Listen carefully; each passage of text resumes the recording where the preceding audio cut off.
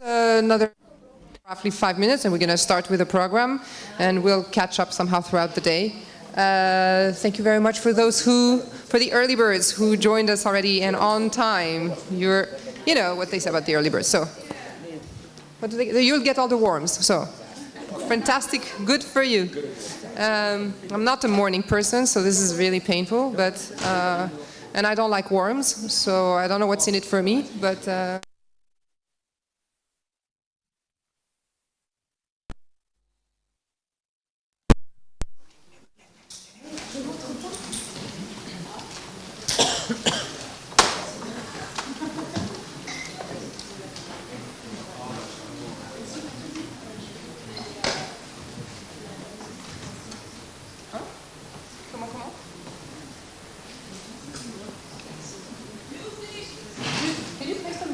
So we start waking up. Something aggressive. Don't tell me.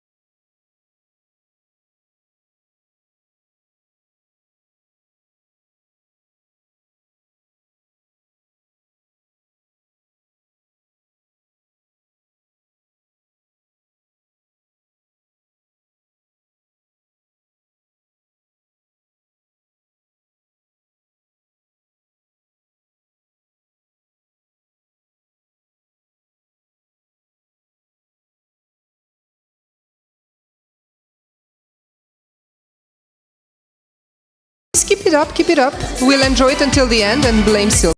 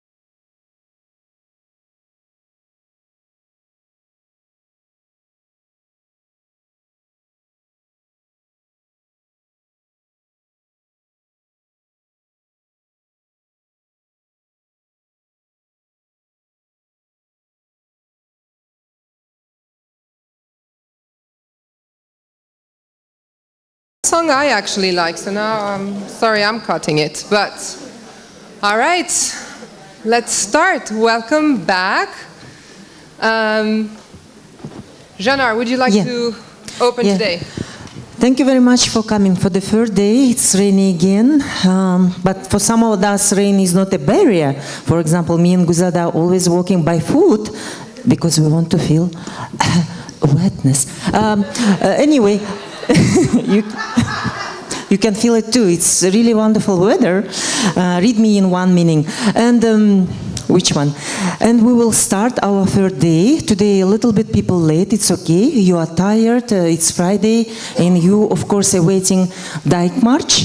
We will give you more information. So today we will begin from the opening keynotes. Sorry. So please, now I will introduce keynotes, or should we tell about again Dyke March, because it should not be forgotten, right? That today we have big event, and we have after that the party in aquarium. Yes. So at 2, just make sure that, no, it's at 1, after lunch. Make absolutely sure to be at the beginning of the plenary after lunch, because we will get all the information for our colleagues here in Budapest. The members of Budapest Pride will give you all the information that you need so that we have a successful Dyke March later. And then tonight, of course, after marching, we will be dancing and anything else you want to do. And yeah, I think we can start. Okay, let's start. And our first keynote speaker, please come to the stage. Elizabeth Barat, Associate Professor in the Department of English at the University of Szeged, recurring visitor professor at CEU. If you don't know, we are actually in this university, Central European University, in which I applied 3 times and didn't join. That's me too. Really? Where is my... It's your slides are right after, so you can use the... Great. This one. Okay. So, above all... Microphone use. Okay, I thought my voice would carry, but fine. Okay, I will use this mic. So, above all, welcome everyone. I appreciate that on a Saturday morning, this is the best thing you can do at this event. Fine. And also, I would like to thank the organizers for the invitation. And I can tell you that I might be an experienced conference goer or teacher on a daily basis, but I'm still anxious, and I suppose that's just fine. And also a bit emotional, because as it has been mentioned, until 3 years ago, this was one of my academic homes, and I don't appreciate that we were evacuated, let alone that the administration of my university followed obediently instead of, you know, like demonstrating some resistance and stay and see what the government could do, if you wish, forcefully, okay, getting rid of us and clean up this campus. But anyways, what I am trying to talk about today is, okay, that's the title, Intimation of Trust and Affect-Based Solidarity. Now, what is most important about that title is that I'm trying to define what trust means, okay? How much it does not mean that we all agree. And we would believe that for solidarity, what is a basic requirement should be that we are definitely on the same platform, okay? So and nevertheless, it should happen. And also, in my understanding, trust is a form of affect, okay? If you wish, a form of emotion. And I find it very important to focus on this one because in the past 12 years or so, which would be the history of the current regime, what has become the most important affect is hate. Okay, and I would want to talk about that too in a minute. Okay, and in order to sort of like situate myself somewhere on this academic planet, okay, what I would like to underscore here is Bell Hooks, okay, idea, which would be I don't know if my speech is going to live up to it or not. That's your job to judge. But what I am trying to develop here and advocate is that feminism is the movement to end sexism, sexual exploitation, and sexual oppression. In other words, in my understanding, feminism is not a reformist agenda. If it stops there, okay, then we will end up within some kind of comfort zone, but that's not transformation of what we are expected to feel, at least, I don't know, tolerated within. Okay, so what I have already referred to is that since the Fidesz Christian Democratic Coalition has been in power ever since the spring of 2010, okay, what has happened is that the rhetoric of hate has become ordinary, routine way of communication. Actually, not just within the narrow field of politics, but in different fields of social life as well. So in other words, hate speech is not a hot statement, okay, of exclusion, but it has become ordinary, banal, okay? And once something is banal, okay, that also means that we are caught in it as well without noticing, okay? Let alone that when we are working on it.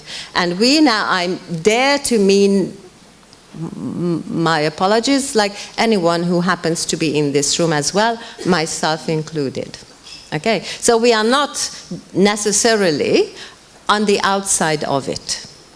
Okay, that's what banal also means. So it is not just banal for the others, but potentially it is banal for ourselves as well.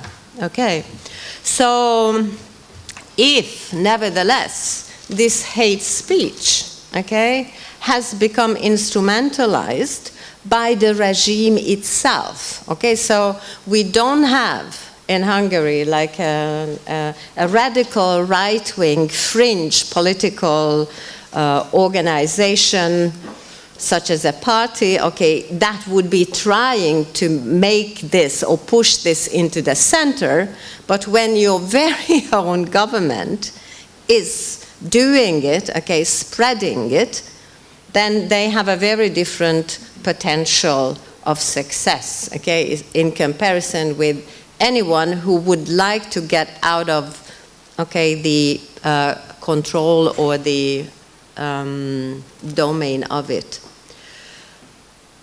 And in the second point, what you can see up there is that I'm trying to sum up, okay, how this hate speech has singled out particular tropes, particular characters, figures of narratives, okay? So because once I say that something has become routine, that also entails that the mention of particular figures, okay, would trigger routinely this kind of fear in response to that figure that happens to be singled out, okay? And the other thing is that if they become routine targets of exclusion to the point of hatred, okay, this also means that insofar as this is a network, an order of a usual practice of rhetoric, okay, mention of a particular figure is going to automatically resonate with the other ones that are explicitly not mentioned, okay? So in that sense, because I'm in a way a linguist, okay, so I would say that when you explicitly mention one character, okay, its meaning is made up of the meanings of those other figures as well, and routine means that you don't need to mention them, okay, because sometimes it is this one, sometimes that is that one, and the whole thing works, okay, together like an order, okay, like a pattern. and how they are linked up with one another, so what logic pieces them together so smoothly and obviously into a network, okay, is what I grasp there in the second point, which goes like the non-productive parasite intellectuals, that's one figure, okay, Brussels-affiliated liberals, that's two, and Islamic male migrant terrorists, okay, that's three, are all accused of threatening us, okay, apparently, where I should belong, the traditional Christian Hungarian nation, both from within and from outside, by way of the alleged financial ideological support of a Soros plan. That's figure number 4, okay, which evokes the trope of the hideous Jew, founder of this institution. Okay, so each trope of these 4, as I have said, may emerge as a constitutive element of the meaning of the other 3 without their explicit mention, through a chain of equivalence. In other words, their constant repetition in relation to one another, okay, also implies that they are all the same. Okay, there is no specificity to them. That's what the chain of equivalence, okay, as a routine logic is meant to mean. The effectivity of hate speech as normal depends on this indirect chain of associations, legitimizing and reinforcing the forceful practices of exclusion. So this is where we are.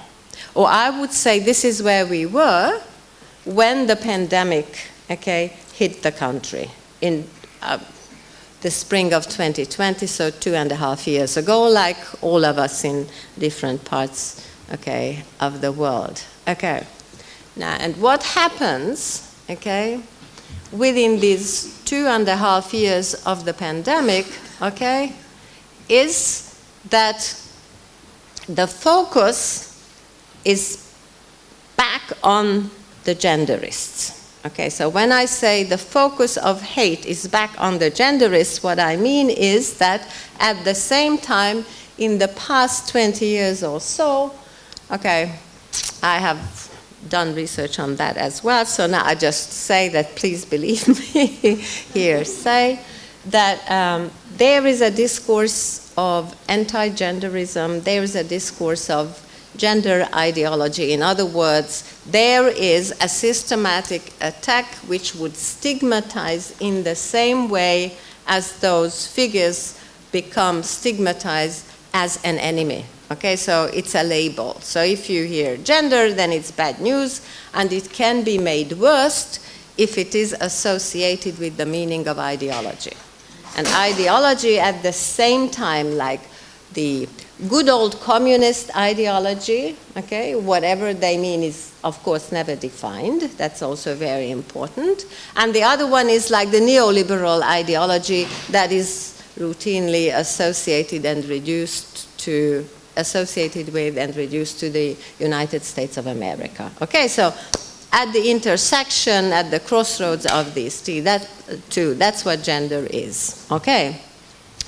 And I would say that the most forceful moment, in a way, of this stigmatization of gender, okay, which in my understanding is an important critical tool in the hands of feminist criticism of the patriarchal social order, okay, so it is in that sense turned inside out and back upon its own meaning. So when you want to criticize the patriarchal ideology and your critical category comes to be called an ideology, then you are cornered, aren't you?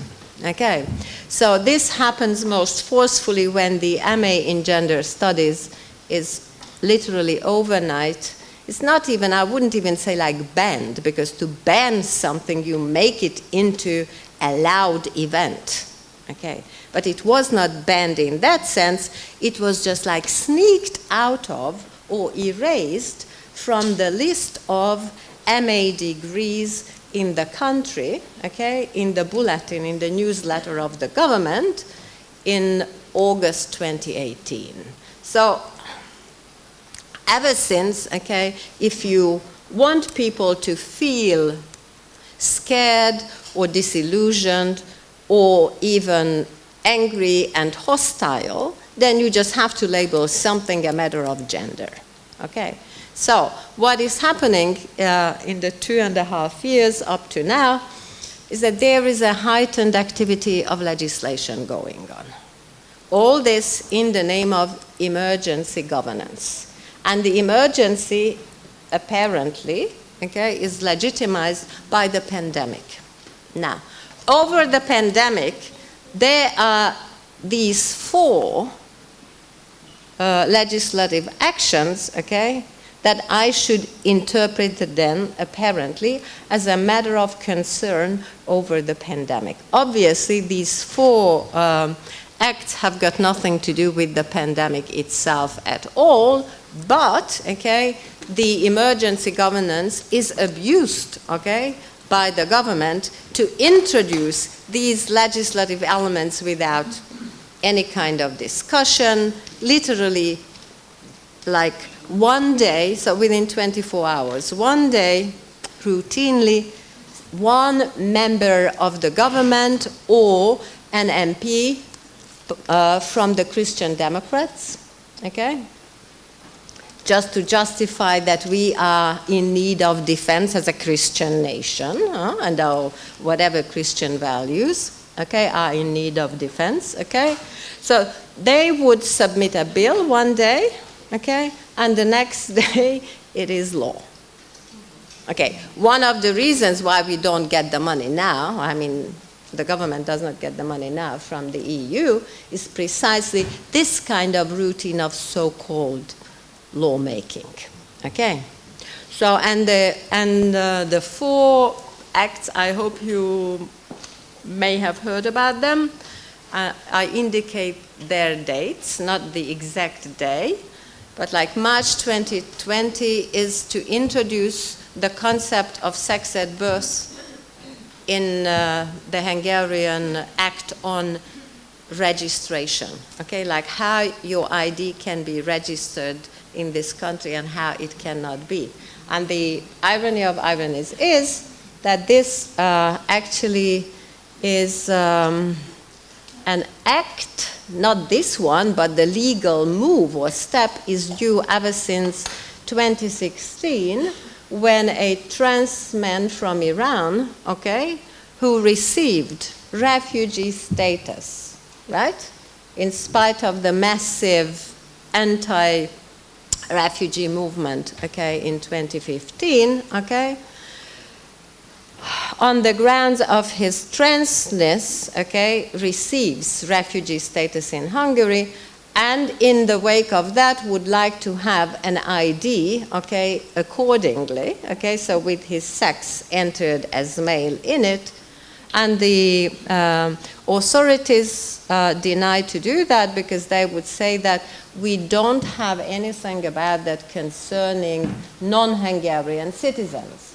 So there is a gap in the legislation, the legislator should do something, and what the legislator do is not like to add that, okay, but take the option away from the Hungarian citizens as well, declaring that sex at birth is something that cannot be changed in any document whatsoever. You can do whatever you wish, but when it comes to the moment when you have to produce your ID, well, that's the moment of truth, isn't it? Okay, so that's actually this legislation was passed 2 days after the declaration of emergency governance. So just to underscore the gender politics, that is the hostility of it that is going on in the country. Then in May 2020, okay, that's really bizarre because this is a new, I would say, genre in the history of legislation, when the parliament, okay,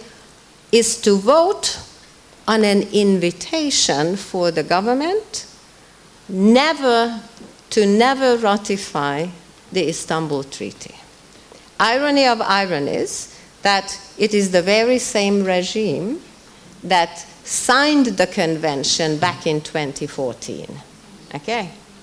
And apparently, okay, it needs, okay, the support of its 2/3 majority in parliament, okay, to be requested. Okay, so a long debate, okay, and like there have been many attempts by different civil organizations in the country to force the government to ratify, okay, the Istanbul Convention, and it always... Но успеха они не добились. И в том, что касается режима, они теперь думают, что все закончилось. Они могут просто отвернуться и сказать, что вот нас парламент. So how could we ratify it if this is what the representatives, okay, of the different political powers would want us to do? A government that would never listen to, okay, any kind of collective expectation, sure. Okay. The third one, okay, a year later, 21 June, okay, the infamous, okay, the nickname as well, okay, is like pedophile law. Okay, not that I like even to use it with inverted commas and refer to it, but that's the infamous name of the legislation, which actually means like 4 different changes in the name of protecting our children from people like us in this room until they turn 18. Okay. Miraculously, that's the moment when their sexualization starts, or when in the eye of the legislator it is okay if it starts, and we should not worry because once we are adult beings we can do whatever we wish apparently under the sun, except what do you do, for instance, when you have children, okay, raised in one of these rainbow families, or not even that, okay, just like what do you do with bullying at school that is evolving around that, and many other things, okay? Or because one of the organizers of the event is lobbyist, then I would just like to refer you to the children's book, okay, young adults collection of stories for young adults entitled Fairyland is for Everyone, or that's my translation for it, okay?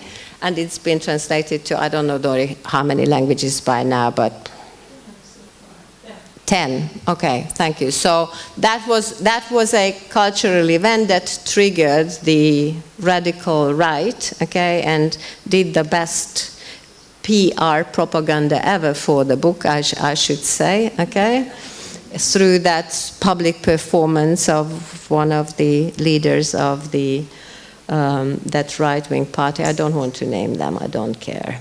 Okay. So anyways, but really, like, so she can be happy to attend to her 4 kids, I think. Maybe she will have number 5, who knows? The more the better, no? And the merrier, obviously.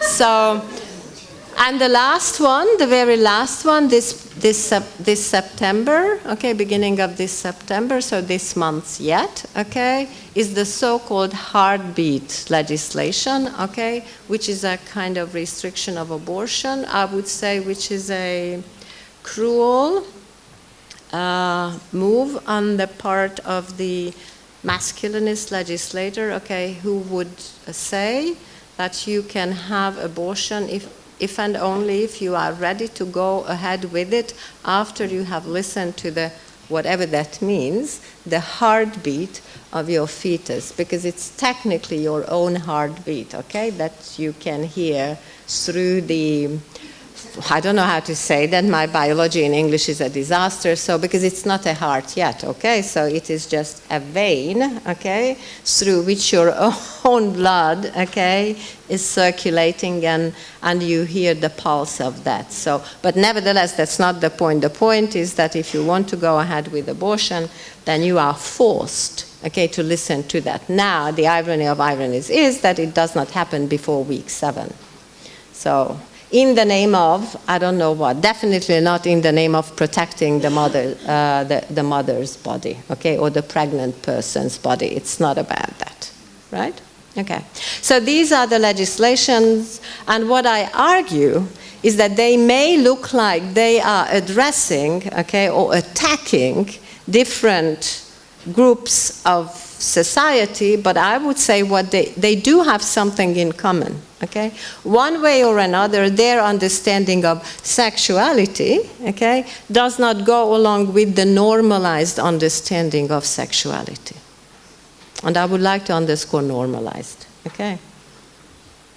Now, what to do in a situation like this? Well, I would say definitely what to do is not, okay, once you organize yourself against this kind of powerful center, is not to underscore the differences across the different groups of non-normalized sexualities, which has been also a response. But on purpose, I don't want to talk about those specific responses in the country, because if I go on that now, okay, in a way, then I am speaking against my own agenda, which consists in focusing on what we have in common.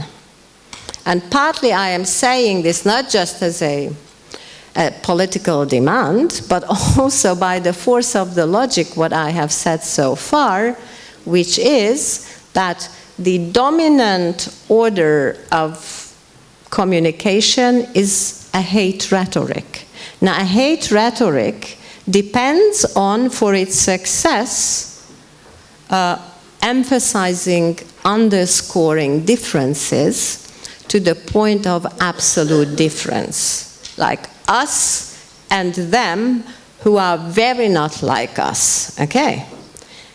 So if that is the logic of the dominant rhetoric, okay, with all of its power machinery, if you wish, or technologies of power, then we don't really stand, okay, chances, I would say, what we stand is slim chance, okay, to succeed. And I would rather go for the strategy of emphasizing what we do have in common. So when at the beginning I said that the meaning of one targeted group does resonate with the meanings of the other groups, that also means that there are similarities across those figures. Okay, so they are not completely different from one another. In other words, for them to be meaningful, there is the overlap that is made use of but unacknowledged. Okay, what explicitly is underscored is the differences. Now, if we want to counter that discourse, okay, then what we should do explicitly is underscore the overlaps. Okay, so that's why I said that what I see shared, okay, by the different laws, okay, attacking the different groups would be their non-normalized sexuality, okay, or if you wish, their outlaw, to use Biddy Martin's concept, actually, I'm not that clever, it's her, but I love it, outlaw sexualities, because it's really useful now. I mean, it's really a very powerful concept. So, therefore, okay, I would go in for not hate, but for trust as another affect, as another form of emotion. And what I would like to say is this works under one condition. So it is, of course, this is still a value statement, okay? It is not neutral. And that value statement or that condition that I am talking about is that to focus on our shared enemy, if you wish. I would rather say the center, rather, I don't want to use the concept of enemy, okay? The center that routinely sets up exclusionary distinctions, okay? And in my understanding, this center, whatever moves it makes, okay, routinely, is to defend hegemonic masculinity, the entitlements that can be captured by that concept. Now, it's another thing to ask, okay, what does hegemonic masculinity consist in here and now? And if you think of those 4 legislative moves, they imply clearly that this hegemonic masculinity, okay, is sure, white, middle class, urban, in whatever sense of these words, of course, Christian, okay, heterosexual, and cis. All this intersecting, making hegemonic masculinity meaningful. Okay, so when I say that if we focus on what we have in common, which in my reading is stigmatization of non-normalized sexuality, okay, that implies the entitlement of that kind of masculinity. That's what is the hegemonic form of masculinity here and now, for sure, in Euro-America, absolutely. Okay, so therefore, okay, I would say that there are theories, okay, produced by feminist affect theoreticians, okay, who would say that trust, okay, that's what I started with and I would like to close with, is not only about to agree with you. Trust is also about, okay, the funny thing is that this was my interpretation 22 years ago, and in the meantime, okay, this is where I found myself, okay, to end up with, right? So, but I also trust you because I know that I can disagree with you. You are not going to get at my throat, I should add, as long as we agree on what hegemonic masculinity means, okay, as long as, okay?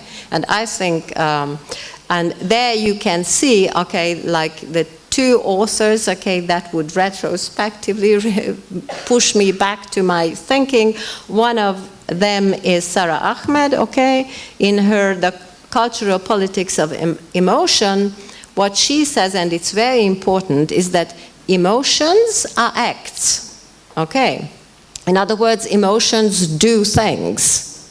It's good to keep in mind, because it does not mean that emotions just hit us like a brick and they are not matters of social practice, right? We do them. We are not born either to be, I don't know, cursed or to be, I don't know, blessed with them. Neither of those, okay? I don't want the wonderful female or feminine or whichever way you would want to call them emotions. No, I don't want them. Thank you very much. Okay, I run away from them. It's, I suppose, more than obvious. And the other one, okay, is Claire Hemmings, okay, who in 2012 in her article Affective Solidarity, Feminist Reflexivity and Political Transformation would argue that solidarity begins from experiences of discomfort without generalizing these as shared by all subjects or as the basis of transcendence of difference. In other words, okay, trust is trust to agree and trust to disagree, provided. She does not specify that, but I need to add that to it, okay? Or else it does not work, or else it runs all over the place. Thank you very much for your attention.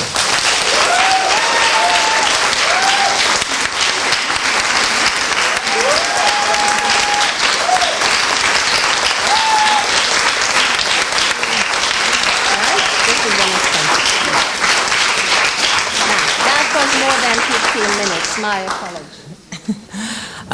And please, next keynote speaker, Manuela Kay, journalist, writer, publisher, and activist from Berlin. Yes, could we please? Yes, thank you. Please, floor is yours. Oh, no. correct here, but... Okay, okay.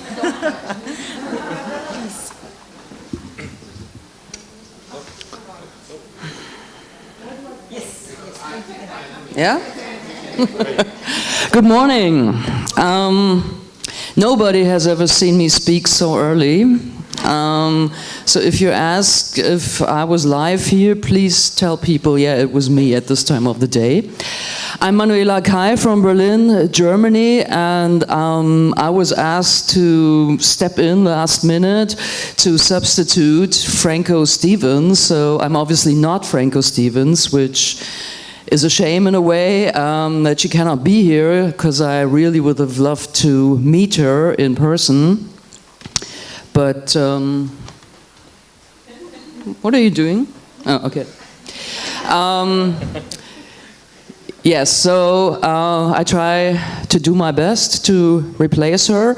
We do have a few things in common, however. I don't know if you know Franco Stevens. She's a publisher from the USA.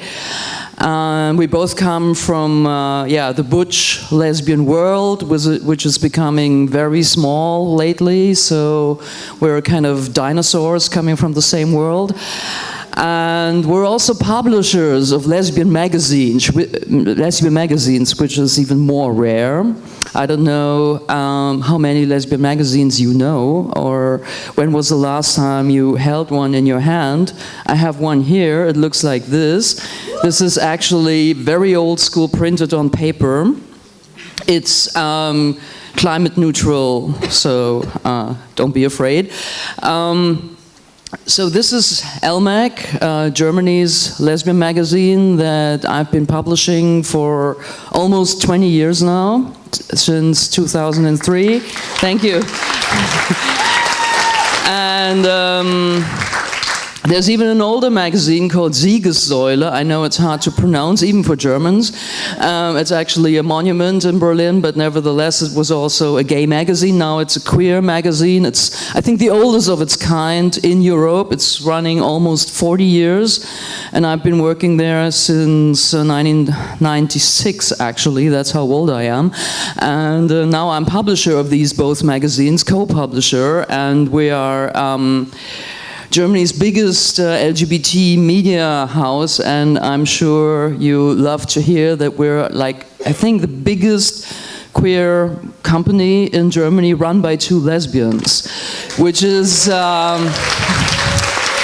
something that scares especially a lot of gay men. And when we took over the company 10 years ago, we were both chief editors of various magazines in the publishing house, and we took it over 10 years ago and became publishers also, and it was quite a shock to many people. And still we are asked, yeah, you publish this stuff and you're a journalist, but what do you live on, actually?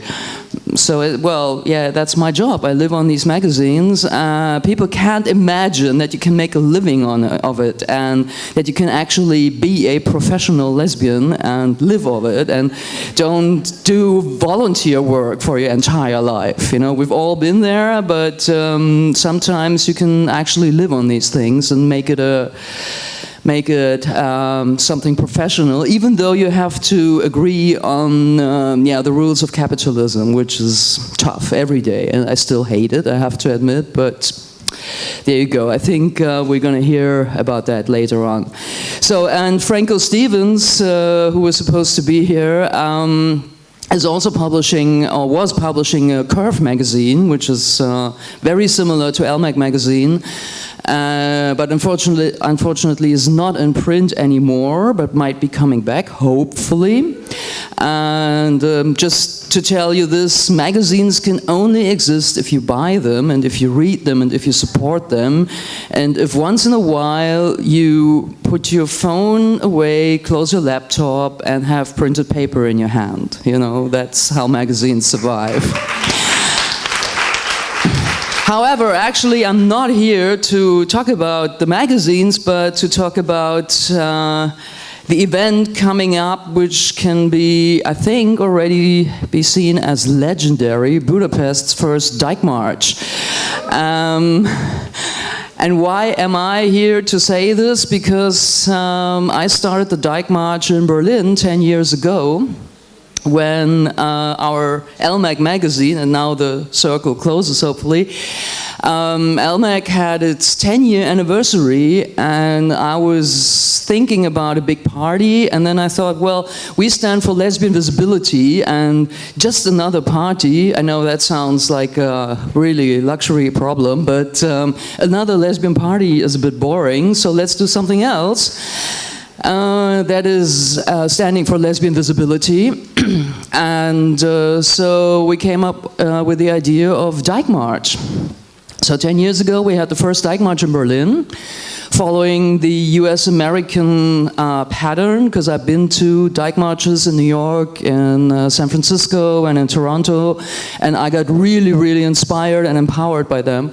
And I wanted to have that in Berlin, and so I just stole the idea, or got inspired, however you want to put it, and brought Dyke March to Berlin, and something really interesting happened. Not only it started from the very first edition to be a huge success, it inspired other people as well, and now we have up to 15 Dyke Marches in Germany after that, which I think is just fabulous.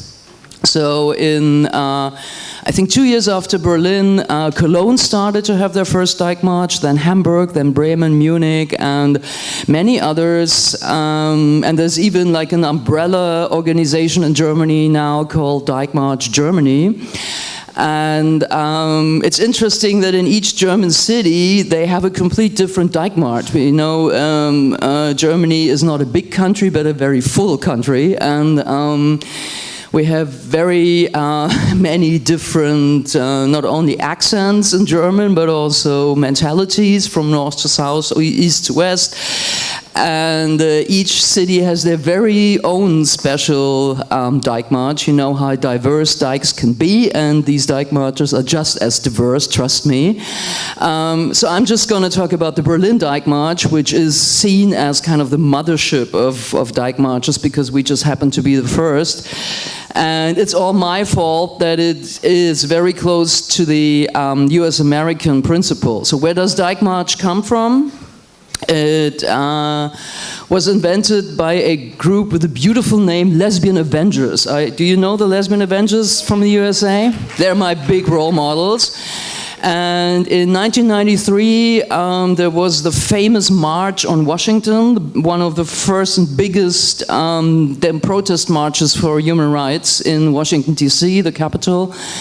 And the Lesbian Avengers and some other groups thought we are too invisible in this. We need to set some lesbian exclamation mark. And so they started to have a Dyke March, not as a challenge or as a competition to the other parade, but just as an addition to do something, to wake up people and to do something for lesbian visibility. And that was so successful. I think the first Dyke March in Washington, D.C. in 1993 had 20,000 attendants.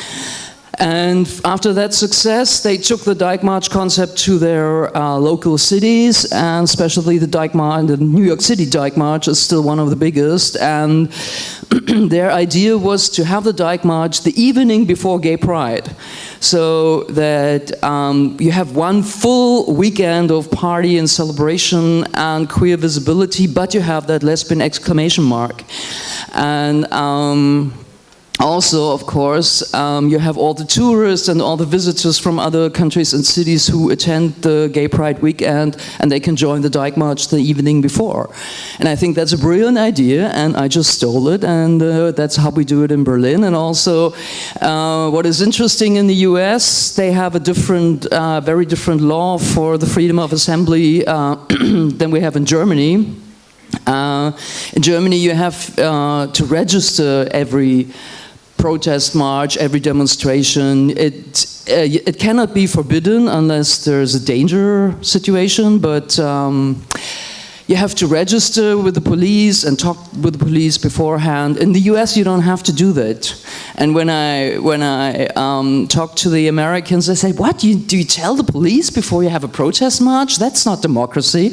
And it made me thinking, yeah, we in Germany, we always think, oh yeah, we're the most democratic country in the world, but really, it's quite refreshing to hear that why do you have to register a protest march? You just go on the street and protest. And that's how they do it in the US. So I don't know how the Dyke March tonight will be in Budapest in terms of registration and police and security and all that, but there's different approaches, and the Dyke March in the US is a very grassroots organization, and they insist on not registering, not having funding, not having anything that is established, that is, costs money. And that is my favorite concept, and I totally disagree with some other Dyke marches in Germany about that, because they want state funding. They founded what Germans are famous for, the so-called Verein. It means like an association. Again, you register and you can get public money and all that. I think that's the end of every protest and every protest march. But as I said, it's different in every city. So Dyke March Berlin, at least, is still seen as the mothership in a way, but also is totally independent. It's totally only organized on a volunteer basis. Our cost is about, the last Dyke March costed 700 euros, and we get that money just through collecting money, and that was very easy. And we print flyers, we have some, the website costs something, and the banners, and that's it. And we don't do speeches. We don't have a different motto other than this is the March for Lesbian Visibility. And everybody has to bring their own demands, slogans, whatever you have, put it on your poster, put it on your banner. Dyke March is just a platform for everybody who wants to support lesbian rights and lesbian visibility. And also Dyke March is very inclusive. From the very beginning I said, I want everybody to march for lesbian visibility, no matter who you are. Even if you are a cis male and you want to support your lesbian friends, come, join us. If you are a gay man, come join us. And of course, it's inclusive to everybody who is identifying as a lesbian, as a woman, as whatever. Everybody is welcome at Dyke March, but the message is you are supporting lesbian visibility, no matter who you are. Now, some people say that is too much and it's not a safe space for lesbians. No, it's not, because I don't believe in safe spaces, especially not if you're on the street and doing a protest march. It's not a safe space, it can never be, but it's a very empowering space and a very empowering feeling. And I hope that tonight here in Budapest, on the streets of Budapest, we will have just about the same empowerment and the feeling of togetherness and strength and solidarity from our lesbian sisters, and maybe from some other people who like to support us, and show not only that we exist, but I think there's more to being lesbian than just existing or to just loving someone. It's to show our power and how good we really are, and that our resistance, to come to the motto of this conference, is a really sexy and good feeling. And I hope everybody joins for Dyke March without any fear today, because we are many and we can look after ourselves, and don't be afraid to take the streets, because there's no better feeling than take the streets with a bunch of lesbians. So, Dyke March Budapest, you go. And I brought my little banner here. This is my friend Ninime from Berlin. What is the right side? Huh?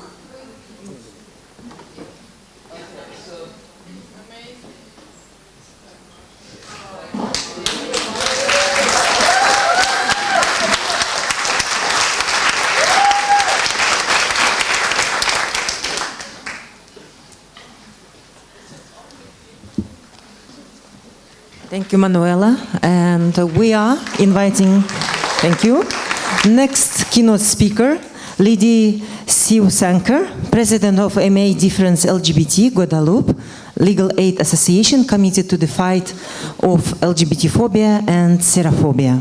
Please, welcome to the stage.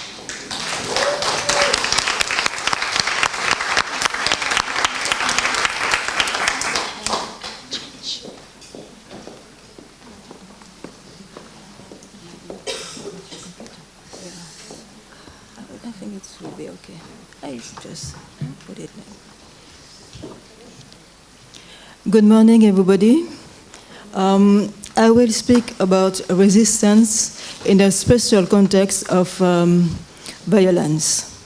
It's based on my story as a bullied person because of my sexual orientation. Whenever I hear the word resistance, I think of my ancestors who were enslaved on the plantations.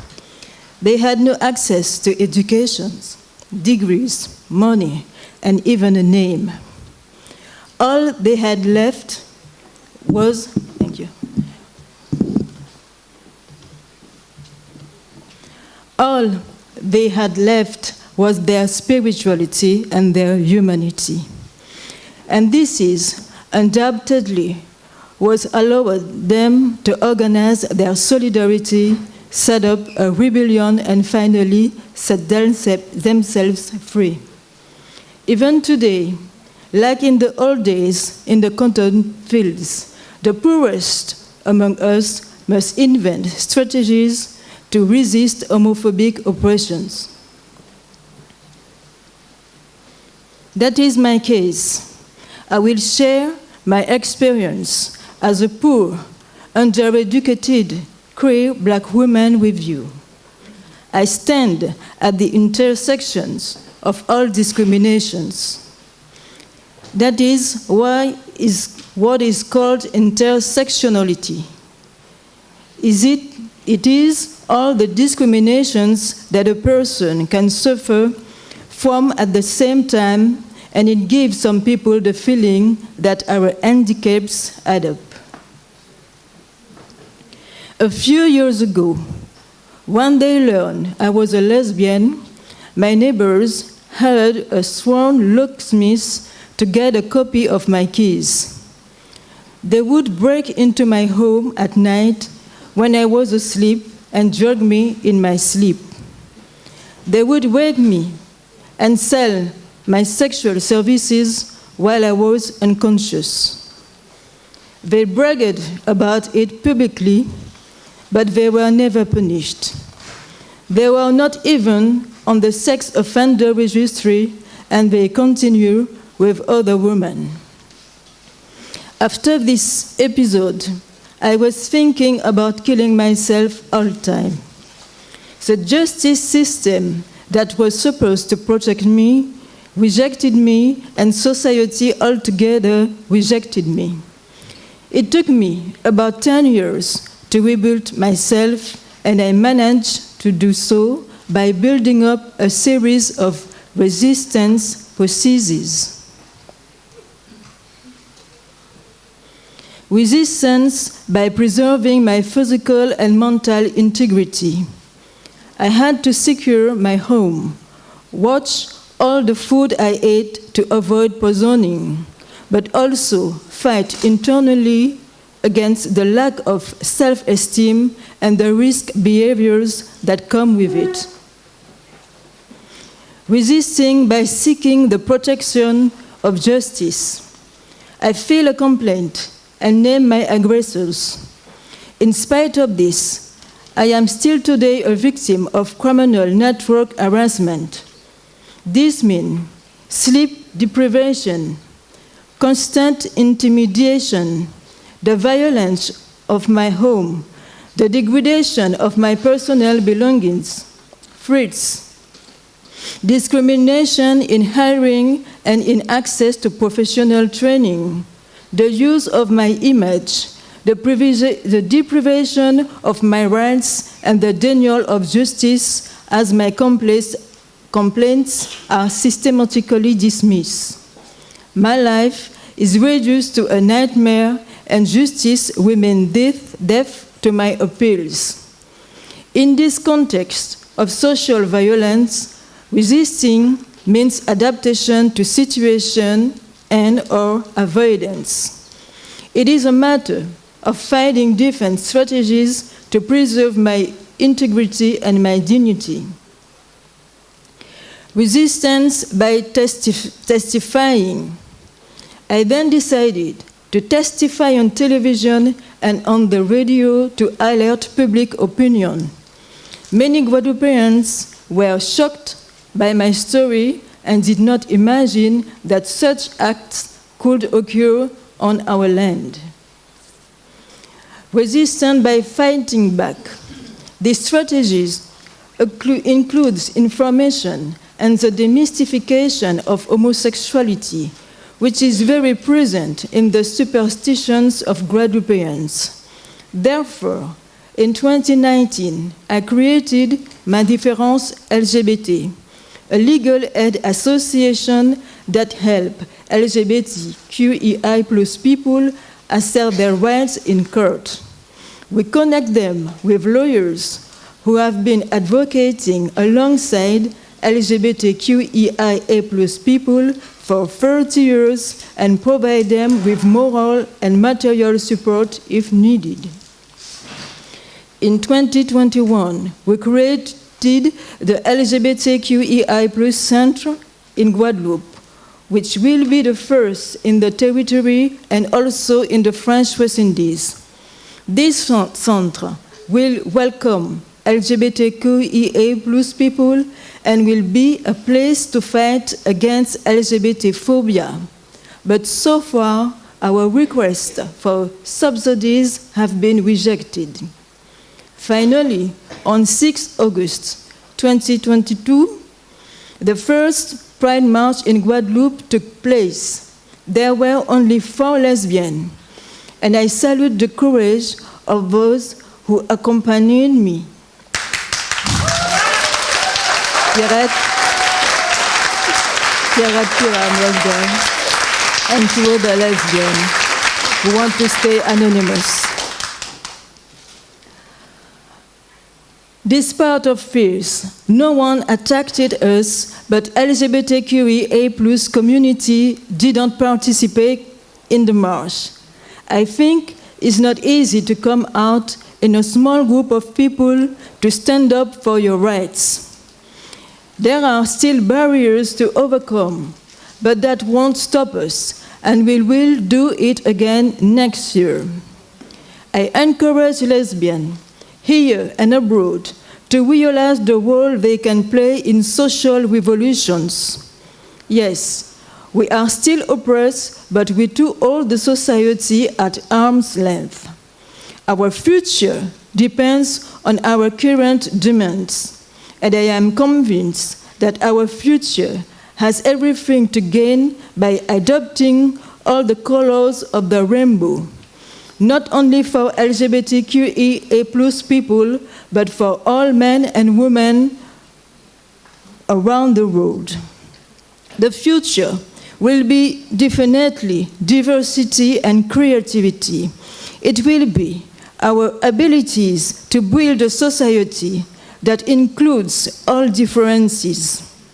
Our goal is to help people to have a better understanding of LGBTQIA+ identities. I would not say that this horrific story will happen tomorrow to another one, but if I had this information before, that probably never happened.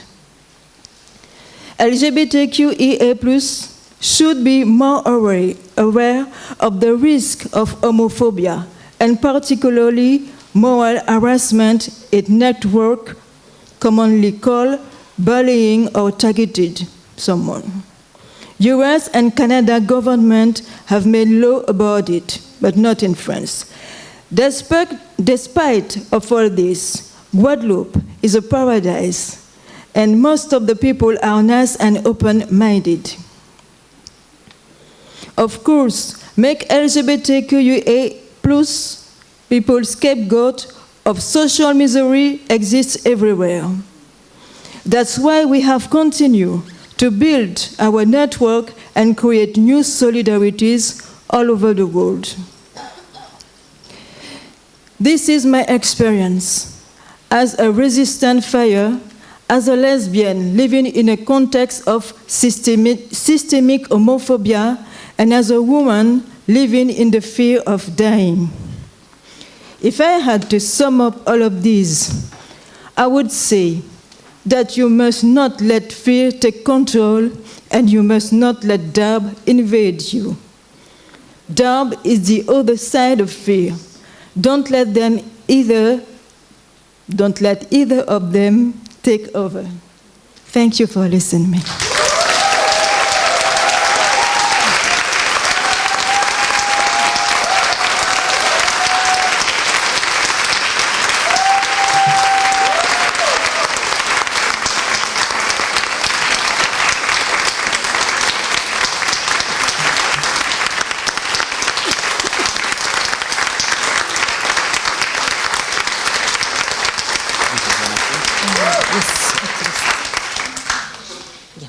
And the next is activist intervention from Central Asia. I will invite activists from Central Asia and Armenia. Please come to the stage. And also I ask you, please do not take photo of people who will be with red lanyards. It's very important. So please come to the stage. We prepared a statement which we will read and present collectively. Please, not all members is Azerbaijan. Activist is not here.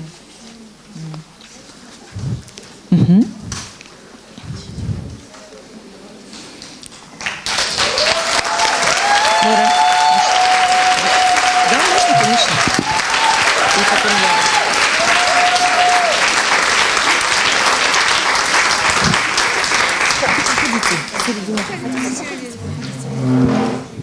Yes, please come to the middle. Please, please. Ага, проходите. И там тоже один микрофон.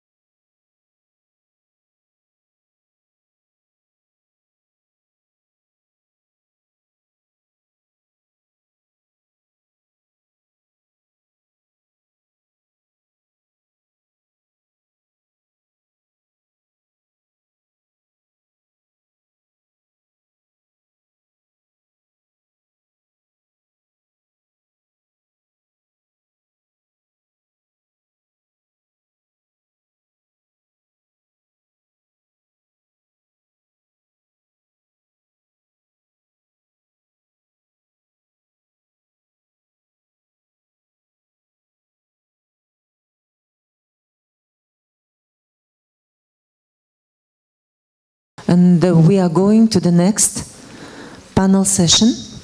And we need moderator, which also is MC. And sometimes, of course, it's difficult to be MC and moderator of panel. But Evgenia is here, and I will present her. You know Evgenia already. We presented her in the first day. ELC member, co-chair. Yes, please come to the stage and present your panel yourself. Yes, thank you very much, Janar. I wish we weren't so late with the program and we could just take a moment to let your intervention sink in. I will be honest, I'm shaken and not entirely confident continuing, but we want to hear everything we had to say. Thank you so much for taking the space, using the space. I will invite the panelists to join. It's also a panel that has changed so many times in the last days, and we also had several speakers join in even last minute up to this morning. Please come on stage to replace some of our initial guests who, for various reasons, weren't able to attend. And in fact, I will immediately start by acknowledging, I wanted to bring it up later, but I think that not going to stick at all to my outline. So we'll see how it goes. But I wanted to mention at some point that one of the speakers we're really excited to have with us is an activist from South Africa and who's also a politician, HB, and who couldn't, we tried really hard with them. She tried really hard, spent several days traveling in difficult conditions to cross the country to get the visa. And despite all of our efforts, we didn't manage to have HB with us. So this is just, as we're talking about the future, as we're talking about our realities and how we want to harness our destinies and move forward together. This was, I think, a harsh blow to something that just brings us back to the reality that we are in the physical world, still very much in different places. There's huge disparities, and we are not always able to be together as we would want to. So we will try harder. We will continue. Also, what HB would have shared was, as you will see, this panel is a lot about, will be a lot about projecting in different spaces, also virtual ones. But one of the things that we wanted to discuss was the reality going forward that we are operating in, which is that climate change affects us also differently. As a matter of fact, HB's house was destroyed a few weeks ago due to climate change-induced natural disaster and a mudslide. And these are just the kinds of realities that not all of us face to the same extent. And we wanted to have this conversation. Obviously, I'm not going to speak for her, but I now started with this because I think it's important to acknowledge very much the various degrees of privileges we have, the differences we have, and despite all of our efforts, and we will do better, we will continue trying, we will make our space as diverse and as representative as possible. So, yes, you can start the stream. Okay. Thanks for the reminder. Okay, so, gonna sit. Now I'm moderator, I'm not MC. So, I will let the speakers introduce themselves, but as a quick intro, this panel, the first one this day, which you know the theme of the day, we've had an overarching theme every day. Today is the future is lesbian.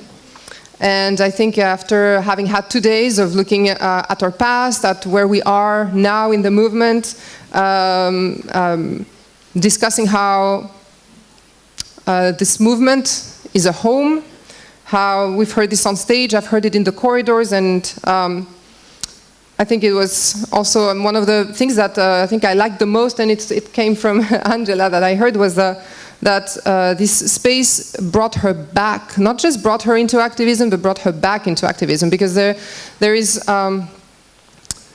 so much that we have to do, and that this movement is really now taking off and taking over the world. So inspiring people to join it, but also even to come back when their journey had taken them somewhere else. So hacking the future, what does it mean? All of you will tell us a bit what it means.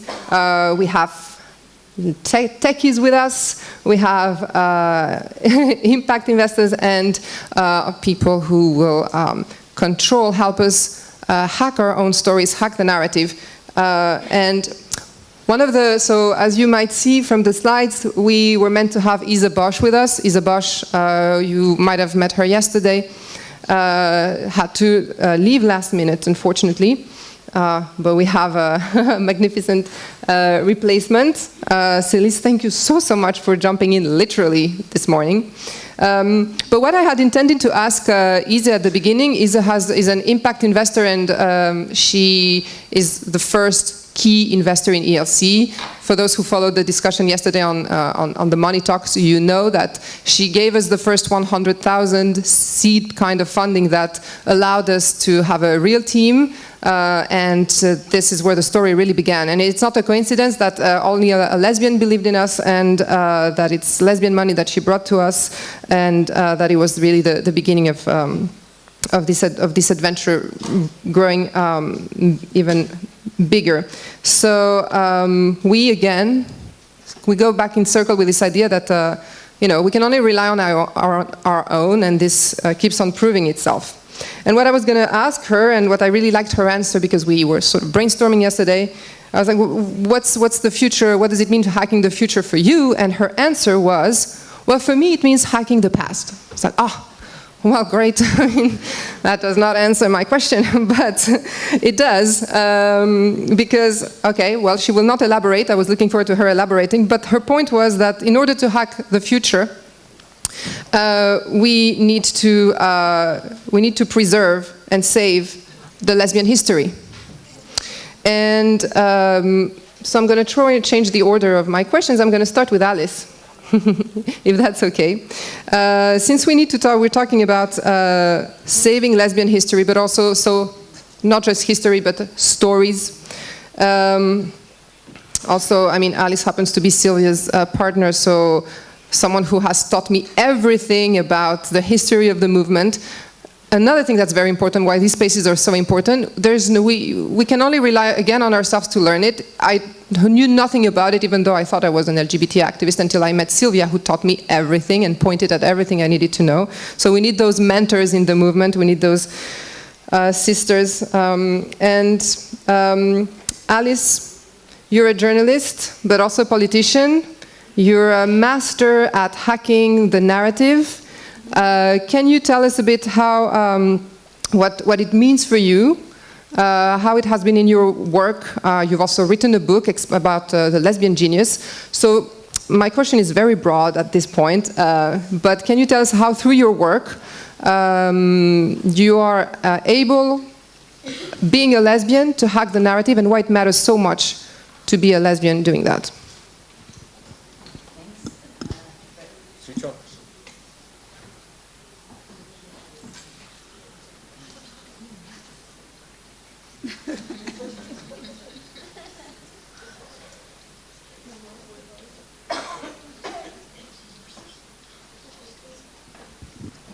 Thank you. Hi, everyone. Thanks, Evgenia. And so, yes, here's hi to HB and hi to Isa, too, that cannot be with us. Hacking the future. Evgenia said it. I've been a journalist for a long time, and now I'm an elected member at the Council of Paris. And I guess it all starts from realizing that, hacking the future, I'm going to start by saying future is death when you're alive on this planet. And what does it mean to have a life as a lesbian? A life which has been completely framed, designed by others, in such a frame that you have no place, no existence in it, that your very own existence, your very life is told by others every day. And how can you manage to change this? And so, yeah, I try to do this in two different fields, which is media first, media, journalism, and politics. And the way you can change the narrative, the frame, is by trying to resist and understand what is meant to be fundamental principles, like principles you cannot question, need to be questioned.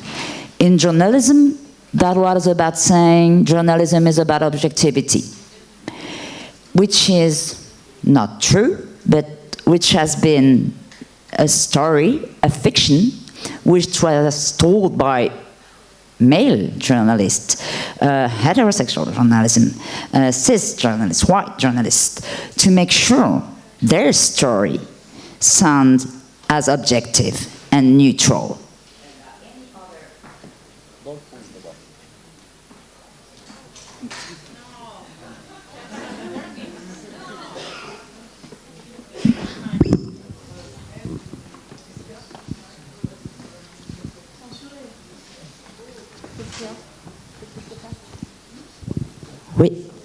Okay, yeah, and that any other people trying to tell a story is seen as biased, subjective, and not doing proper journalism. I've been confronted very on a daily basis to this, like I was working in a mainstream newsroom, big newsroom in Paris, and they would say, for example, that I had no right, no legitimacy as a journalist being an art lesbian to write, to comment, to publish articles on anything dealing with what they call homosexuality or feminism, because I was too biased, too neutral.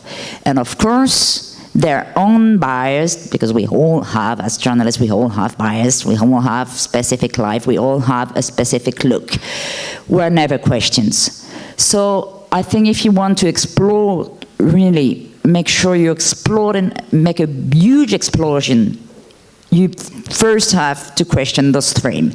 And I'm not feeling that well, I guess, this morning, because this fight, which has been going on we've been leading in France for years against very oppressive journalism, which decides, because I mean, what we call journalism is actually deciding of the reality we live in, because they are the one telling you what reality is.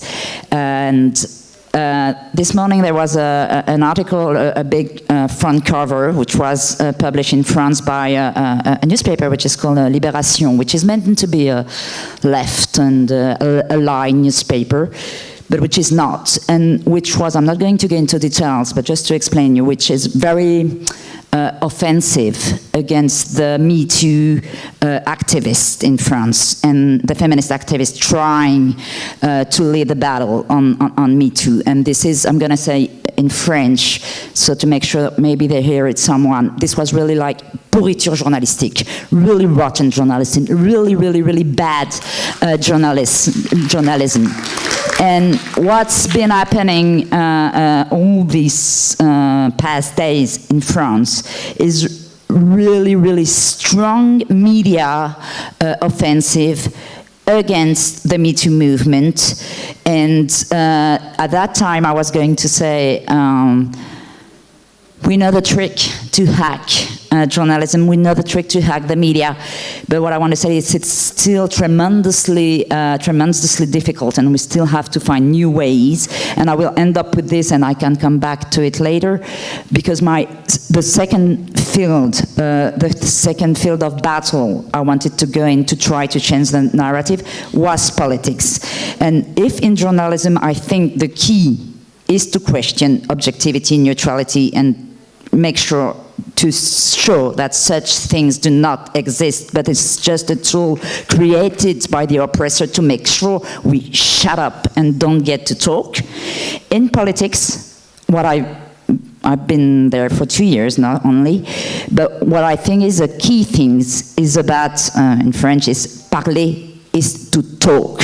Because what happens in these fields, in politics, is they make sure words are not words anymore. They don't mean a thing. When I talk to the politicians, it's like, even if, like daily conversation in the corridor in the city of Paris, they would be so afraid of what they are saying. They would be so trying to, make it a complete void, make it the language completely empty as politicians, that by the means of just saying things, talking things, and that's all about it. The Me Too movement is about this. It's about saying you've been harassed, saying you've been aggressed, and not being afraid to say it.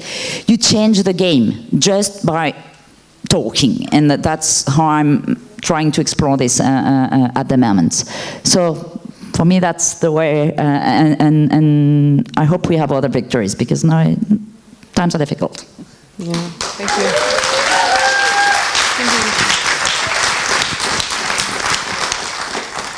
Thank you, Alice. I already have about 23 questions as a follow-up, but it's okay, we'll plenty of time. No, I will now move to Celis Berry, who stepped in for instead of Isa Bosch, but we'll talk about her work, of course. So Alice, you were just discussing how, and presenting to us how, well, in reality, this notion of neutrality is a complete hoax in itself, because it's just the dominant bias that we have imposed as a norm of the white, cis, male narrative, basically capitalism. And what people like Celis do, I interpret it, tell me if I'm correct, as a form of hacking capitalism and hacking patriarchy, because you take the power where it is and you redistribute it to our communities, to those who are challenging those oppressive norms, those who change the hierarchies, the power dynamics. And Celis, you're the founder of Out and Equal. You were the CEO of it for a very long time, and which deals specifically with the workplace, if I understood correctly. And you do what you told me, and I didn't ask more questions because I want to find out with you, that you do LBQ, Philanthropy Collaborative. So, my question is, can you explain exactly what that is? Tell us a bit more about your work, and, well, why does it matter that you're a lesbian doing that, and how does it influence it? Well, thank you. I'm delighted to be here with all of you. It's been an amazing couple of days in a sea of lesbians. I mean, my God, what better place to hang out in Budapest?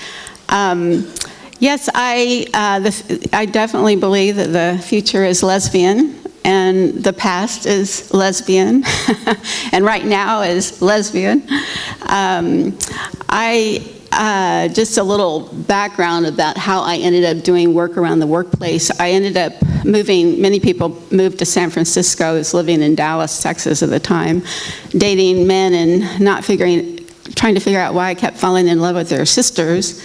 And eventually I ended up moving to San Francisco. A lot of people go there to come out. I actually went there to go to a Presbyterian seminary to be a minister. And within the first month of seminary, I actually came out to myself. Woo! quickly found out that the church wasn't quite as excited about this revelation as I was, and wouldn't be able to basically follow this career path and get ordained. So I first started an organization called SLES, which was Seminary Lesbians Under Theological Stress. And a lot of energy, but not a lot of, too many people involved, and eventually started this organization called Out and Equal Workplace Advocates, because I just felt so committed and felt so strongly that we should be able to do whatever job we wanted to do, regardless of who we love. And it became very successful. We would have, our last conference had 6,000 people from 60 countries, from multinational companies all over the world. So it has been an exciting journey.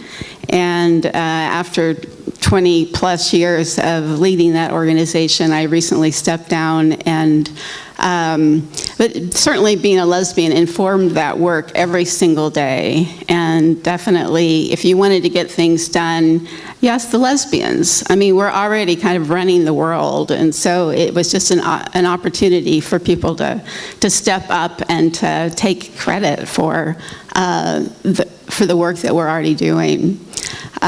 So for the last couple of years, I've been doing some work around LGBT refugees and asylum seekers in Greece and in South Africa.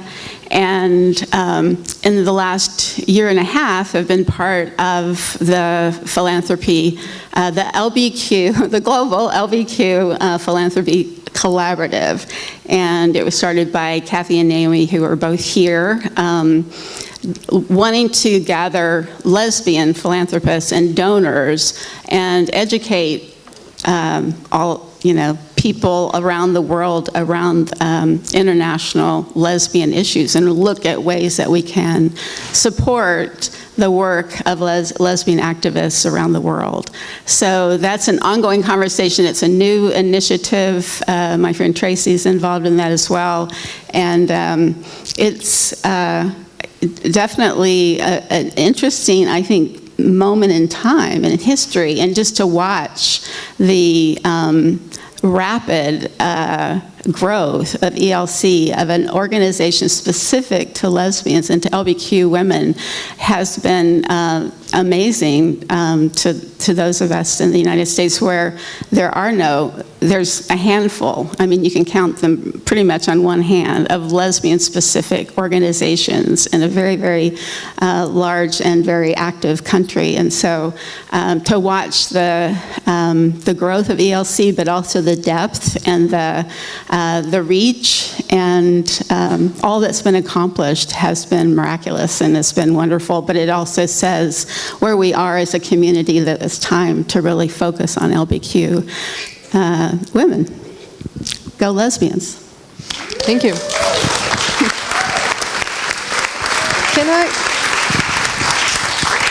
Can I immediately ask a follow-up question? Because I still want to understand what happened to when in this recent past. I mean, you have so much experience, you've done so many other things. Why now? We know that in Europe we've in the European region we have started this initiative, but then in the US, what prompted you? I mean, why all of a sudden this need for a specific LGBTQ philanthropy collaborative?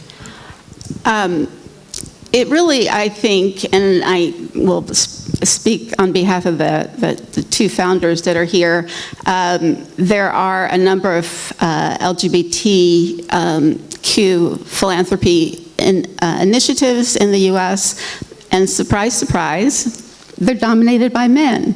So there's a very male culture in giving, and I'm glad you asked that, because I was just, and basically, Kathy and Naomi felt like it was time for women to come together. There's certainly a lot of women's funding. The Global Fund for Women is based in the U.S., and lots of focus on women and girls. And the LGBTQ funding is mostly gay men with access to more to more wealth, essentially. So it just felt time to really raise the culture of women and lesbians within the LGBTQ community around donors.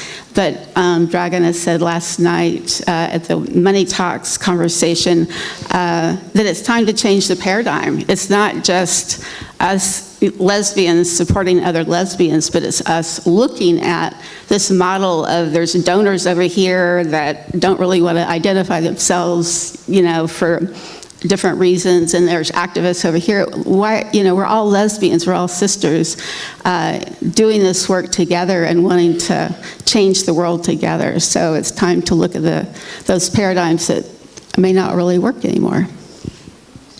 Oh, well, we agree with that, so thank you. And really glad that you've come all the way to see what we're doing and see how that can work across continents. I will turn to our experts now in tech, and this is where I lose completely my ground because they explained to me what they do, and I felt like I was in the Matrix. But so Angela. Yes, you first. Angela, I will let you introduce yourself, but we have been talking about hacking since the beginning of this panel. You are a hacker, like for real. And yes. And I just want to say that yesterday, again, when we were sort of getting together to get to know each other, and Angela said, you know, everyone has this fake idea that people like her are like these people in dark rooms with hoodies and tons of computers around them, and, you know, they have and then I was just thinking, we had a quick chat online with a FaceTime a few weeks ago.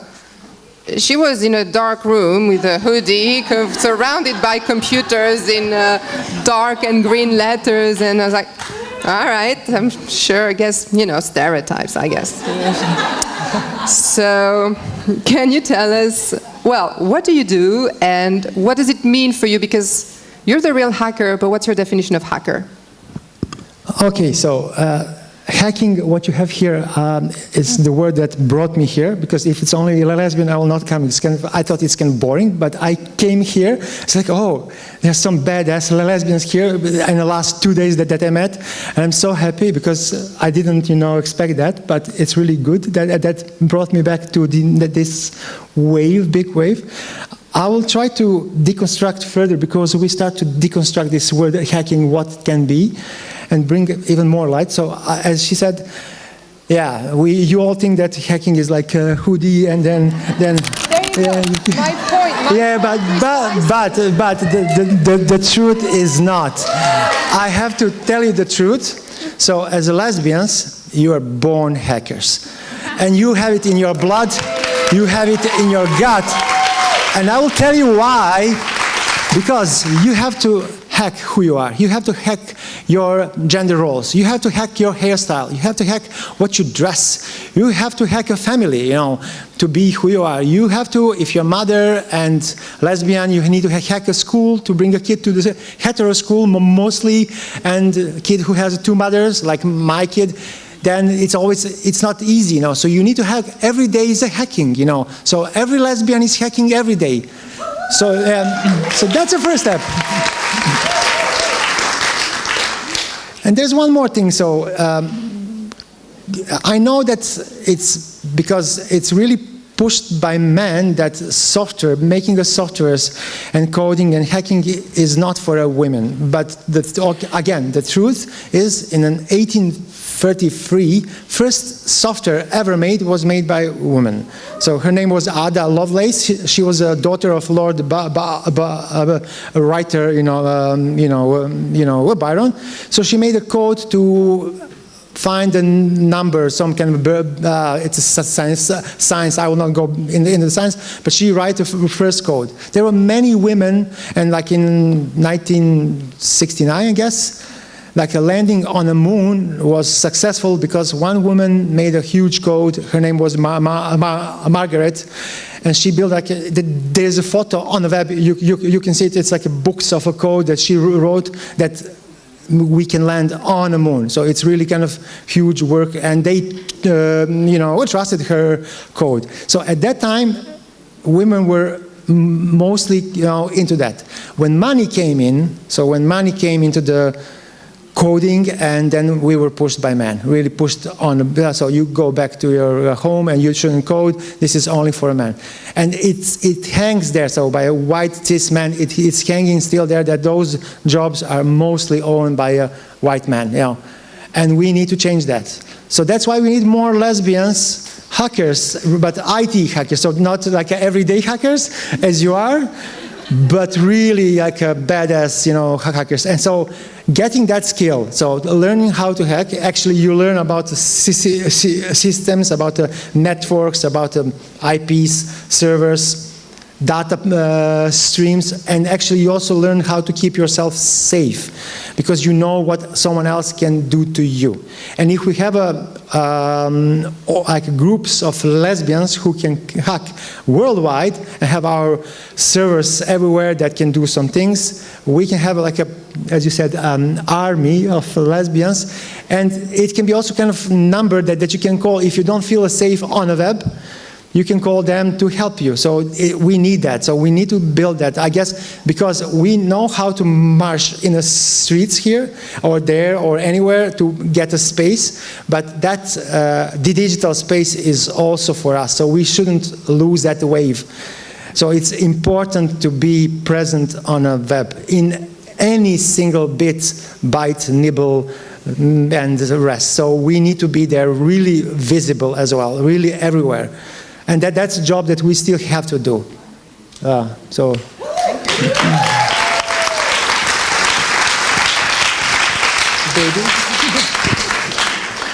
I'm going to come back to you later about the recruitment of our army of lesbian hackers. But Angela promised me that you don't need a PhD in computer science or something to do that. So. And I'm looking at the staff, our development staff, to start fundraising for our School of IT Hackers. And well, speaking about you were just mentioning the digital space is also for us. Perfect connection to move to Maria.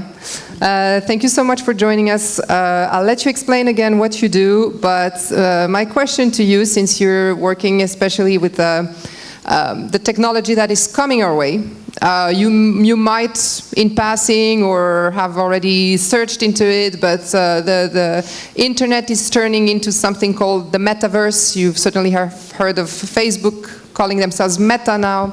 So I was wondering, is the Metaverse something that we can choose or not? It seems that not really. This is coming. So instead of like being a step behind and sort of suffering the consequences of everything that can go wrong in the digital space, that is not regulated by us. The question is to Maria, can you explain to us a bit what the Metaverse is? And then I want to know, you're a lesbian, you're participating in the building, in the designing of parts of this Metaverse. What does it mean? And then I also want to know, can there be a Lesbiverse? Of course. Of course it is. No, I want her to say yes to that, because then I'm going to turn to my development, because I would like to fundraise for the Lesbiverse as well. Thank you. Thank you for the... Excuse me for my laptop, because I'm a big-time shy speaker, so I have to write them all down, because I'm going to forget most of them. I'm getting red already. So I'm Maria. I'm from Greece. I started 5 years ago with Meta. I was building stuff. I was making virtual experiences for Metaverse. Before even people knew what is Meta, not even themselves knew what's going to happen. So now it's called the Metaverse. It's a new parallel world, let's say. It's a virtual space. It was given to me the opportunity to be part of it as a lesbian, because they had many harassment reports from the queer beta users. So that was an awesome opportunity for me to give my input to the community. Right now we're building not something fancy, some lakes and buildings and some cool tiaras for avatars. But my responsibility at the moment is that we're building the LGBTQ VR museum that brings the queer history of the to the metaverse. That's really important. And it's really cool because it's not only for us, but for people to know much more for that. VR as in virtual reality? Yes, indeed. I'm bragging. I'm showing off all my... We should use subtitles. No subtitles, jargon. Yeah. Bad. Thank you. So the world is diverse, we're diverse, and if the metaverse is meant to be a sort of simulation for the real world, then it needs to be diverse too, of course. Okay, what I really wanted to say that I would be thrilled if next year we can have a workshop for Metaverse. We can make our avatars by yourselves, and you can build them, design them, and see them in action. I don't know if you can see, no.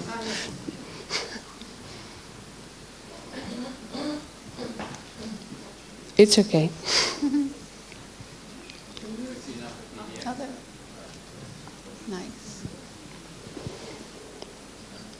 Not the PDF. Not the PDF. Went far. Middle one. PDF comes later. No, can you turn? We're on the slides. No, we don't have. Okay, so it's not the update. It's okay. Okay, never mind. So go back to the. Can you please go back to the slides? No. Go back to the slides, PPT the file, regular ones, please. please.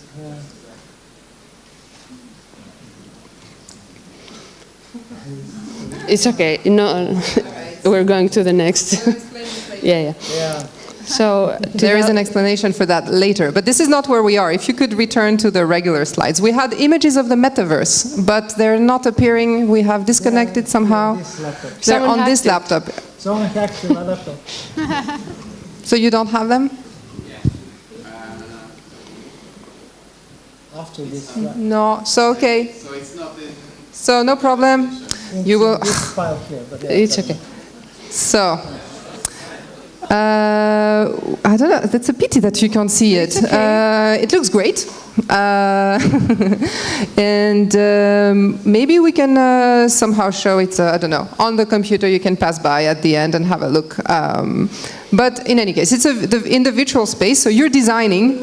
Yes, I mean I'm designing right now for the LGBTQ community as a designer/developer.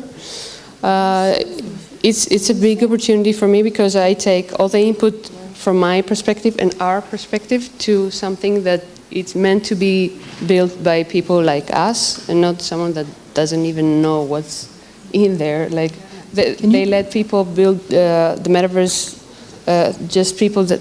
Okay, thank you. That they didn't even know what's LGBTQ, so they had many harassment reports, and that's a shame that they let this happen anyway. So this is the opportunity now for us to build something safer and more inclusive for us, by us, to us, let's say. Thank you, and thank you for then doing this work. So when do you think we're going to, when is the metaverse going to be accessible to the public? It's accessible to some countries, but widely accessible would be like next year, I think. Yeah. Next year already? We think, yeah, it's not. And so... If it's not ready, if it's going on with harassments, that's a serious issue that they have to fix and so, from the get-go. Of course, a lot of questions come up with the metaverse. We already know on the internet raises so many questions for harassment and safety. But I guess, can we somehow protect, could we have, I don't know, if we wanted to, could we have a separatist space within that? We have a separate space, but it shouldn't be this way anyway. That's my, All right. So we should all walk in the... Yeah, it should be. We're going to have the gay bars, the lesbian bars. We're going to have, yes. Why shouldn't have, Yes. All right. We don't need them, though, to be there. Oh, yeah, we definitely need the lesbian bars and the gay bars on... It's nice to be in, hang out there. Yeah, I agree. Maybe next year we'll see each other, and people that couldn't make it here through the That's where I'm going. Can we meet, will we be able to be meeting with our avatars soon? And then, I mean, okay, we can discuss this at length, but the avatars are going to open a whole new world of possibilities as well, with the good sides and the risks of who is hiding behind them. You were explaining that artificial intelligence could play a part in protecting. Definitely. Yeah, because you can't really, because of all the data it collects on us, you can't really hide, fake who you are behind the avatar. It will also give new questions about, like, I mean, you know, you can be, it's going to be interesting considering that you can represent yourself in any way you want. Is that a thing? Can you really, I mean, I'm not a coder. How can I control what my avatar is going to look like? You can be whatever you like. That's an avatar. But is it going to, it will have a preset options? Yes, of course. For people that they don't want to, you know, put any time into, you know, making something different, like putting a tiara on a man, or, you know. So what I'm understanding is that it matters there. This is why I suppose having more of us, lesbians, in there, making sure that the avatars are also representative of the whole expression, or... Yes. But they're not pre-made, like, you know. Yeah, yeah. So you'll customize them. Yes. Based on pre-made, like on a basic level, of course. All right. Okay. Alice, I want to go back to you. Two things. Because we're talking about the space online, maybe you want to address the fact that you've been, as a very visible public lesbian,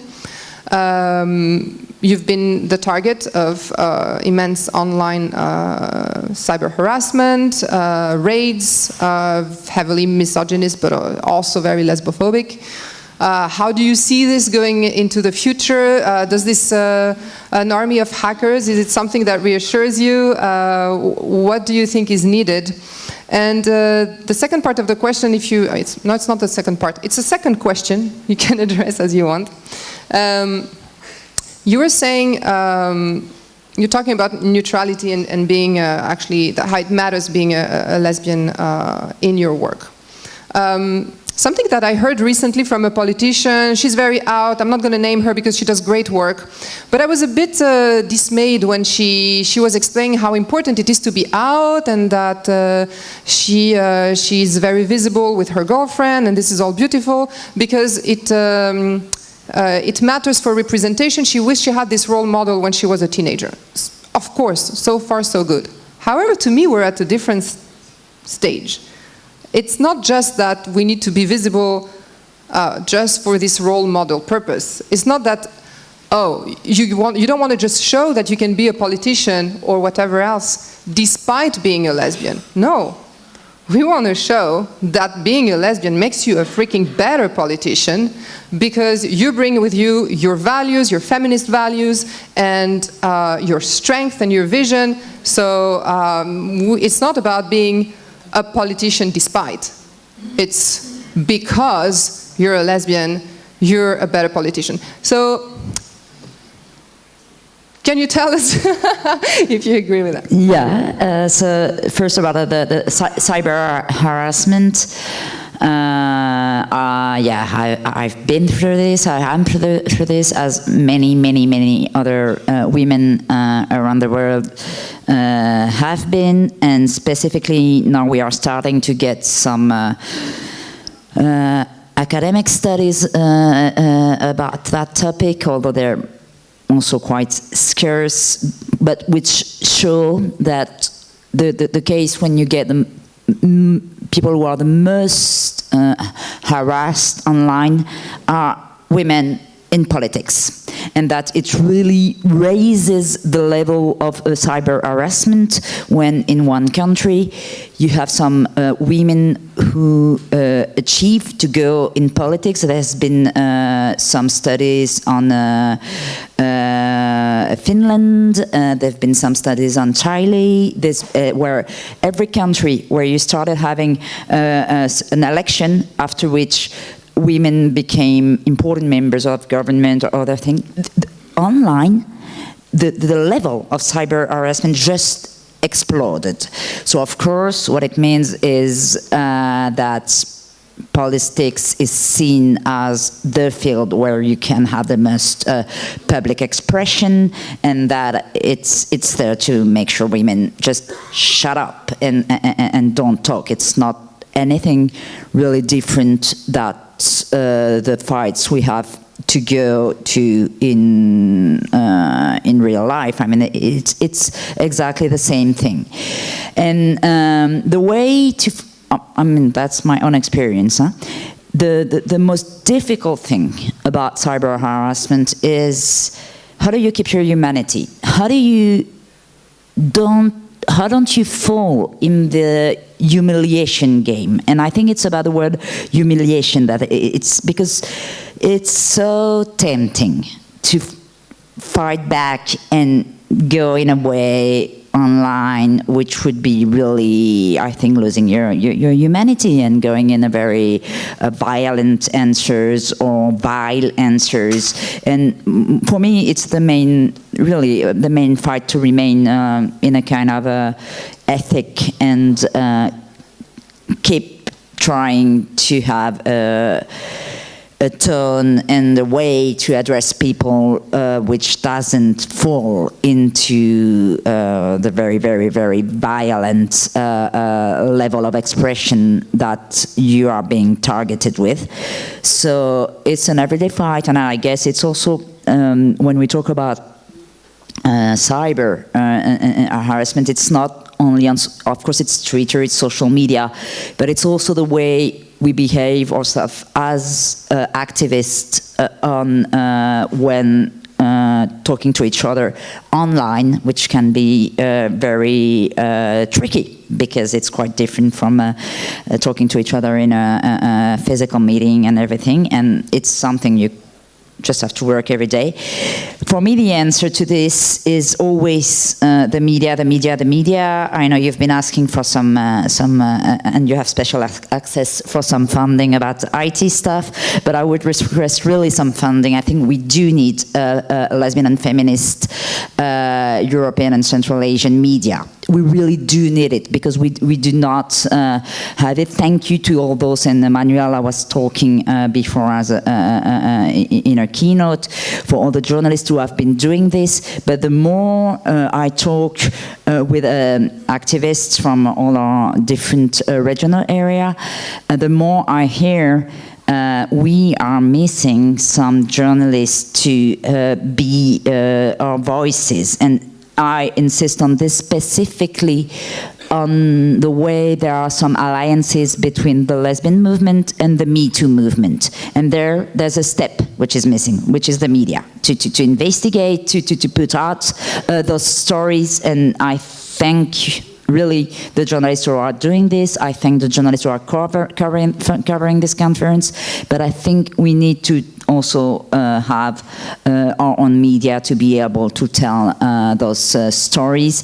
And it's also, you know, about the lesbian media. It's something which is complicated in, if you take the US, they have a much wider range of population, obviously. And I think we need to take it from the size of a European or a Central Asian country is too small. I mean, we have, and it would be really in terms of economical and impact, really interesting to think about getting this this kind of media. So let's try to work on this. And a second question was about how being a lesbian indeed is not only a question of representativity. It makes you better. Yeah, of course. That's all. I try to explain in the book, so the which is called the Lesbian Genius, is that I started like Isa Bush wanted to say to, if you want to hack the past, that means go and see in the past where were the lesbians. It was hidden. It was not said. We do not know how many lesbians were at the beginning, at the initiative of so many social movements, not specifically about lesbians, not only specifically about feminism, not specifically about LGBTI questions. Many, many others, but we just don't know about it. We just don't know that those were led by lesbians, and there is a reason for this. It's not just that you're a lesbian, you're a genius. It's because the way you have, the path, the journey you have to take as a lesbians gives you some skills, some specific skills, which are going to be useful when it comes to fight capitalism, patriarchy, to not be afraid. You've been trained for this all your life as a lesbians, and I mean, you said it also, Angelica, we're born hackers, really. And so I think there's really this need to always put a stress on how our word by itself, lesbian, is political and has nothing to do with or sexual orientation, as they say, or anything. It's political and game changer by itself.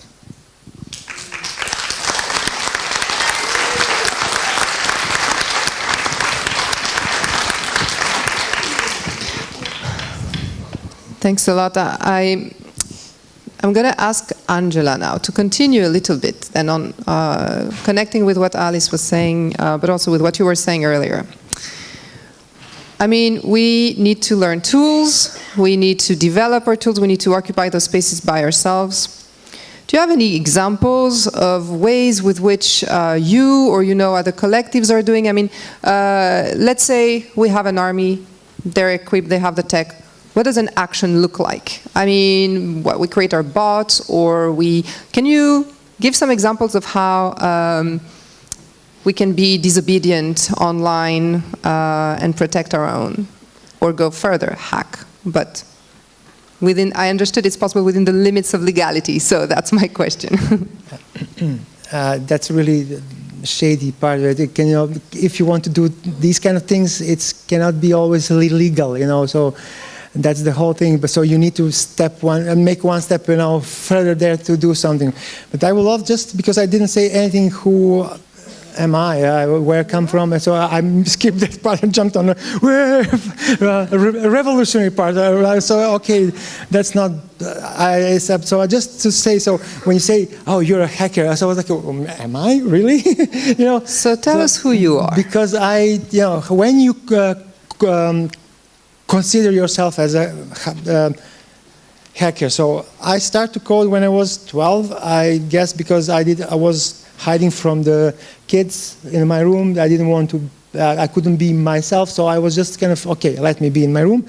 And I was spending nights and days in front of a screen, and that was time like 1982, yeah, that's kind of 30-something years. As Mima said the other day, lesbians always look younger, so yes, that's true. So, yeah, always, that's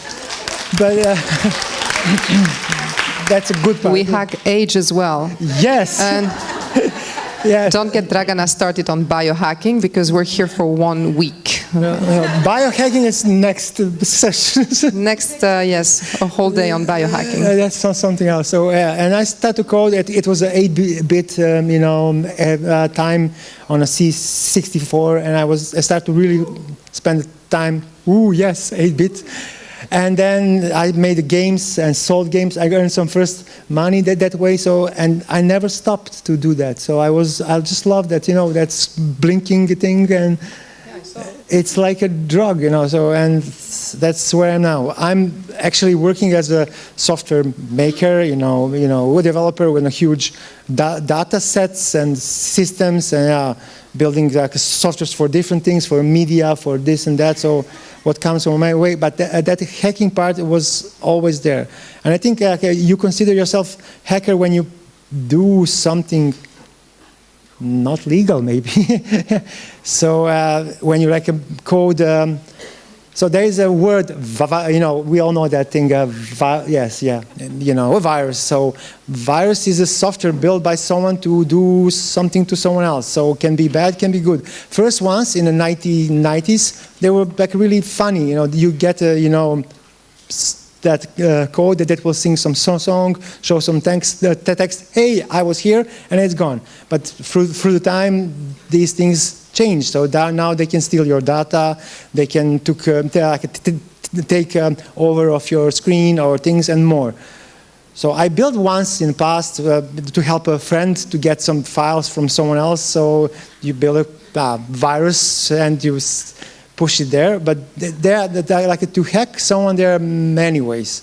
And it's not something that you can do right now, and just go and hack someone. That's only in films. So you need to do research. So to check who they are, where they are, what they are using, what kind of systems they have, and then you make a plan. So that planning is really big thing. You need to hide your steps. You need to hide your traces to really do it in a smart way. So this is a skill that you learn to how to do it. So and I can share some like a simple hacking way. So you get an email from someone you know. Actually, you can see like an email address well known, and the text is even written in a way as your friend will write to you. Hey, I'm here, blah, blah, blah, blah, and there's a link. Link also looks like a page where you usually go to log into some email or to your work, system, but it's not quite the same. So that's where it starts to be picky, So link has similar name, but one letter is not the same. But you don't see that because it's a link. You click on a link, you get to the login screen exactly the same as your login screen. You don't see anything. You type your username, password. And you still don't know nothing because that username and a password is saved in their local file, the text file. And then after that they will just push you to the real one, so you will even not know that you were hacked, that someone stole your username and password. So they have it. So that's why it's always good if you can make a 2 steps login, so to get some PIN code, QR code. After that, it's always good to use that. That's a kind of safety, like it's really safe. So use that, please. Do not always be like just a username and password. Passwords. Spend some time to think about how to make a passwords, because they're on a dark web. There are places where you can download lists of usual, passwords. There are many, and you can just then you run a code that will change them all, and you will get in. So that's also a way. I have my a trick. You use a song that you don't like, so that no one will say, she loves that song, so she used that song. So use a song, and you change every time you change the next line in a song. This is my first password, second password. That's kind of easy to keep track what was your last password, because you should change them from time to time. That's one of the ways. So this is to keep it safe. To fight back, there are also easy skills. It's open there. You can easily learn. It's on the web. There are many spots on the web where we can pick up knowledge about how to hack. I brought here some simple Wi-Fi hacking tool. This thing. This is a ESP8266 board. It doesn't make sense, but it's a very cheap board. It costs like €2, €3 on AliExpress. And you put your code in. It has a Wi-Fi chip in there, and you can actually pretend and make many fake Wi-Fis with that one. So on your phones, you all have saved Wi-Fis that you're using, like at home, here and there. And your phone, when you get home, it will just join to your home Wi-Fi. But what if on the way to your home, someone else acts as your home Wi-Fi? And your phone, okay, oh, there's my home, but it's not yet your home. And your phone will hook up on someone's fake Wi-Fi with the name of your home Wi-Fi. Then your phone will be hooked there, you will share yourself there, and then someone can hack your phone really easily. So it's always good to turn off Wi-Fi if you're not using it, or not to save these kind of things. But no one is. I'm not doing that because I love to get home and have my thing. So, but it's good to think about, so just to know that can happen if someone tries to aim you. So, and yeah, there is no way that to keep you fully safe, because if someone aims you, they will spend time to do that, but you need to learn skills to fight back, and that fight back is important thing. Really, we shouldn't miss that. And there is a big wave now of. I will just go to the next step if you don't mind. So it's about open source. using the open source means that you can learn more, that this is a codes built by people for the people. So we should do that as well. We should be on that wave of open source and use open source laptops, or like as I said the other day, Linux-based open source softwares, and be free from a big tech. I'm sorry for a big tech. Be free from Google and those other things like iPhones, Apples, and things, because they hold you there, and they're in charge of your tools. They can reach your data anytime. So if you really want to be rebel and free, you should go open source. And it's a really big wave, and we shouldn't miss that. As lesbians, we shouldn't miss that open source thing. So I really would love more of you to join and code, and not to think about that, that's some techie things. It's not. It's super easy. You just need to have some little bit mindset for that, and time, because it takes time to really dig into these things. And you don't need to learn everything. It's on the web. So if you don't know something, I don't know everything, but I just look, I know how it should work. So, okay, it might be this, and then you dig more and you learn for that thing. But you should learn that core, how things are there and what is going on the web. There are huge hacking group paid by some, there's a government-made hacking groups worldwide, and their daily job is to come to work. They get paid for that to hack.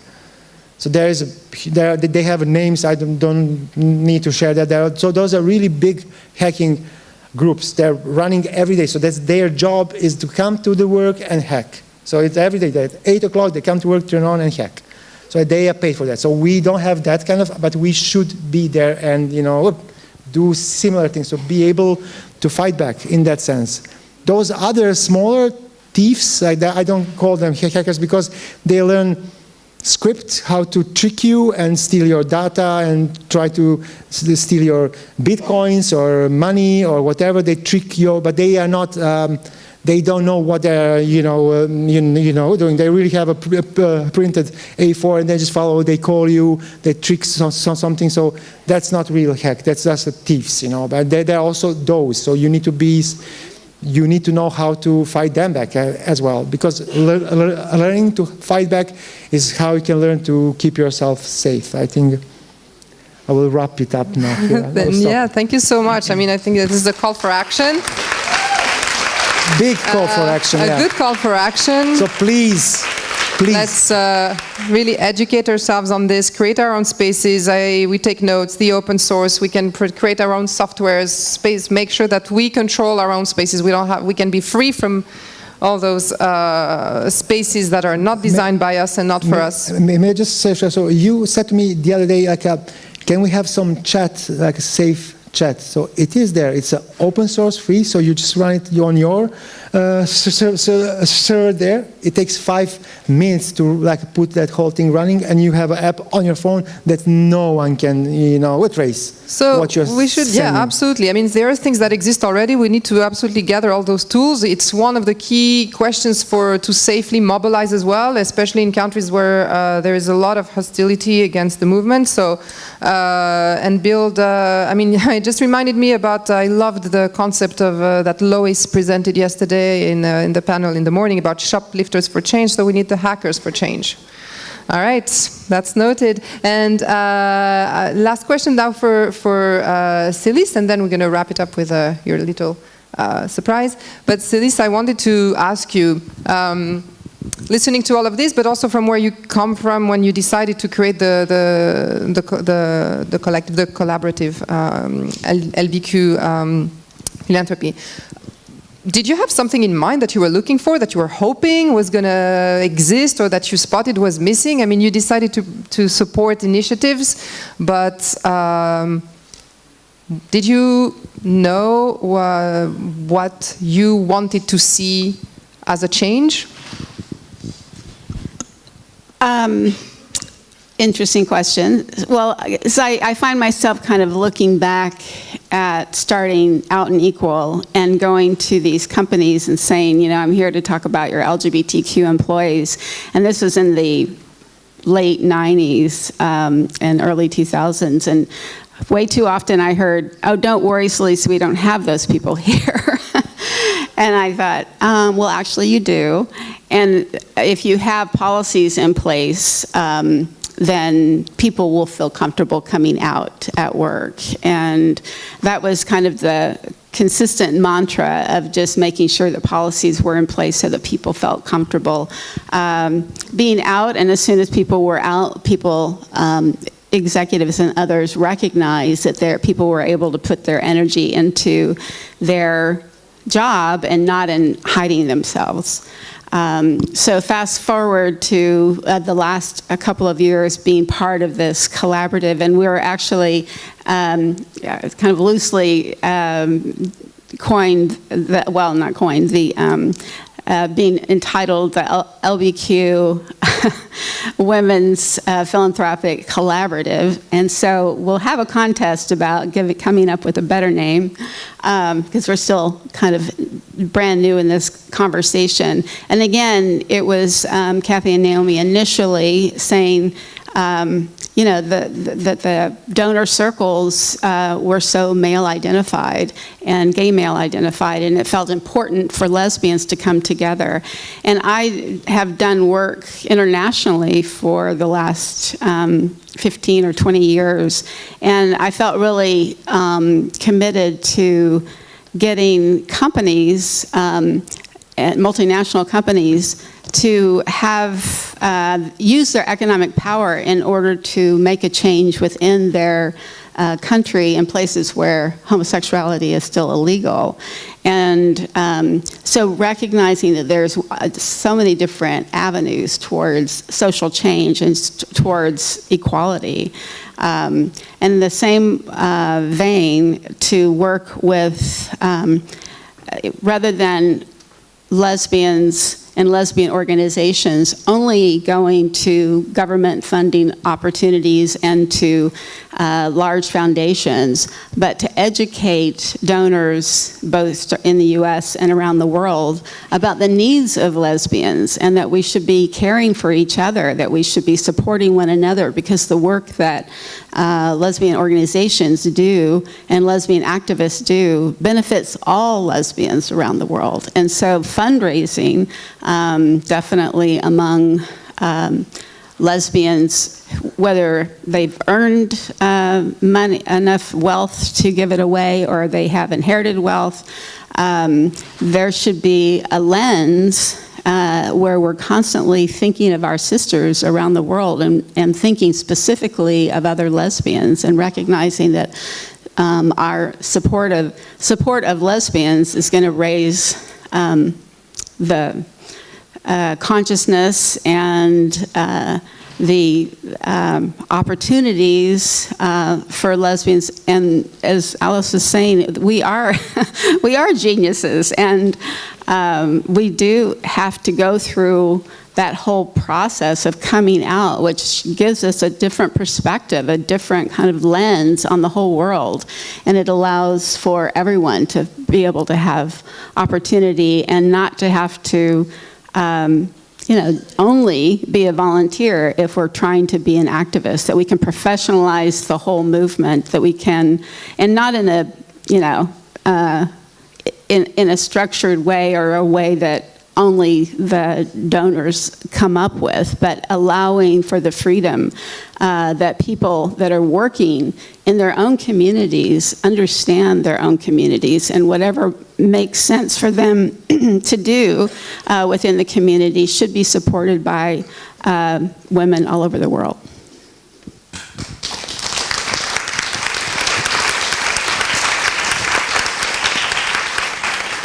No.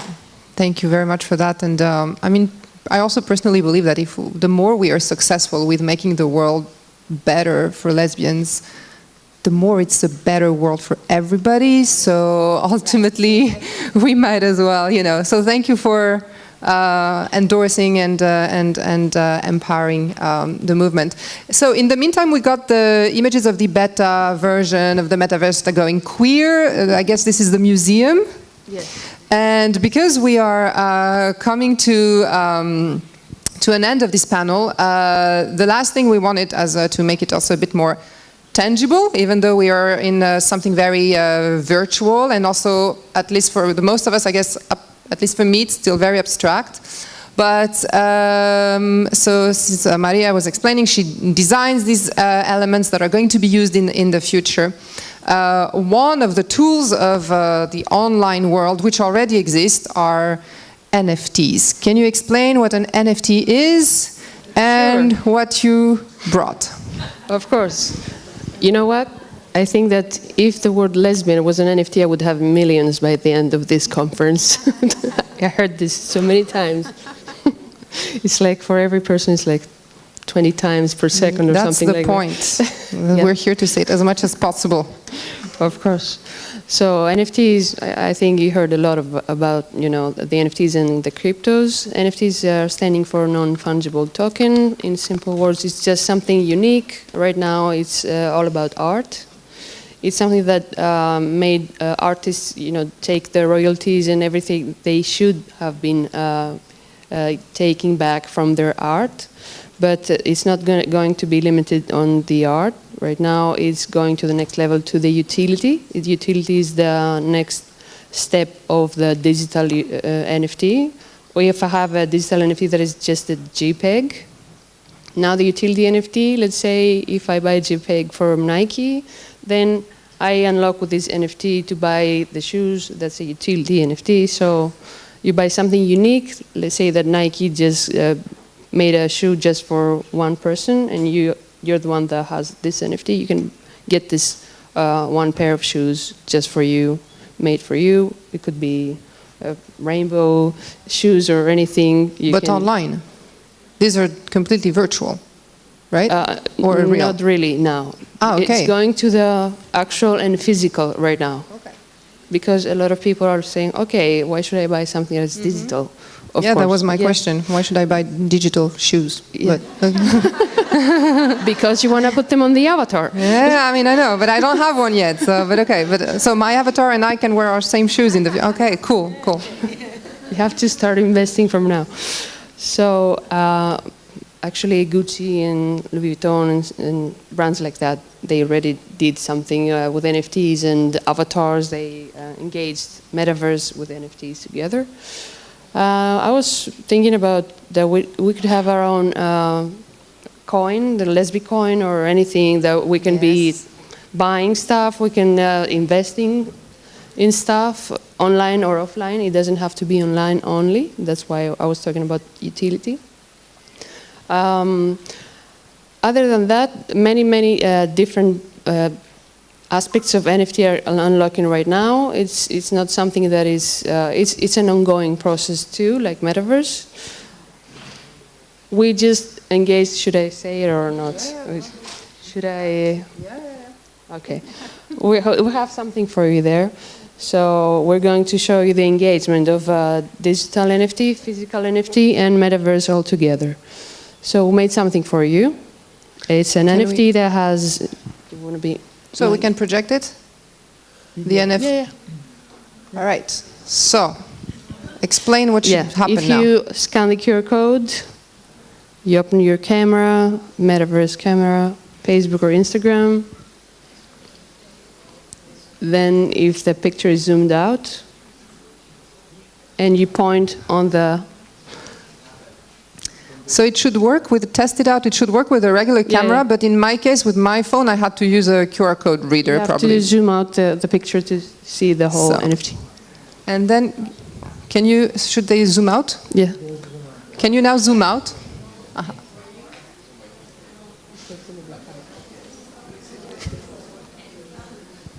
This techie stuff.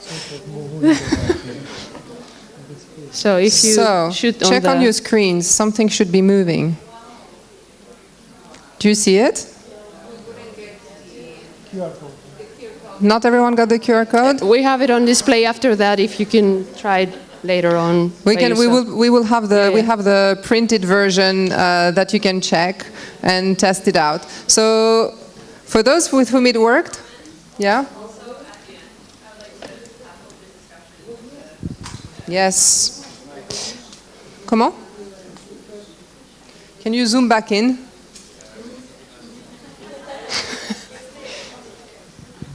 It's a femme, by the way. It's a, but with heels and everything, but also, it's a femme lipstick lesbian. So here's the the QR code again, if you want to try again. But so this will show you how the NFT now engages with you. You have the virtual reality. Maria, thank you for designing this as an example just for us, just for the conference to test it out. And this My is pleasure to design something in rainbow colors again. You will design a butch one next time. So, so this is going to be a currency. Yes. And I give you this, you give me whatever you want. Yeah, yes. So,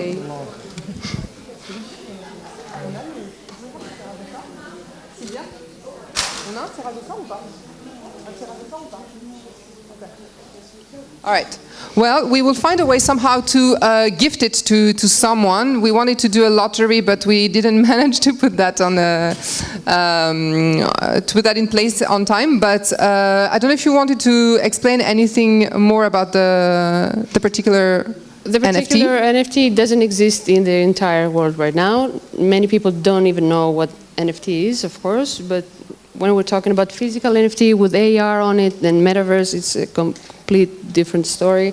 So it's a new thing, it's an inclusive thing. You're seeing it first here, and it's from us, by us to us again. And good luck to whoever wins it. It's a 5,000 euro NFT. So you can buy a lot of digital shoes in the future with it.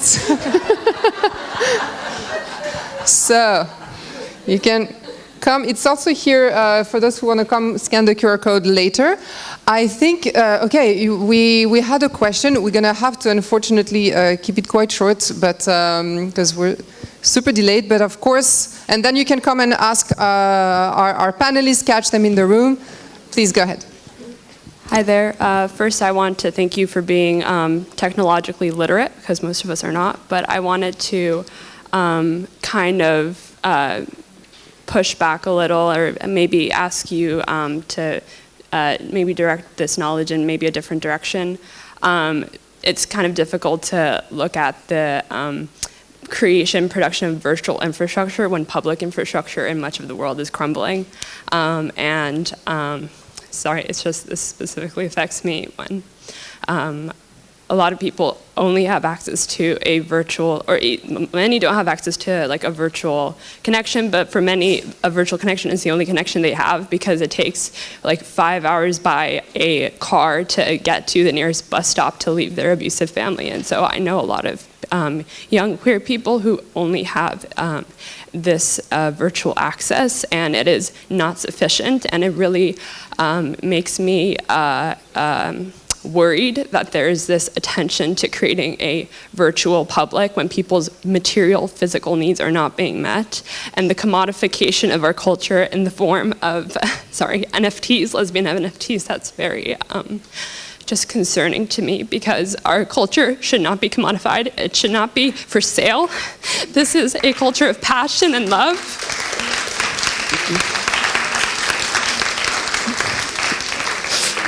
And I think I understand that finances are a necessity to make any movement possible, but there has to be some other way besides selling our culture.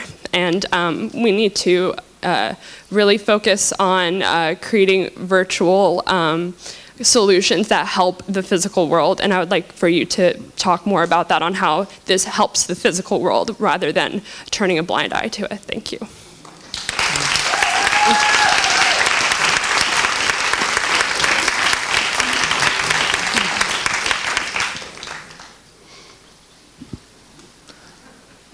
I can comment on behalf of why we organized the discussion. I don't know if someone wants to respond? I wouldn't say that we're materializing anything. It's like I'm wearing this pin, this lovely pin with a rainbow. I bought my little bag yesterday that has the rainbow flag on it. It's the same way. It's just being easier for people that they access the digital world to buy more interesting things and invest in our community. It's a way of investment much more than buying or selling things. It's not that what we're expecting to do with NFTs or VR or anything like that. We're trying to make a statement. It's a community.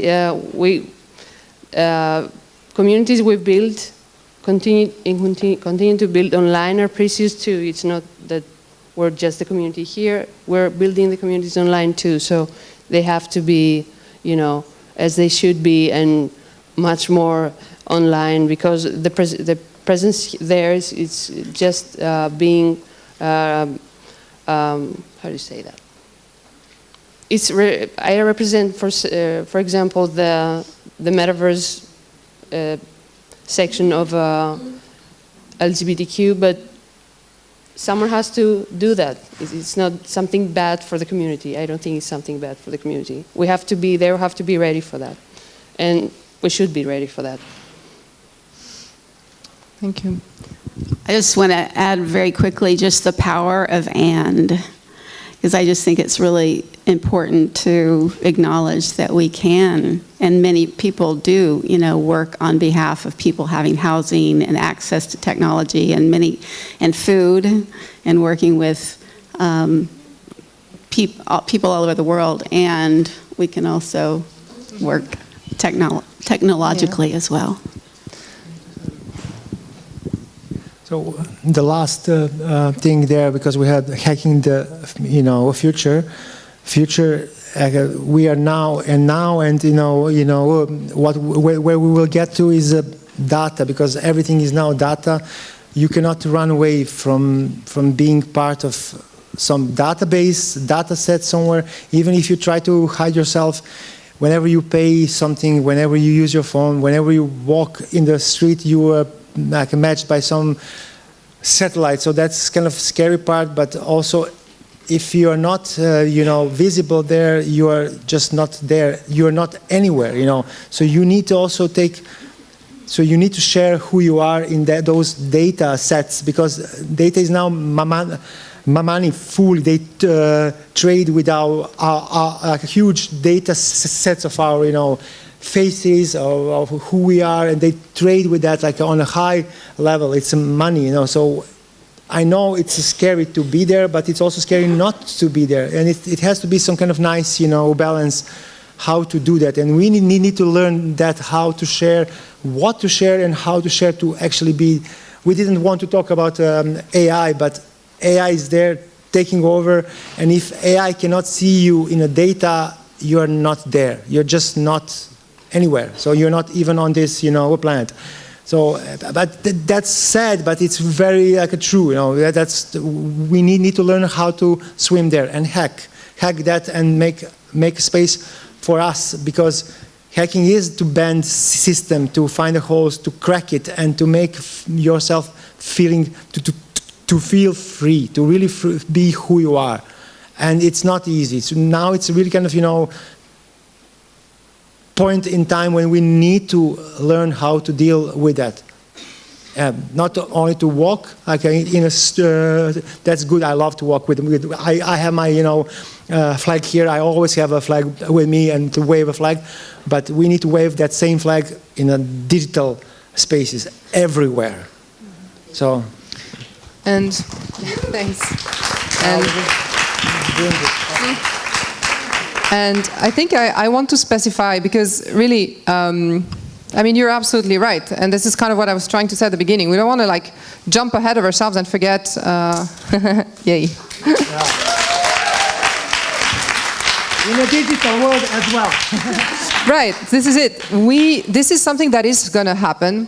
And so far, it has been more harmful than good for us. the technological advancement. However, it also, and you mentioned it yourself, it gives opportunities for us to mobilize. Sometimes it's not physically possible, it's maybe too dangerous even to cross borders, to come together, to be out on the streets. So in those cases, we need to find the tools, because the tools exist, but we need to build it ourselves for our own. When it's delegated to the straight cis world, it doesn't work, and they don't do it, they certainly don't do it with us and our best interest in mind. Again, this is how, you know, our culture is appropriated and monetized. Here we're talking about something, we want to do the opposite. We want to take the control over this future that will affect us one way or another, in the physical world, in the digital world, and be in control of that, create it for ourselves. One of the many things, I mean, I don't know, we've been spoiling all of our ideas during this conference anyways, but one of our ideas in any case is to have a Dykeademy. We want to make sure that our community can find its culture online, can find its the literature, the movies, everything, you know, that our seminars can be watched, and the training. So we want to compile all of this somewhere where it's accessible.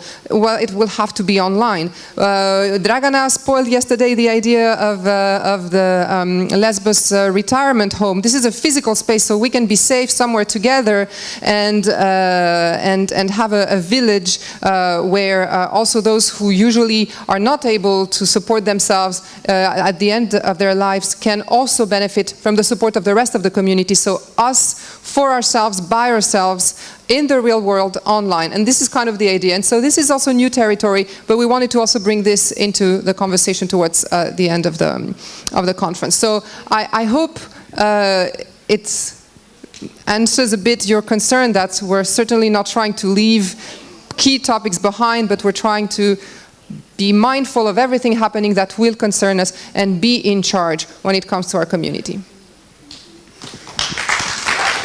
That's why we need to learn skills and be there. Yeah, we know. We're recruiting.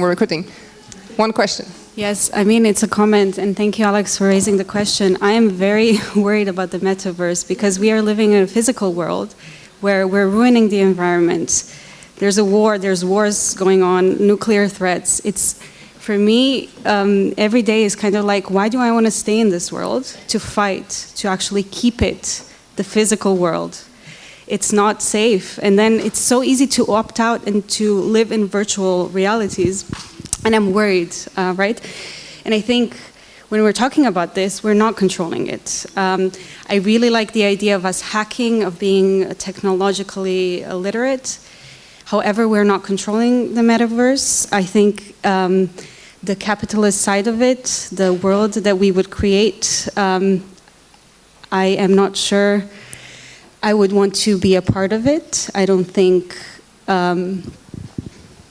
it would make sense for me. I'm not trying, I mean, I am trying to be critical, but for me it's also, we have a physical world that is, we're ruining it, and now what we're doing is creating everything online, and it's so easy to do this, and I think we should be doing the opposite. And I'm interested in ways how we can use technology in more of a hacking, anti-capitalist ways to connect our communities outside of corporations to actually help in the real world. And I'm not seeing this. And again, I'm worried. Sorry to be a downer. It's the last day of the conference. It's just, I was very physically scared during like the presentation of this world. I'm scared of it, yeah, so. Yeah. Fair enough. I can jump in. So I completely know what you're, saying, and fully agree with you, because I know how it feels. So not to be here and be only there, and it's kind of a drug. So if you get once there, you will be only there. You will not take care about what is going on, about the wars and things, and that is a bad thing. But and I know that shouldn't be there. But we need to find a way how to actually fight that. So I don't know how to do that. I really don't know. But we need to find a way also to fight that, and to use maybe their tools to share data in between us, in between those who cannot share it. So to use what they made as a big tech, just to hack it and to use that someone who lives on the other side can share via that with us something that they cannot share in the other way. So like a hidden places there where I still don't know how that will go and work, and it is scary. It's not real. So, and if we lose ourselves in something unreal, that's the same as a church, you know, religion. I'm scared of that too. Also, but it is there. So we need to know how to fight that. So, and to know how to fight, you need to know them. So you need to learn about them, who they are. So, and the best is to go behind the lines and yeah. And honestly, I'm more scared not to be there, because that means that someone else will decide for me who I'm going to be, where I'm going to be, and how I'm going to be. That's what I think. Right. Thank you. I think we have to close it. Thank you very much for your engagement, for your questions, for your concerns, for your tips, suggestions, and your input on what's coming. I think we have very little time, because we're going to have to start after lunch break on time, because we have to leave the CEU on time at 3. So the program.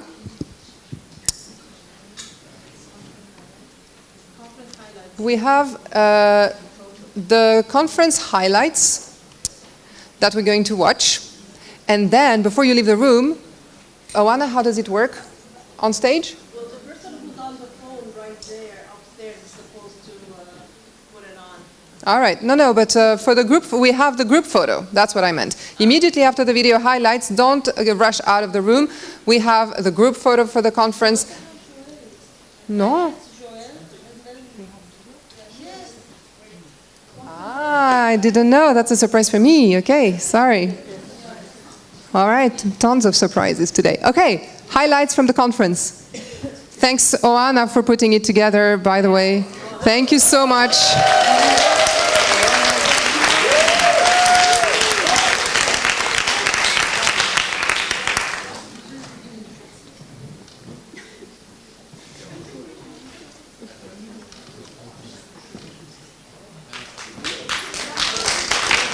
Hello lesbians! Yesterday we went to the welcome reception of the 3rd Euro-Central Asian Lesbian Conference in Budapest. Here's how it went. The co-chair of the board of ELC, Evgenia Giacomopoulou, started us off with a short history of ELC, followed by Yvette Gregor from Labris, the most longevous lesbian association in Hungary, who told us more about the dire autocratic situation in the country. We then heard from Annette Boss, the deputy mayor of Budapest and member of the opposition to the Orban government, who sent a powerful message in support of the lesbian movement. There was a video message from the mayor of Budapest, also a member of the opposition, who thanked ELC for choosing Budapest for our 3rd conference. We also heard from Zita Gurmai, the president of the Party of European Socialists, who talked about how the Orban government undermines not only LGBTQIA+ rights, but also women's rights. Here is member of European Parliament, Malin Björk. Europe that most of us want to see, the Europe I want to see, is a Europe where, I would be able to travel and live with my children. They would be able to be proud of their 2 mothers.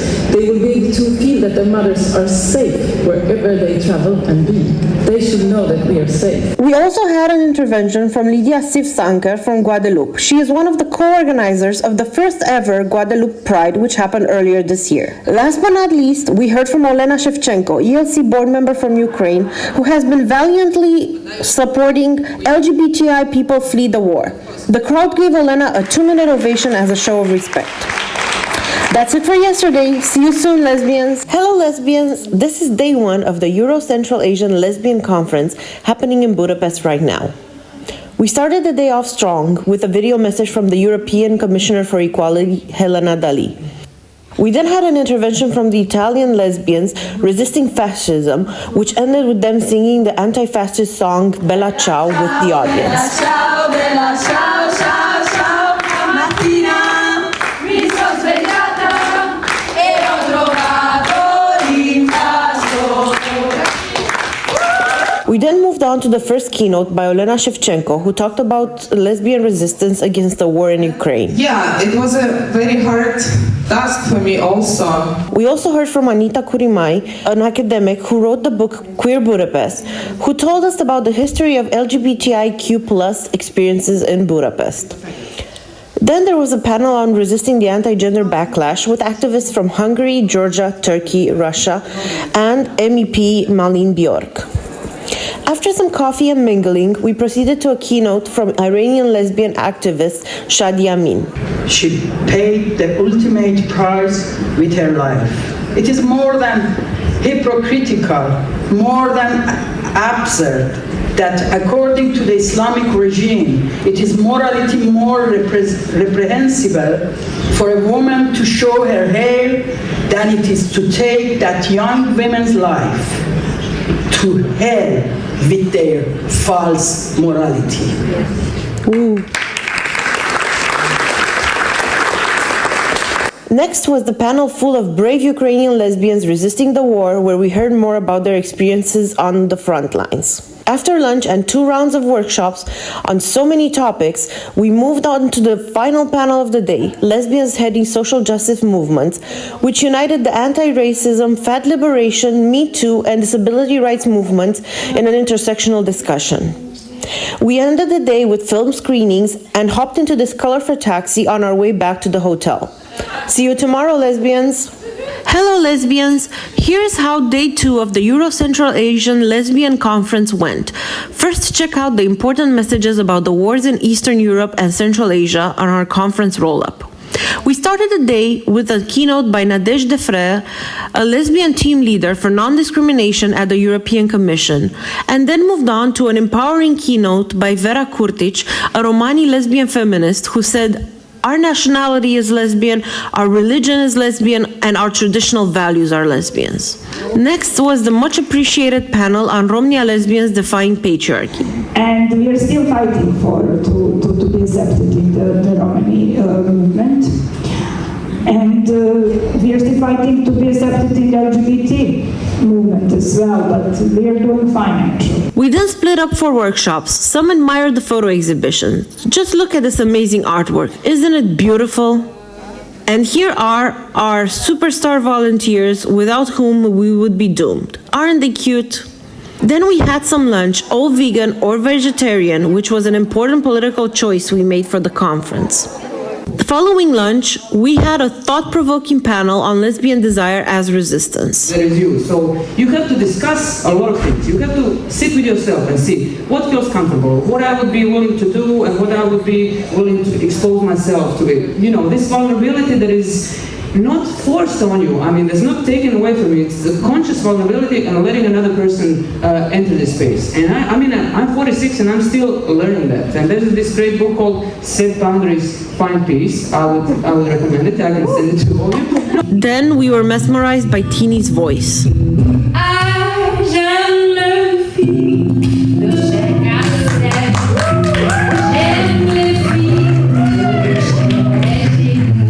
Hey, have a look at these really cute socks our board member was wearing. Lovely, aren't they?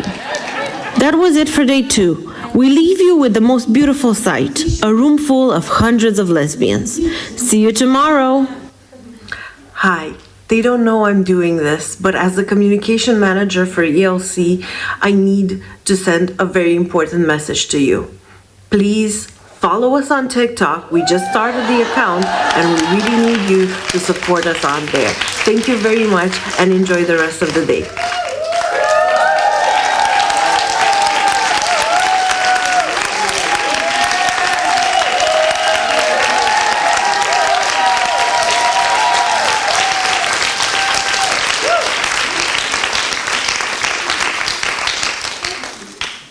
Brilliant.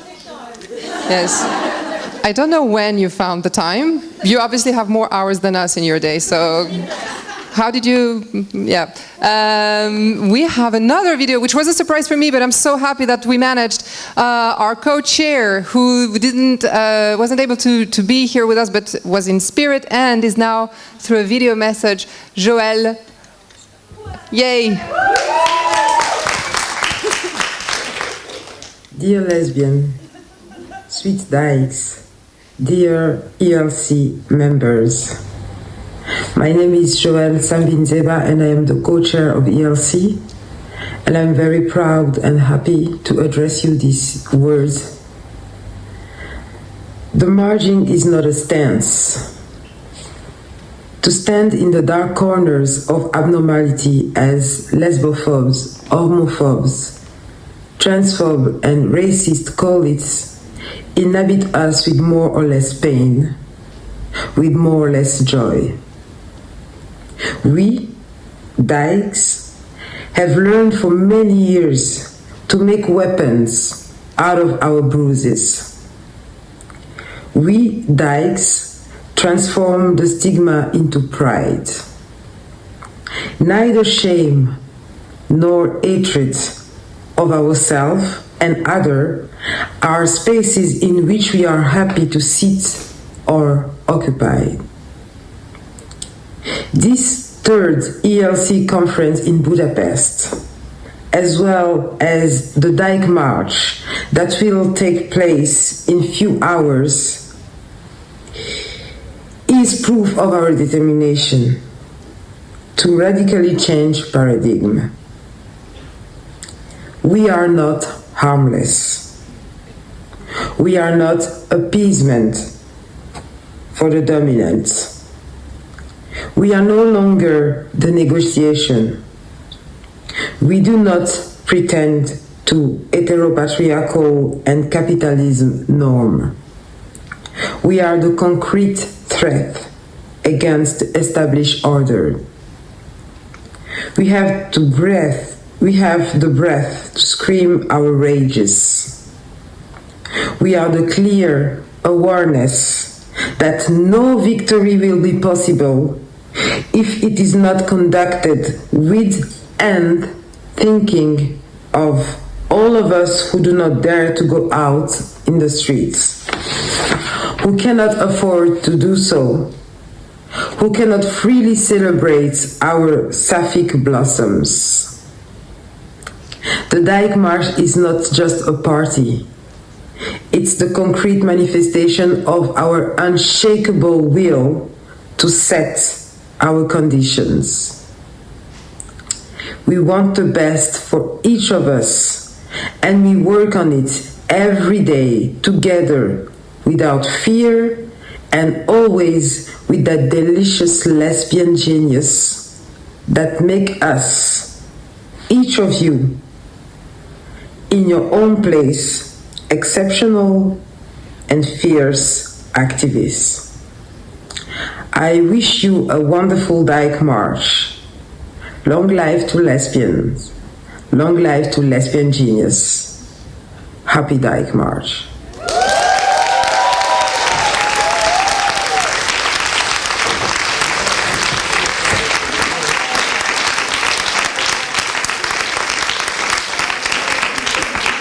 I mean, that's how your class, you know? This is badass, absolute. So, photo, don't move.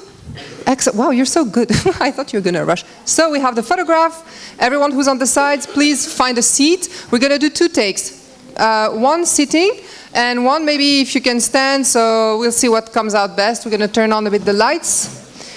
And yes, anyone who doesn't want to be on the photograph, now would be the time perhaps to... Yes, and the people sitting on the back, please, if you can come forward, so we have, because the photo is going to be on the, what do you call that? The front part here, the ground one. So, if you can come forward, so we have the group together.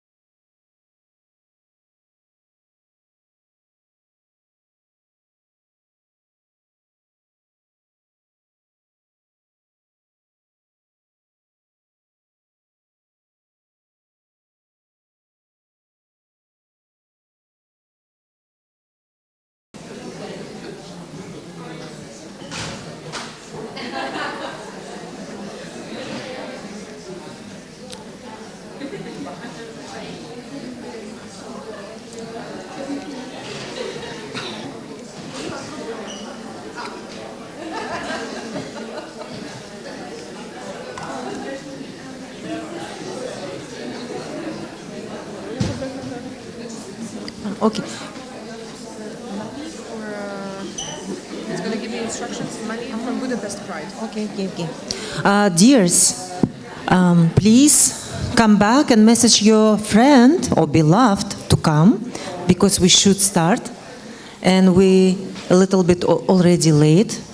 I understand, you want coffee or ice cream, which Andrei is eating in front of me. Please come and message your friend who is with coffee still in the atrium that she should be here, or they, or he. Okay, and we now have a word from Mani about some instructions about our Dyke March. Please come, right? Please, and listen carefully. Hi everybody, my name is Mani and I'm from Budapest Pride. I'm the head of the security of the march, and I have some information to tell you about the Dyke March. You should arrive at 5 p.m. to Erzsébet Square. It's not far from here. And all the volunteers should arrive 1 hour earlier, so at 4 p.m.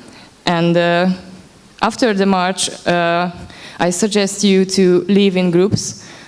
We don't really know that if there will be any counter demonstrations or anything, but it's good if we are prepared for that. And you should know that the police is on our side. They are here to protect us.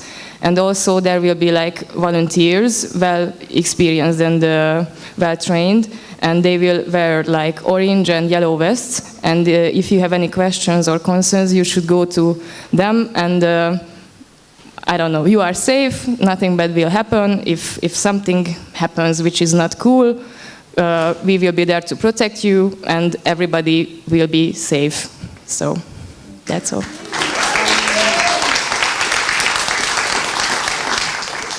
Thank you very much. Please come back and message your friends to come back. Okay? Yes, about to present the panel, but I had another technical question. The party starts at 11:30. Noted? Party at 11:30. Not 11. It starts. You can already enter before, etc., but the party officially starts at 11:30. The final panel. Sylvia.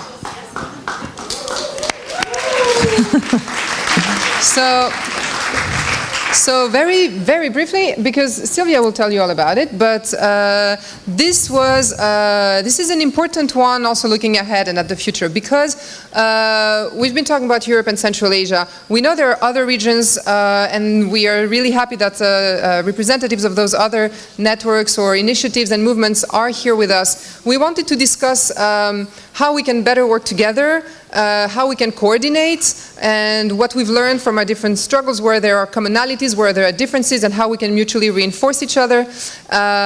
There's definitely something to do together at the global level. And just as an additional piece of information, I think it's important, it was also brought up yesterday in one of the discussions, ELC has been appointed one of the leaders within the Generation Equality Forum processes, which are trying to move the needle towards better gender equality. There's different coalitions. We're participating in the feminist movements and leadership. And in this context, which is a global initiative, we want to make sure that we bring more lesbians from all over the world in it. We have a foot in the door, but now we want to bring everybody. So this is also an angle. Our commitment to this process is to support a global approach to it. So we want to hear how we can do this and how we can bring you in this process alongside our work. Yes, and please, meanwhile, participants come to the stage. I present Celia, activist, researcher, lover of sci-fi, MA in space engineering. From Italy, now in France. So please welcome her and participants of the panel. Should they come?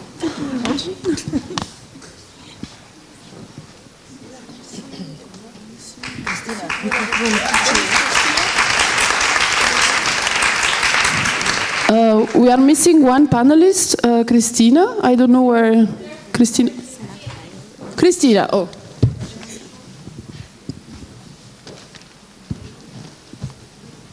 And while Christina is arriving, I want to tell you also this technical information. Normally in the headphone you have Hungarian translation among other translations. So because Christina speaks Spanish, she understands English, but she prefers to speak Spanish, we will switch from Hungarian to Spanish. So there is a channel, I don't know which channel, but you will find it easily. Channel 2. There is channel 2, which is English-Spanish translation. In this way, we can maybe, talk about and understand faster what those different amazing panelists are saying. I don't have a chair anymore, but I will. Thanks. I wanted to start this panel by speaking about my best friend, Cécile.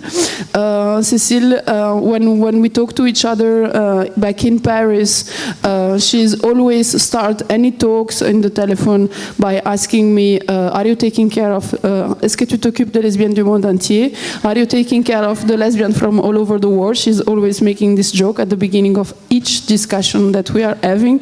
And today, I can proudly say that I am really taking care.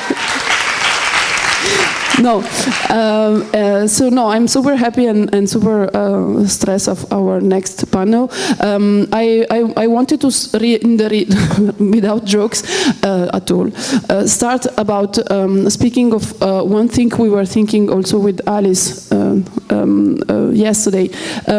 We always think about ourselves or the narrative that we hear about ourselves as lesbians, ourselves as women of color, ourselves as women to queer in every exception, as ourselves as trans persons, non-binary persons.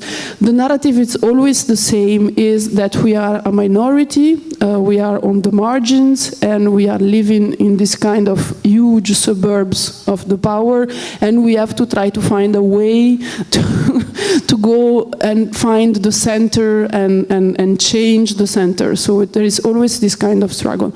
And I think that today, and geographically also, this narrative, it's always present.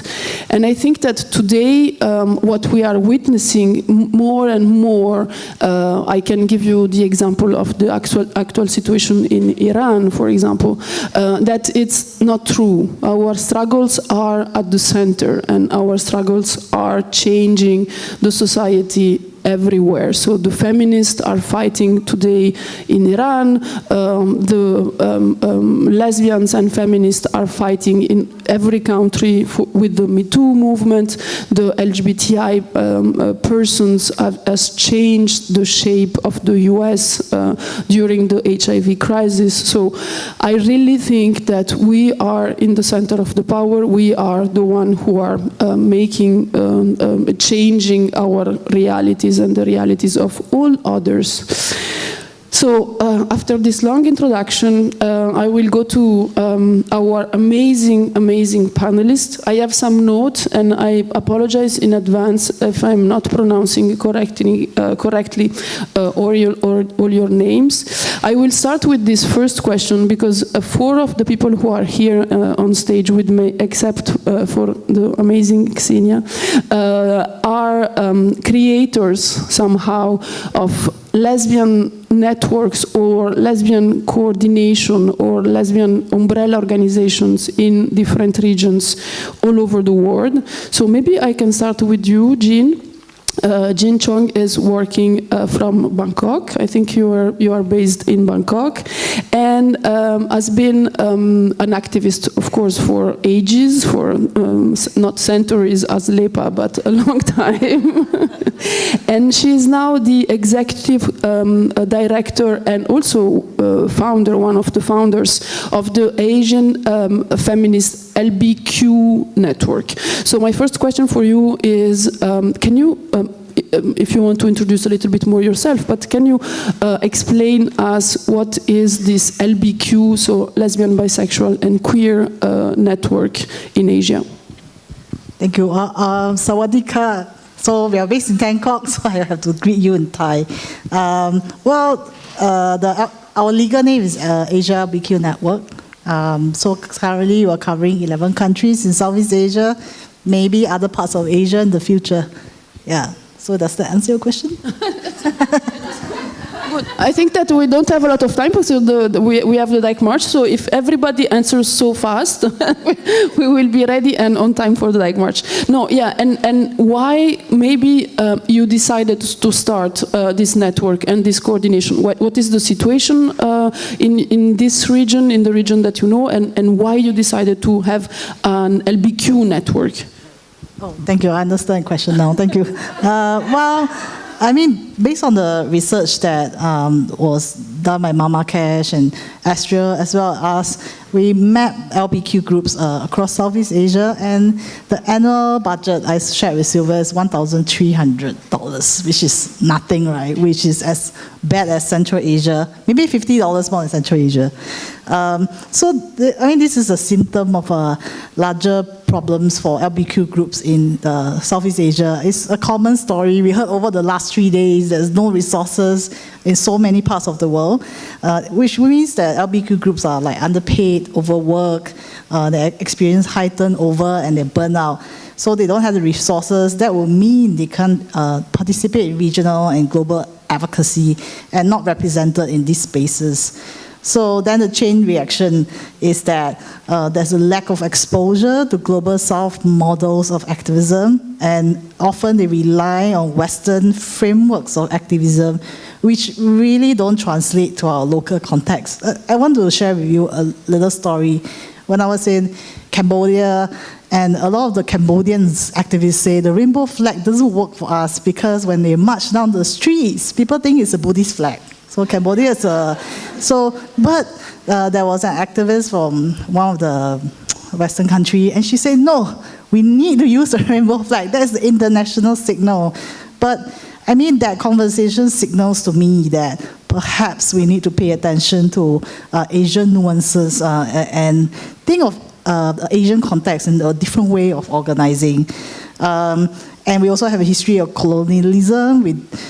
There's Asian culture is very communitarian, where the self is always sacrificed for the community, always expected. But I think this is quite common in some regions as well, where lack of democracy and authoritarian governments. So it's a sea of despots. Yeah, so that's why we decided to form the network, and we decided to focus on sustainability, capacity building, and South-South learning opportunities.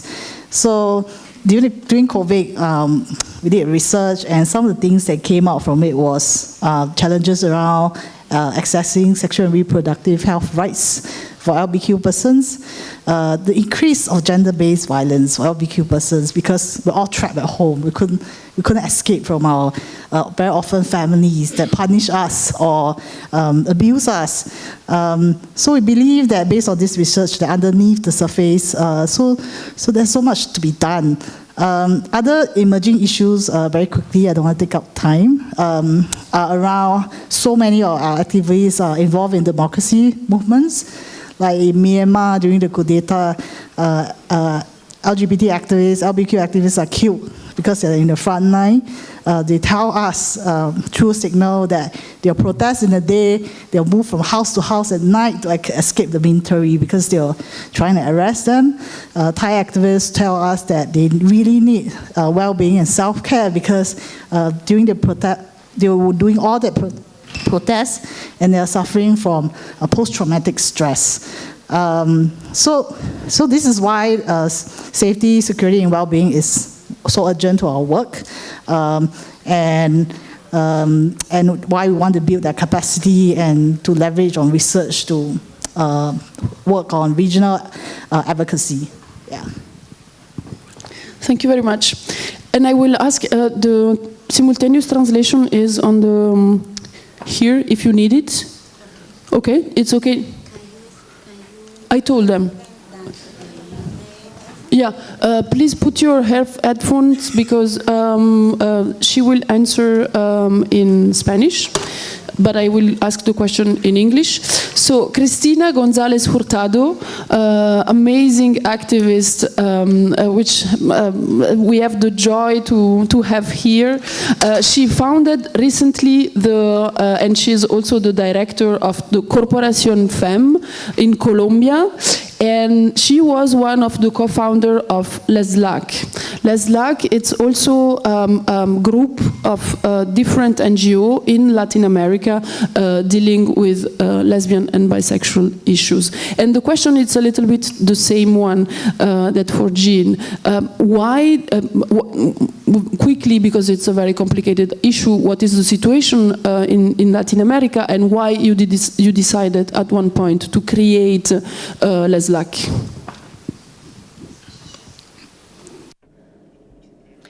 Thank you very much. I will start by making some remarks, basically just to create context to the answer that I want to give. I want to say that I'm a Latin American 40-year-old woman, fairly lucky. I'm also an engineer, and I feel also very privileged to be here. So I'm an engineer, and I'm working in the social sector, but not as an activist. I think that this does not really happen to the majority of people who we are here. So our incomes come from something else, not from activism, and this is why my income does not come from activism. For less than 2 weeks ago, I was participating in an online conversation to talk about a lesbian movement. And I'm already so used to the fact that all these kind of collaborations basically are just very symbolic, meaning that there is no remuneration, that I was very surprised to understand from an email that due to the fact that I participated to this conversation, I will receive $150 as a remuneration.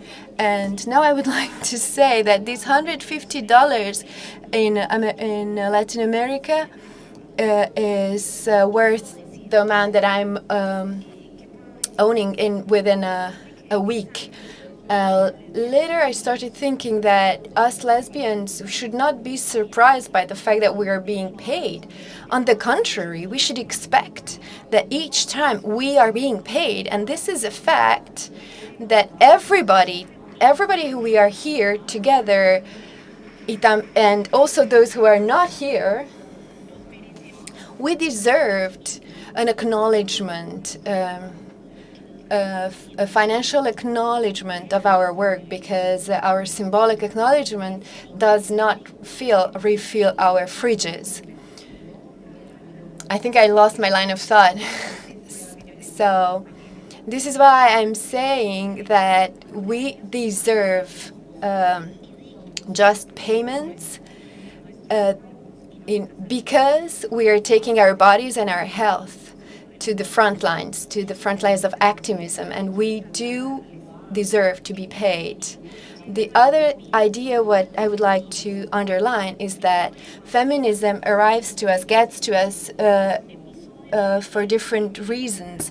For instance, I came into contact with feminism when I was younger, and this was a moment that I remember with a bitter gratefulness, because this is when I understood the issues of visibility, information, and one more thing that is very probably well known by you is that when we are talking about LGBTI movement, there are so many stories that we are here of the big successes that we achieved, but in Latin America, I want to tell you about something very important. And in Latin America and the Caribbean, we are so many bisexual, trans, and lesbian women, we took our bodies to the front line. I want to mention Alicia Kaff, who is an Argentinian feminist who died on her own, by herself, during COVID. And I would also like to mention women from the organization called Sueños de Mariposas, the Dreams of Butterflies, who are dealing with lesbian women, elderly lesbian women. And I would like to also mention Micaela, and her and the contribution was Karen Atala, who is a Chilean judge who took the country of Chile to the Inter-American Commission. And if I want to mention my country, Colombia, for instance, I would like to mention Carla Alvarez. She fought so much for the issues of intimate partner violence within lesbian couples. And America Otero, these are women who made sure that we have access to adopting children in Latin America. So these are stories of lesbians, of how we take our bodies and our lives to the front lines. And when we are talking about LGBTQ movement, they never mention us. So they just don't recognize those success stories that are seen marginal. And of course, it's true that lesbians, we can do anything and everything. And this is something I'm very sure of. We can do anything and everything. But us lesbians doing everything that we can, it doesn't mean that we don't need to highlight these steps. And now I'm thinking about the fact that if we are not paid, it doesn't mean that this service doesn't have its financial worth. So I want to talk about the fact of the activism, which has a social value, a social contribution that we are making.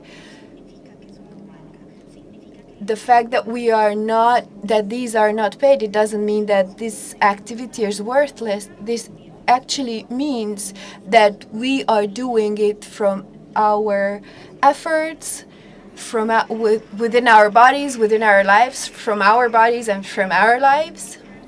And this is why so many lesbians, we have huge issues of substance abuse, of being overweight, because we actually dedicate our lives to activism. And now that Sylvia is asking me, it was so difficult for me to answer this question briefly and shortly. We need a recognition for our work, because, of course, advancing and making further steps in furthering our rights, it's a big and important work. So this is why I funded Les LAC. So basically, the question is, why don't we have bigger and more networks in order to have a collective to be in order to be able to carry on a much better work?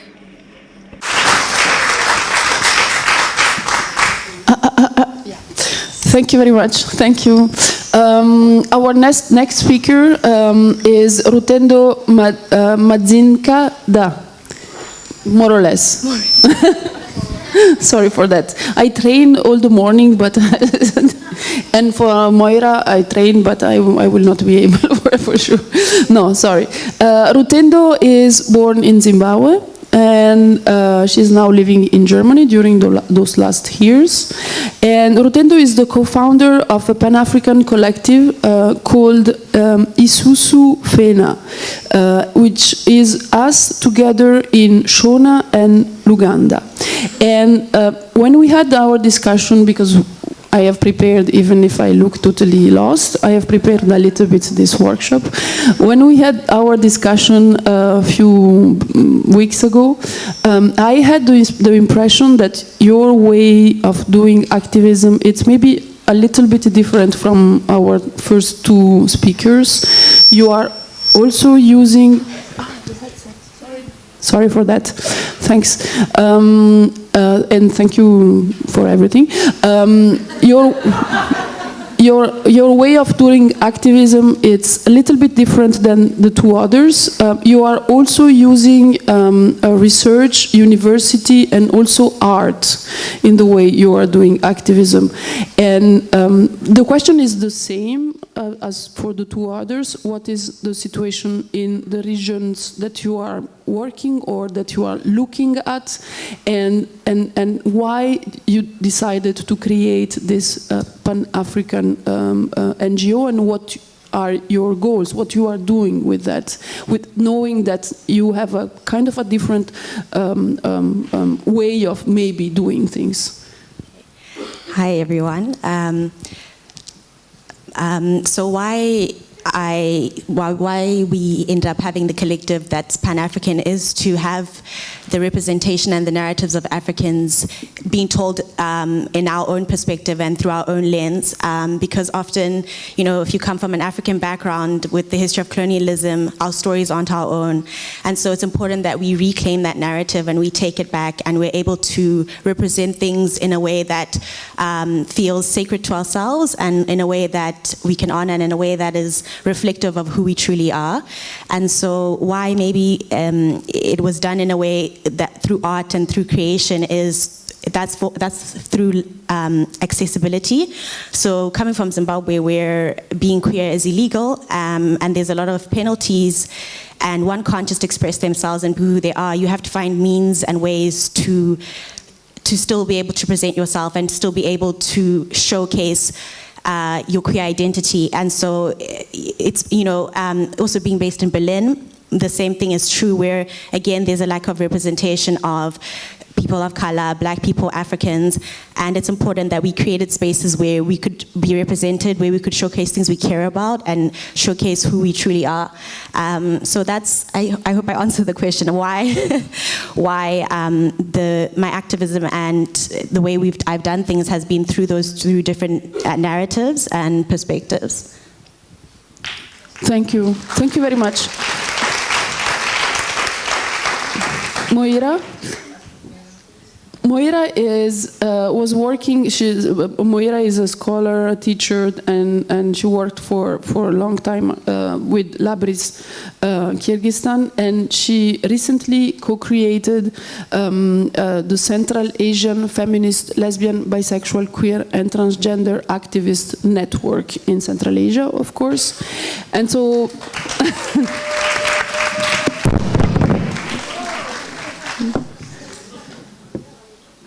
And we heard about you just this morning, but I would also like to ask you, because we know each other for a little bit and we started working with ELC together, so I wanted to also ask you, what is the situation in Central Asia and why at one point you decided to create this coalition, this network of LBQ women?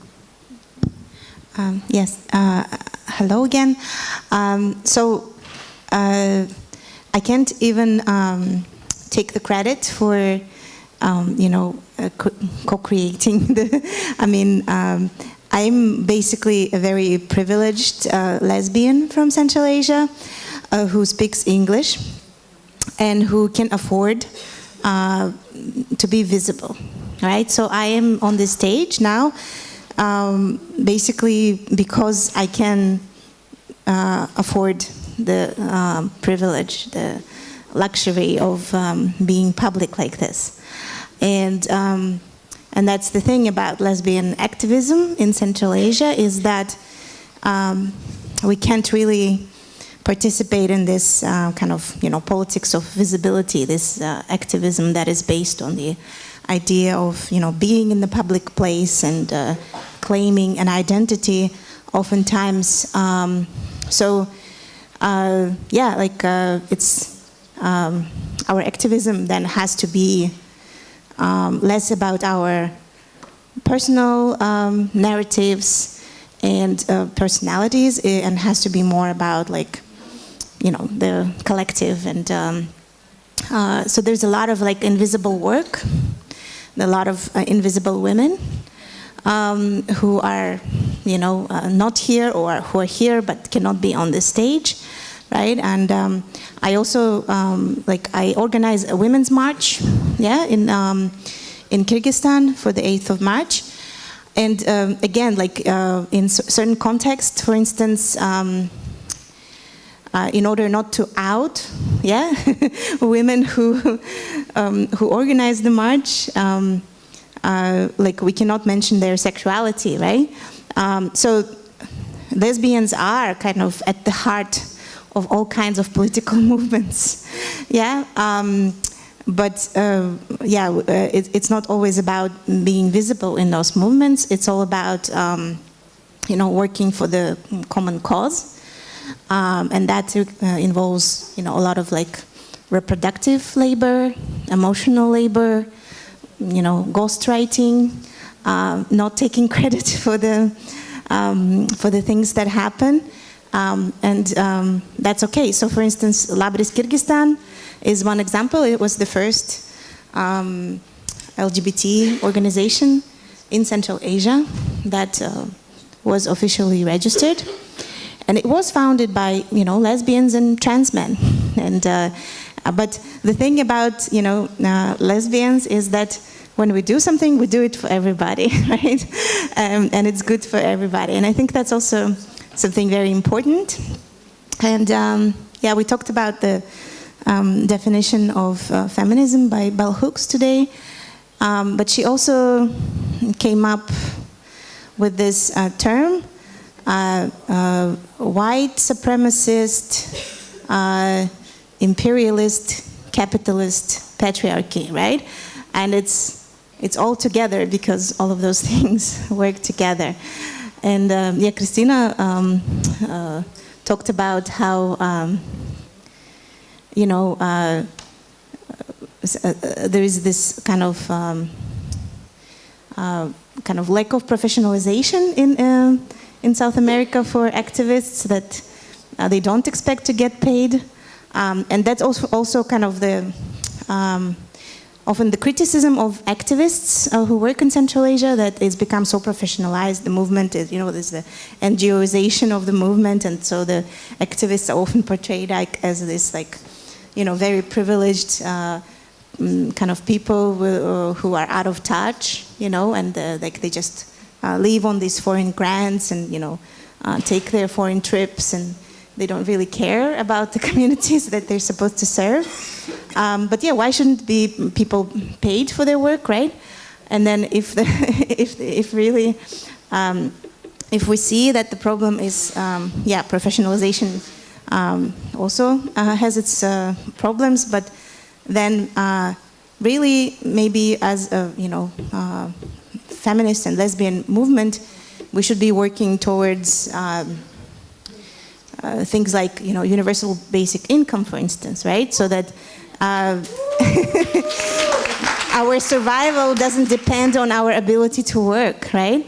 And so then, once our basic human needs are covered, then we can do activism, and we can do art, and we can do all these other things that are important in life, build our communities. So our network, to answer your question, is about this kind of mutual support of sometimes I need to be on the stage to do the common work that needs to be done, and somehow I end up being given credit for the things that maybe I didn't do, right? But then other times I do work silently, and then and that's okay. So that's kind of the idea, that we support each other where we need to be visible. Those who can be will be visible, and then we do a lot of work that is not visible, and that's also necessary. Thank you.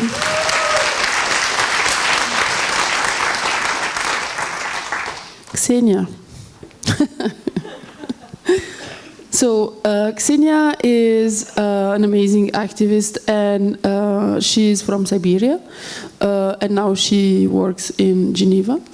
And Ksenia is working for ILGA World. So somehow you are already a network in yourself. No, I'm joking. But you are absolutely working for the biggest LGBTI network, global network. So you have kind of a different position again and at the same time we are activists and we did actions together. So you are having, as all of us, really, you are finding yourself in an intersectional position. And my question for you, we were talking about it just before the panel, how, I put it, the question in a maybe a little bit harsh way, but how did you survive as LGBTQ women within an environment which is institutional activism? Moira was mentioning it, globally dominated by white men, let's say it like that. How can you survive to that? How can you change the things from the inside? Thank you.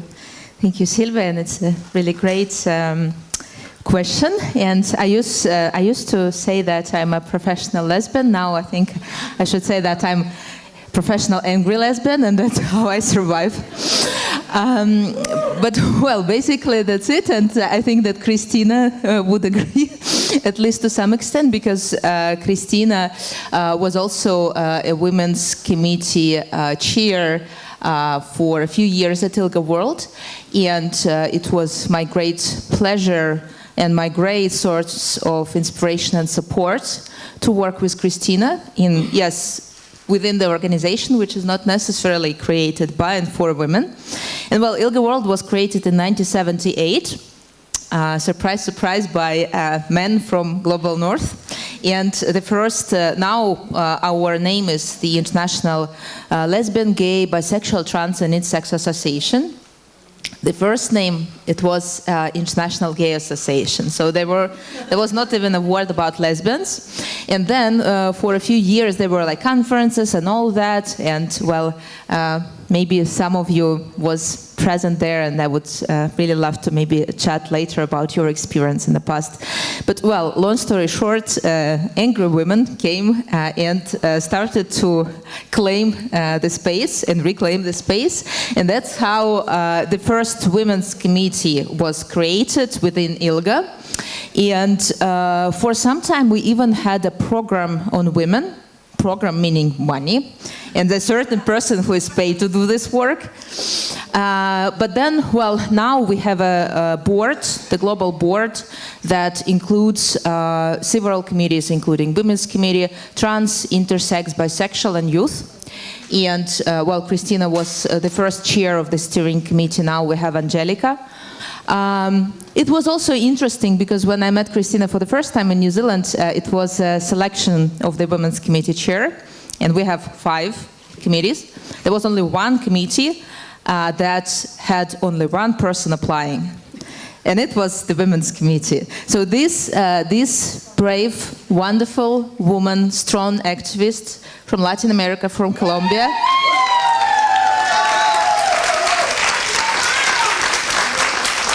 pretending that she doesn't speak English.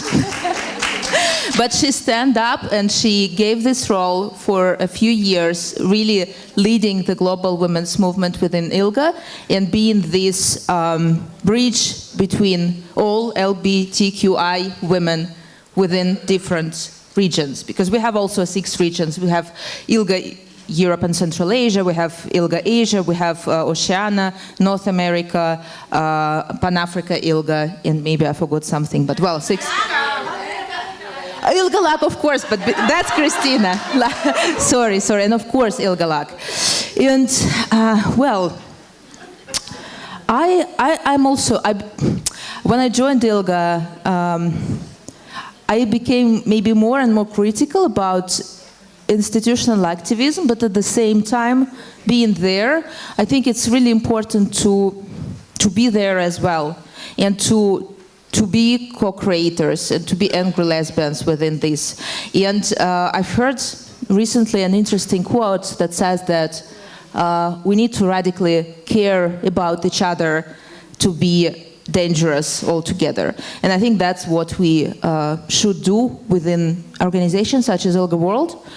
And yeah, I think that's just finding points. But it's not always easy, of course, because now we don't have a women's program.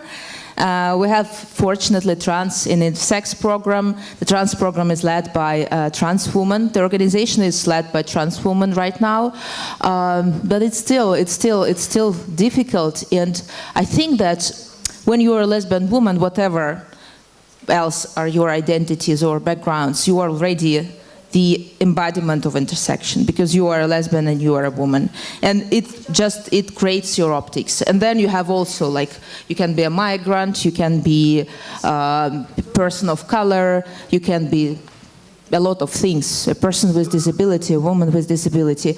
And I think that this intersection, this specific intersection, whatever the region is, actually plays out. And I think that in all the regions of ILGA, I've seen women who are really lesbian, bisexual, queer women, trans women, who are working intersectionally. And, well, the interesting thing, and it's my theory, but this anti-trans movement, right? So I see the growth of this movement and some support in the global north. But at other regions, it's not that visible. There is also, of course, there are also groups of that, but I think that because in nature, the lesbian movement initially, especially not in the global north, is by default intersectional. I think that also affects a lot of things. And then also, you know, with Andrea, who led the panel on intersectionality, before that we were talking about the fact that determines intersectionality and the concept black feminist in the US, right? And it was Kimberly Crenshaw and Patricia Collins who coined this term and like all this stuff. But it was about fights of black feminists in the US.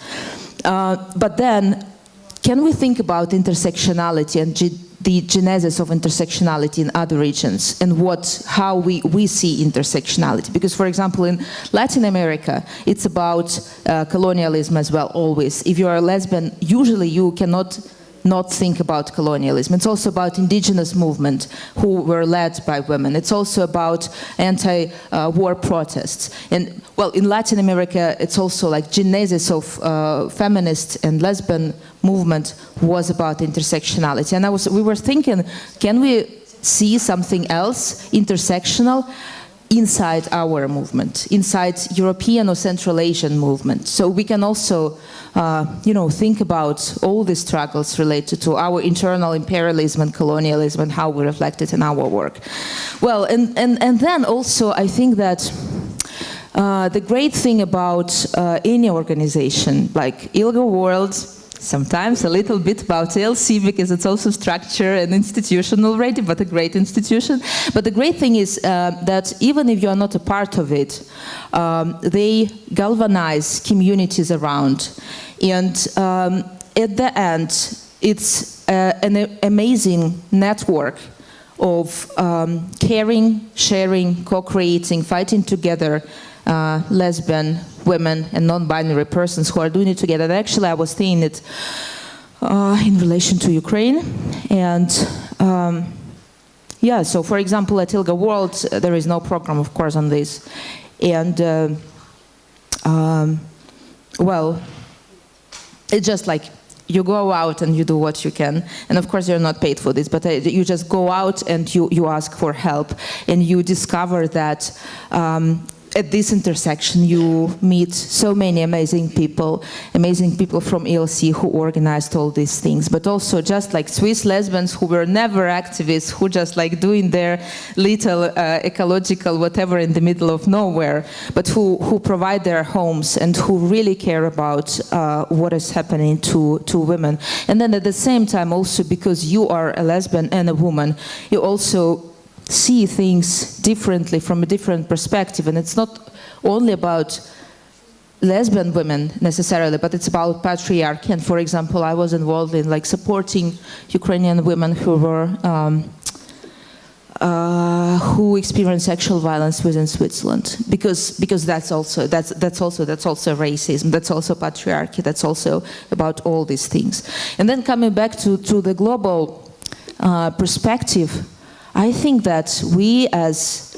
the embodiment of intersectionality, we have this potential and capability to look at intersectional problems, struggles, and work with them intersectional. So let's say abortion, and a few days ago there was an International Day of Safe Abortion, and I don't think that abortion is written as a strategic priority in any LGBT organization, which is, questionable.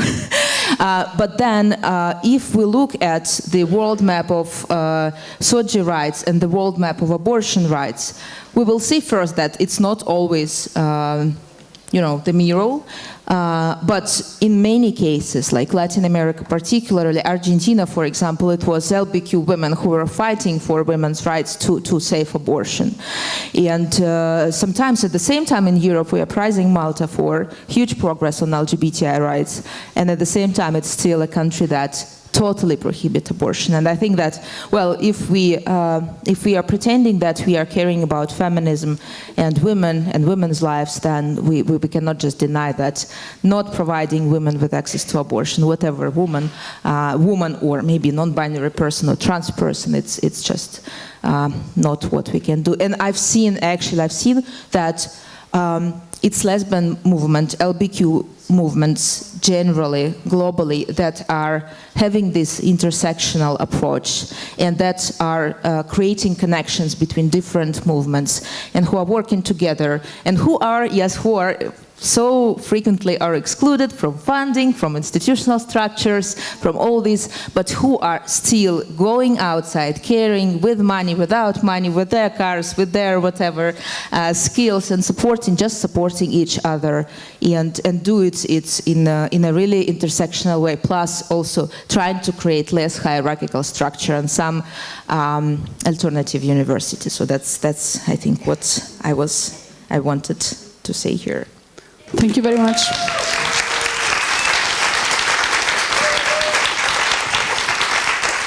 My proposal to you, because it's also the last panel and we are a little bit late, we have time until 3. So we still have 40 or 35 minutes. So my question is to go towards what will be my last question for all of you. I told you that I wanted to, and I will tell also the others, that what I wanted to understand is if from your perspective you would love to just say 2-3 points that we should keep in mind absolutely when we start, if we will ever start a project of trying to create a coordination of lesbian movements, a global coordination of lesbian movement. What are the 3 important points for you that we should absolutely keep in mind from your perspective? And then after answering maybe this question, because it's the last panel and the last time that we are here inside, and then we will hear some other intervention, but if you want to intervene and ask some questions, there are a lot of nationalities and different contexts in the room, so maybe there will be some question asked from the audience. What do you think about this project? Okay, so your 3 very important points. Don't have really the choice.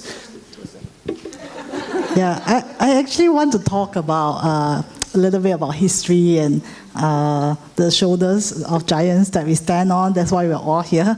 But there's no time, so we can have coffee break later and talk about it. But to answer this question, I feel like I have to tell a deeply personal story to explain why I think regional and global activism is so important. My home country is Singapore, so I spent 17 years as an activist with no pay. My day job is a TV producer. I know I don't look like it, but you know, in 2008, I walked into a National Women's Coalition saying, I want to join the CEDAW report, and the women's groups referred to me as others.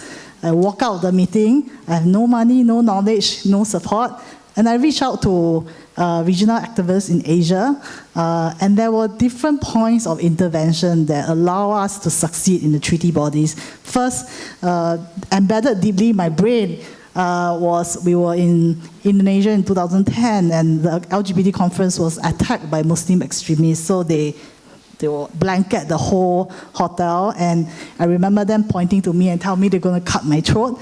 So these are very dangerous groups. But my lesbian activist, Japanese friend, Asusa, maybe some of you know her, would calmly sit me down and say, let's talk about CEDAW and my failures and rejection from the Japanese women's organization. And she taught me in that very fearful moment, calmly, how to work on CEDAW. Then there was an intervention from outright. They taught us how to do it, what is a CEDAW treaty body. And the third thing was the intervention of feminist funders. My favorite funder, Astria, I know they're here. They funded us. And then when we went to CEDAW, we were the most well-funded group amongst all the Singaporeans. And we succeed. We were first mention of, integrated mention of concluding observations about LGBT women in Asia. I don't know about the other regions, but I know about Asia. So I'm sorry, it's kind of long, but to lead into why I believe in regional and global movements is the kind of support that I got when I didn't have anything from anyone. So my first point is that we know that gender and sexual orientation intersects to create new and different kinds of discrimination and violence for LGBTQ persons. One goal we can do is to clarify how that uniquely impacts LGBTQ people. For example, exploring how patriarchy leads to gender-based violence, like corrective rape against LGBT persons. Another goal, which is quite obvious and most often talked about, is LGBTQ specific funding. Please don't channel it to LGBT group and hope we get some crumbs from them. The very third thing I say with a lot of love towards everybody was we also need to make equity a goal in our global lesbian movement. The leaders of this movement cannot be all from Global North. And Global South partners must participate as equal contributors and leaders, not just included as tokens when it's convenient. Thank you.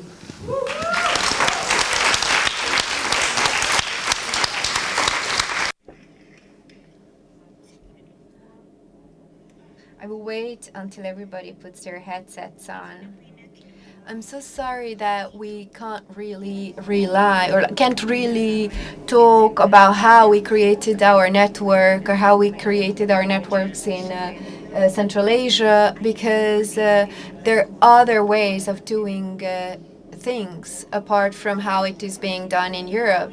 So I think it was very daring and interesting to understand how you and us here did it differently, because we live in very different contexts and this is quite obvious. So starting from here, I would just like to talk about two things.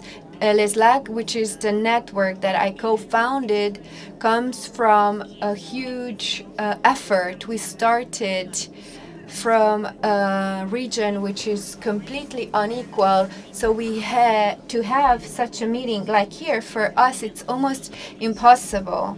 So we started having these conversations in 2018, and we were never friends before. We are not friends, not even now, and we don't really like each other. I know that many from this Leslag organization, many of my colleagues just don't like me, and it's fine, but we have something in common that we have, and something that we agree on is that we have all the right to not agree on certain issues. But what is clear for all of us is that the direction where we are working towards, because we know very well how creative lesbians can be. And what I'm trying to say here is that us, at least us from in Leslac, we try to create a regional network and see where we are heading to, because us in Leslac, we do not have a clear structure yet. So actually it was quite lacking popularity, these meetings when we had 50 lesbians and certain organization, we decided that this cannot happen. This cannot happen to have an endless space for dialogue. We need to start making steps.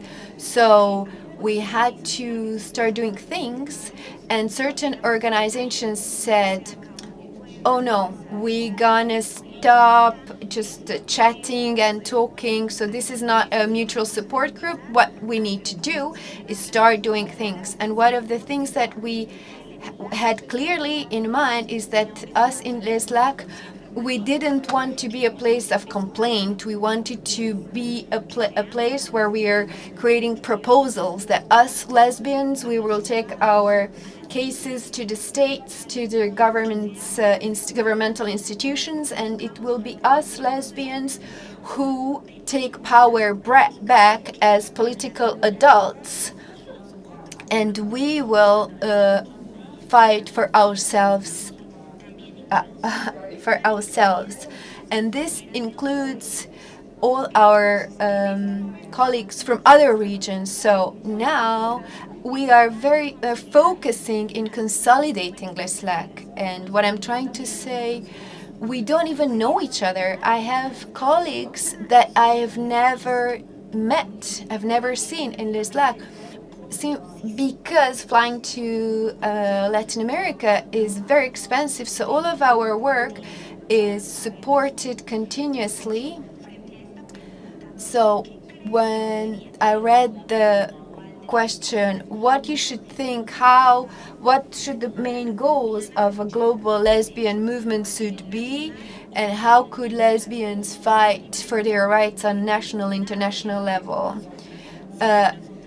First, nobody should speak in our names unless we ask for it. Second, before we even start thinking about the global movement of the lesbians, what I would like to say that to know who will be the decision makers, who will be able to enter in this global supernation of lesbians, who will be making decisions, and who will be representing this global movement. Because us lesbians do not need saviors. We need acknowledgement of our power and our ability to represent ourselves and to gain the acknowledgement of our political adulthood. So this is why we need a very clear argumentation. Why do we need a global institution? Because these movements are so very different, so very non-homogeneous. And before all the before said becomes clear and transparent and well understood, then we also want to that all the, so one more important thing, what makes other people believe that us regional networks are interested in being part of the global movement. But what is very important for us on a regional network level, what we need is to have all the clarity that I mentioned, because this is the basis for our confidence. So what are the goals of this global network? Y esto es very easy to understand, because it's very clear the lags that we are having and experiencing. This is very clear for everybody. But what is a very important to understand, how will this global network will be built? What will be the basis of confidence that would help us create a global network? I think that this is the most important. What is most important is to make our regional network stronger before building a global level network. Thank you very much.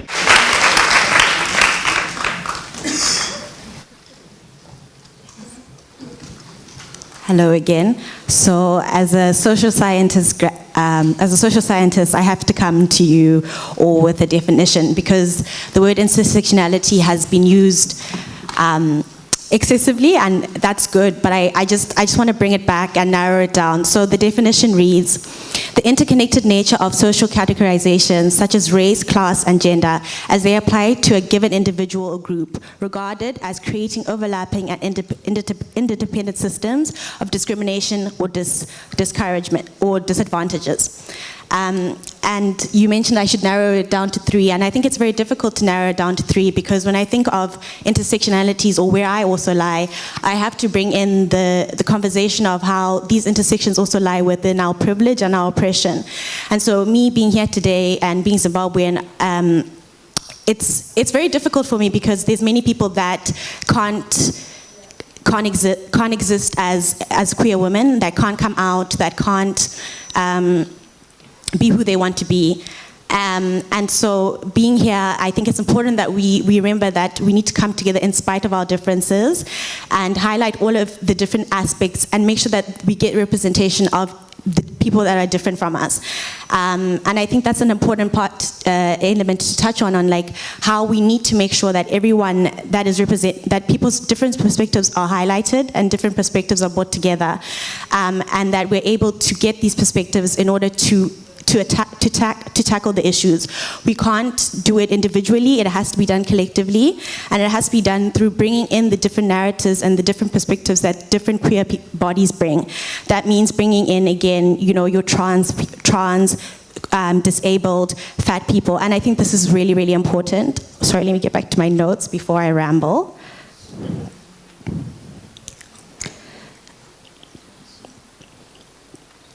Yes, and so the last point I also want to bring is how we show solidarity and connection as well is also very important. And we need to be able to make sure that we are able to listen to other people's perspectives as well, because as much as we're in this room together, and it's beautiful that we are here together, and I feel very privileged being Zimbabwean and being able to be in a room full of lesbians and being able to, I feel very overwhelmed as well, being able to just be here. I think if you come from an environment where your existence is illegal and shouldn't exist, and there's many consequences for speaking up. There was a lesbian who actually spoke on the radio and now is facing a lot of violence and issues because her sexuality was outed. It's very difficult. And in Zimbabwe, the society as well is very conservative.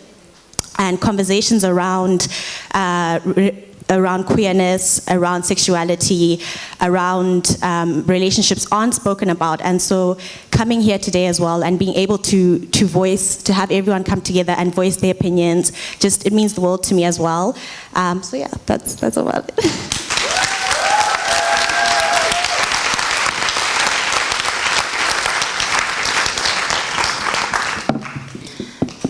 I would also would just second all the things that have already been said, and I think if there were a global lesbian movement, it would have to be led by lesbians of the global South.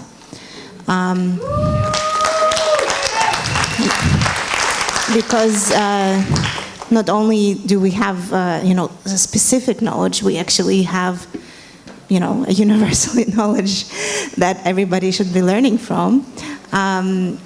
So I think, we have this kind of dichotomy of, the homophilic West and homophobic East, but actually, homophobia oftentimes originates in the West. all the homophobic legislation that our countries inherited from the colonial times, current ideas, current sources of oppression, including capitalism, all the other so basically we would need to come and fix the West.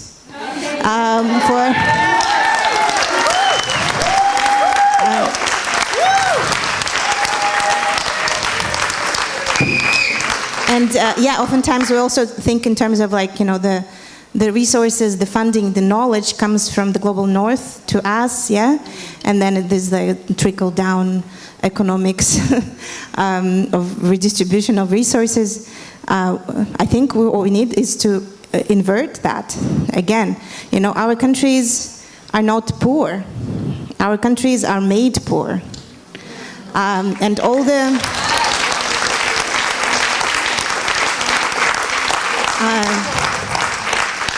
all the wealth and all the comfort that exists in Europe, in North America, is the result of centuries of exploitation and extraction of our resources, our intellectual capacities, our bodies.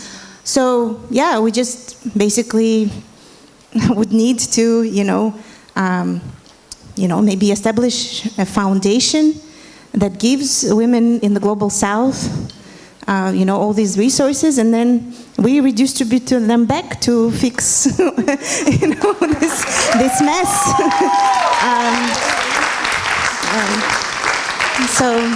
So that's my vision. I totally agree with everything that was said, and just as again, my place is my work is at Tilga World, and when people are coming to our organization, I can see the regional disbalance, of course, and I mean working for the organization, and then the highest position, they are led by people from the global north still. And the question is that when people are applying for positions, they are said that you don't have enough international experience. You don't know how to work in the international environment. And my question is do you think that, how many networks, international networks, international organizations who came from the global south? Of course, it's just it's an easy, so it's the system that reproduce itself just internally. And I think that, if you want my direct answer how for ELC to build a global network of lesbians, don't do it. But don't do it in a sense that it shouldn't be coming from ELC, really. Even though I'm a member of ELC, but especially as lesbians, I think it should come from grassroots activists, also from lesbians with disabilities, from lesbians of color, from women of color, from trans lesbians. Otherwise, it will be just another structure, unfortunately. It's honest, and you can say that I'm an angry lesbian, but that's my profession now, And, I think that. And after all, it would serve us, all of us who have privileges like white privilege, European privilege, whatever else, because when people who are disprivileged on so many levels are, going somehow, finding better way of living, it benefits all of us who are on the upper stage of the hierarchy. So that's what I think.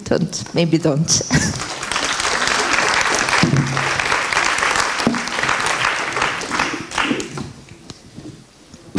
So I don't know if you agree that we maybe open the microphones and we respond to some question, if you are okay. Yeah. And we have two microphones, one on this side and one on the other side, and if you can run, or we can also come to you if you are not able to attend, we can come with the microphone. That one is visible to the camera, not visible to the camera. Yes, sorry. Hi, my name is Sarah Garam, I'm French. I'm an angry lesbian. Is that is my profession? I'm also someone that traumatized white women. It's my main profession. I'm most of the time the only people of color in a room. And I had a lot of experiences where coming together, finding our main fights together didn't work out. For example, in Paris, we wanted to do the first Radical Pride, and we were only one non-white organizations, and we had all the work to do about contacting other non-white organizations to make sure that the event was inclusive. Turns out, the day of the event, nothing worked out, because what they didn't take it into account is that if they want to be 50 people of color taking the stage, white people has to get down. So when it came time to say you cannot speak 10 minutes because it will be too much white people speaking, they got angry. We were supposed to have a truck for autistic people or neurodivergent people. They put the sono on it, and again and again and again. So people got angry because there was a lot of problem with inclusivity, and it was supposed to be the main goal of the Pride was to be about people of color and refugees. And somehow we took the lead of the Pride, and white queer people went to the police because we were supposed to be in non-mixity. I'm not sure it's the word, but it was supposed to be only people of color in France. And white people got so angry that they went to the police to say, it's not fair, we cannot go up front. So afterwards, we reached out to other organizations telling we need to come back to what happened, we need to do it differently.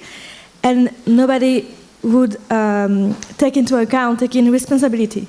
So what happens is that the second Radical Pride was only led by non-white organizations, not because we choose to, but because every white organization chose to go back to the national LGBTQ+ organization, because why we did a Radical Pride is because we didn't want to work with the national organization because it was not inclusive to trans people, to sex workers. But at the end, after having to renounce some privilege, they ended up going back to the national organization because it was too much for them to give back the mic. So it was my experience in Paris. And before talking about lesbianizing the world, I think we have to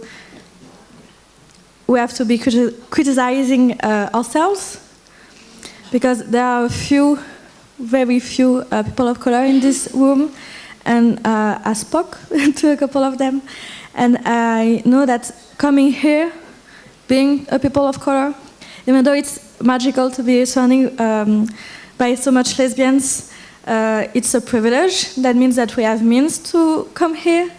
So that means that some narratives are not here because they couldn't come. It also means that for us, it's a stress, it's a risk to be maybe for some the only people of color of a panel, of a room, of a moment. So I think we need at every step of the way taking account, as you said with Ando, what are the narratives that are missing, how can we include them? And it's not for the people at intersections to build bridges with other people. It's for people with privilege inside queer communities to ask themselves, how can I take every barriers between those people and our spaces? How can I make sure that fat people, that non-white people, that refugee people can come? Because, for example, for us to be able to stay here, we had to have an ID.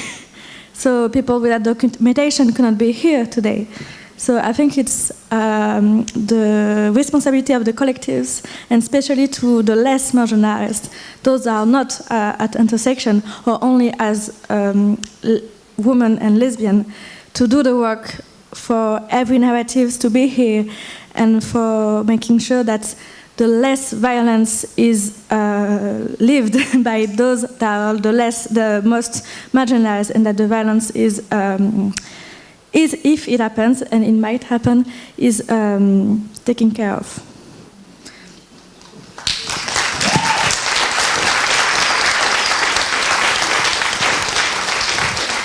Thank you for sharing that. I couldn't have agreed more. It is frustrating and very isolating. I don't identify as a person of color because I'm black, and that's different. And also it's different being a dark-skinned black woman. There's just many more tiers to it as well. But I often find myself very, what's the word I'm looking for? Discouraged, or I can't find the right word I'm looking for right now. I often find myself not knowing what to do in these incidents or these situations where, again, I'm happy to be here, and I'm fortunate enough to be based in Berlin, where I'm able to come here. But again, through the lack of representation and through the lack of perspectives that all these other people bring, something is still missing. And it's important that we are able to, when we come to a room, we look and we see if, again, these intersections are met. So seeing more black people, seeing more people of color, seeing more trans people, seeing more disabled people, seeing more fat people. That diversity is lacking, and I never know what to do. I feel, or how to change that, apart from trying to highlight that this is missing. And yeah, I don't know, it just leaves you very disheartened as well. So yeah.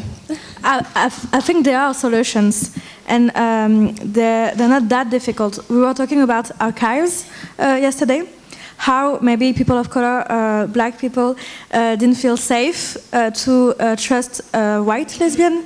So in order to include those voices, we have to look for them. So I think it's that simple. We have to look for the narratives that are lacking and ask them, what do you need in order to be here? Mm-hmm. Do you need special accommodation? Do you need, what kind of support do you need? And we have the means to give them. So we just have to look for the narratives that are missing, look for the people that could come here and get them here.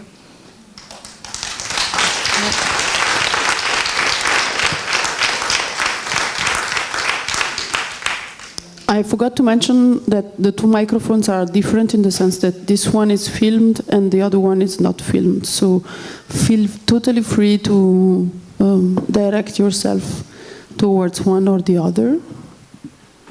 Some other questions? Yes. Hi, my name is Altanay. I'm from Kazakhstan, based in Germany right now.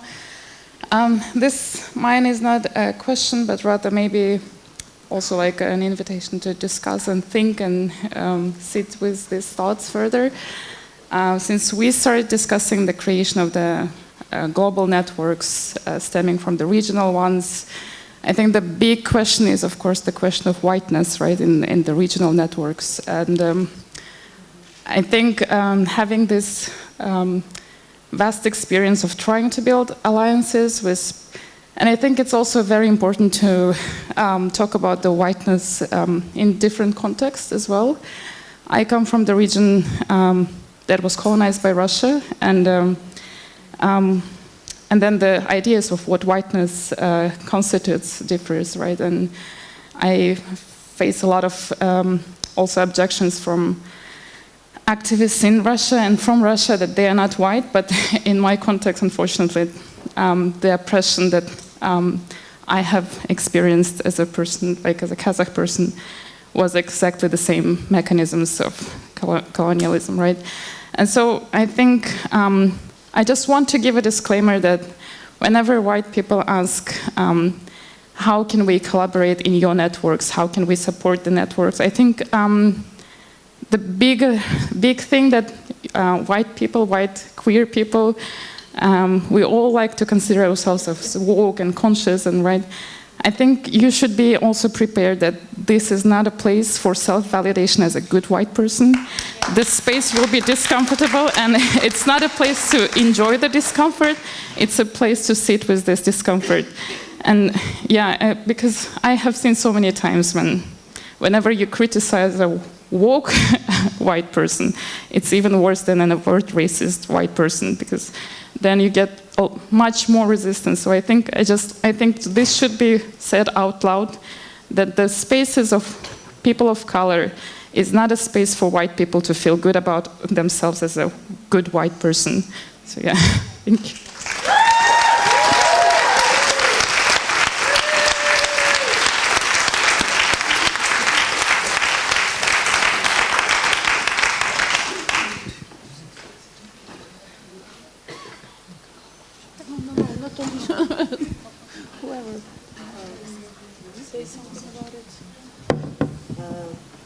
Well, I completely agree. I think she said best. I mean, the Asia region, I've sat in many meetings where gay white men talk down to us.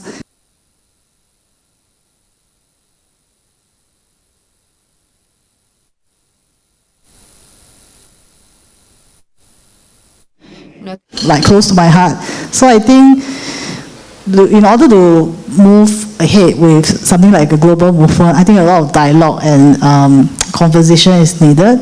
A lot of times when we talk about intersectionality, but it's always the intersectionality of oppression, but we hardly talk about the intersectionality of privilege. So perhaps a conversation can be from that as well. We are it's almost 3. Bonjour. Ouais. Bonjour l'ensemble de LC et de la conférence à Budapest 2022. Ayant participé à la conférence de LC 2019 à Kiev. Bonjour. Sorry. Hello, ELC conference in Budapest 22. Having participated in the ELC conference in Kiev in 2019. Je pense que ELC est une nouvelle organisation qui se veut d'un premier temps réunissant la communauté lesbienne d'Europe et d'Asie notamment, et qui est donc c'est une nouvelle organisation qui veut impulser des choses. Et je pense que il est trop tôt encore de dire que ELC n'est pas légitime pour porter une action d'ordre global.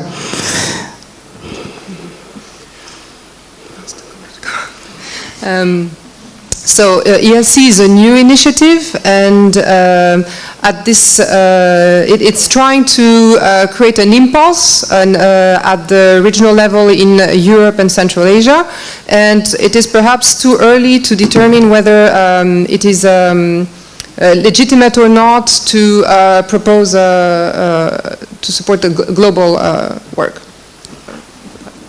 Je dis ça parce que ELC met en place, dans l'organisation première, originale, premier de ELC, le but était déjà à être intersectionnel. Il faut savoir ça. Maintenant, je pense que ELC n'exploite pas tout ses capacités encore. Et donc, pour ma part, l'organisation ELC est tout à fait légitime aussi de faire des coopérations globales. So ELC, being at its beginning, and from its beginning, has had the intention to be intersectional, and it is also being newer. It is not at its full capacity.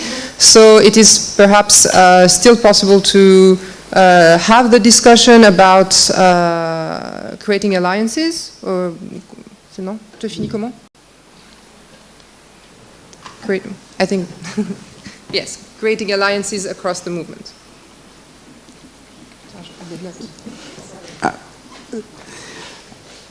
C'est pour répondre à.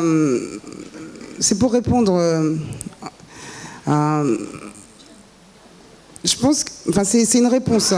C'est une réponse à l'action globale. Je pense qu'il est réellement trop tôt pour dire que ELC est une action d'ordre global.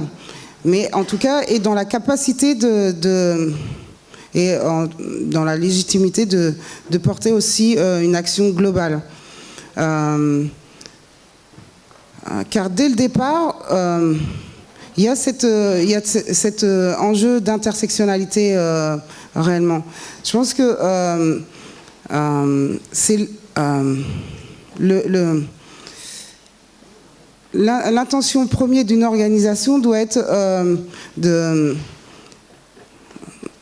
les valeurs d'éthique d'un premier lieu.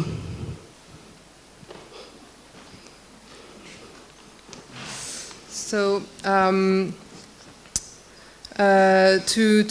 so ELC's attempt to respond to this global to respond to a global need or coordination can be seen as legitimate in the sense that it has from the very beginning included intersectionality as a key stake, something that was really at stake. And what matters is the intention, the first, those original intentions of the organization towards ethical values. Et les personnes doivent être fidèles aux valeurs d'inclusivité.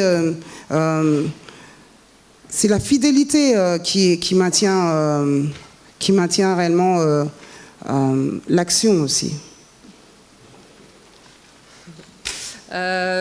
People need to remain truthful to their values of inclusivity. And it is this truthfulness, this loyalty to your intentions and to your vision that is what needs to be taken into consideration. Ouais. Ouais. ELC n'a pas encore exploité toutes ses capacités et il est trop tôt pour dire que c'est une action globale portée par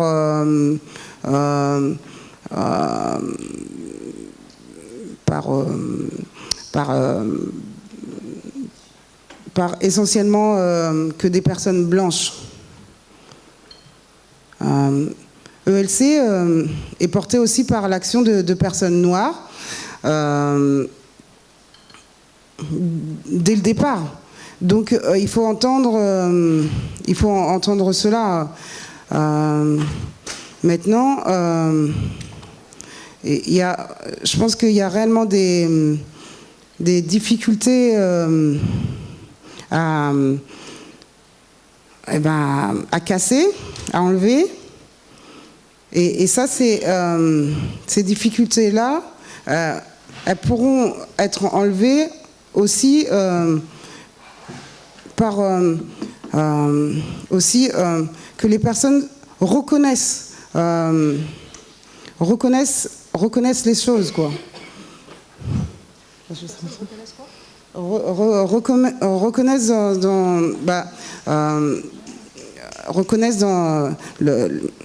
reconnaissent les difficultés, reconnaissent la reconnaissance. So, ELC is obviously not at its full capacity. It's too soon to be able to answer whether it would be in a position to carry such an action, but it also, and it's also too soon to say that it would be carried only by white people.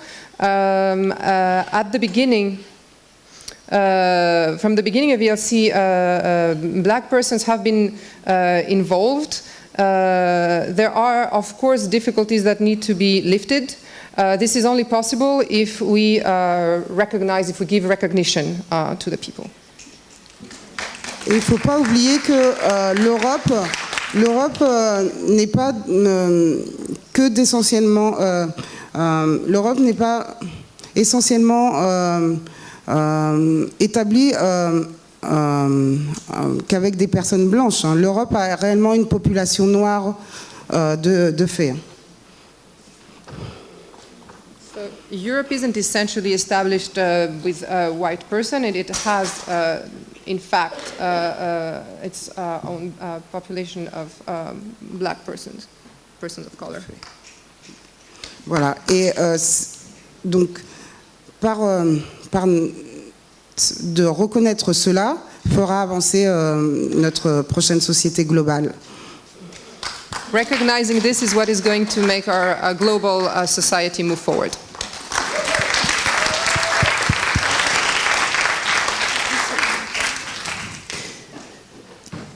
I think we have to... Oh, Dori? Yeah, short comment on the microphone, or... And no more time, very short. But Dori is Dori. I mean, you can make comments whenever you want. One thing, and this is, of course, not to not acknowledge, you know, all the racism and the suffering of and discrimination of black people, but I would like to further the thinking to remove ourselves a little bit from this black and white binary, because very often in Eastern Europe, we often feel being treated like not exactly the right shade of white by Western European, North American context. And so when we are talking about, yeah, of course, we are very privileged in some senses, and we are white, but that doesn't always, you know, bring advantages, and often brings disadvantages to us. So I would just like to suggest that when we are thinking about diversity, we just remove ourselves a little bit from you know, looking at white people as a kind of monolithic, you know, cloud that oppresses all white people oppressing all black people, because that's the life is much more diverse than that. Thank you.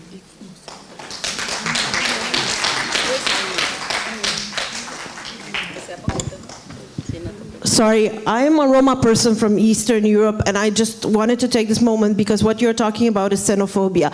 And Eastern countries deal with racism as well, because there are Roma people here, there are black people here, and there's a difference between the two. We need to take that into account. They're different layers, but they're very different. I just want to react because I think it's a good representation. This was violent for the people of color in the room, and we have to acknowledge that. If you don't know what racism is, you cannot talk about it. Racism is not about the good kind of white people. Racism is when, in the look of a white people, you're non-white. If you're white, you don't live racism. You can live other discrimination, but it's not based on your race. Race is a social construct which is not based on the color of the skin. I didn't say black and white people. I'm not black. I talked about the narratives that are lacking and the racism that we are living. As a white people, you cannot live racism. You can live other discrimination, but you cannot live racism. And to take the mic and to correct me was a violent act. Very true.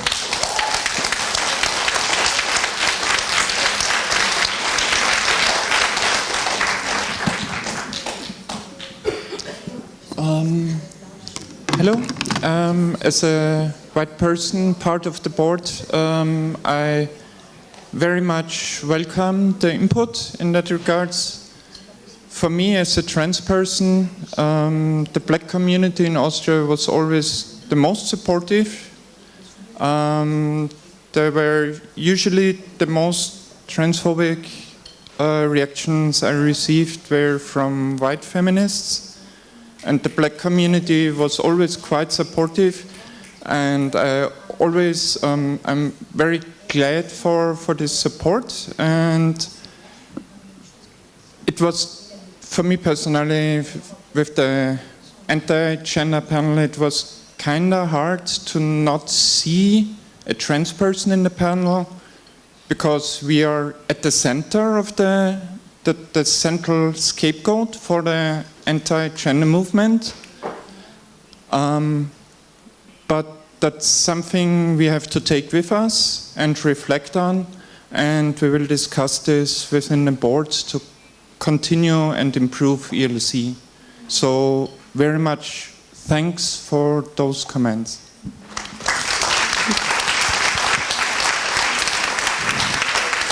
I am doing a small act of power. We are taking one more intervention, and then we have to go on, because then we have to go to the street and also demonstrate. So I know that this discussion is super important, and all the discussion that we had are super important, but we will take one more comment, and then we have to go on with the rest of the day.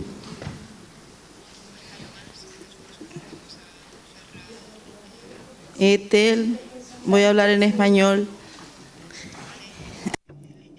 So I will be speaking in English, in Spanish. So we had a private conversation with the interpreter. So talking about the panel, Lesbiifying the World, that's the name of this panel, or there was a panel with this name. So talking about this issue, I think we need to organize in many more aspects, including our activist practice, which is not lesbiified enough. We have a colonized movement which excludes us when we are talking about our sexuality. How we are reproducing us lesbian women is also a topic that, or like almost something that we created a mythology around, that this seemed to be either to be invisible, non-existent. And we need to lesbiify our bodies. And in this attempt to lesbiify everything that fits in this conversation, but specifically talking about from my own experience, we need to lesbiify poverty, the state of refugees, because the war, before the Ukrainian war, we lesbians were refugees in all countries. And in the middle of all this political interest of creating narratives, it is also important to include that lesbians are not also only coming from Ukraine, because when we are present as refugees in another country, we also enlarge the conversation about how lesbian bodies look like, what are the bodies that can move in the public space, or who can be acknowledged, who is validated, whose fear of being a lesbian gets validation and whose does not. But what does the fight mean for each and every one of us? What does this war mean in Central America, for instance, where every day 3 transgender women are being murdered? There are political contexts where women, activists, and human rights defenders are working within a dictatorship, and where it is valid to practice a corrective rape. So we need to lesbify the world. But firstly, we need to lesbify our way of thinking, our way of understanding bodies, our way to understanding experiences, and understanding our place in the world. And I hope that at the next ELC conference, we will be able to have, for instance, what I'm trying to say is that in this conference, I feel I lost my power, even though I'm a super woman. But from a linguistic point of view, I can communicate with very few people because I don't speak English, but I don't want to feel guilty for not being able to speak English. I don't want to feel guilty. I know that I don't want to feel the shame of not understanding everything because I'm listening. When I'm listening and I don't understand, I just feel very, very tired. I try to speak English. I try to understand it, but it's not very easy. And as Christina was mentioning it, enrolling in an English language course means spending all of your income for this. So this is a privilege to be able to speak English. So this also means that it is not to be taken for granted that I can be here because this place is also considered to be, and lesbianism, the how we define it, is also seen to be a colonized understanding of lesbianism.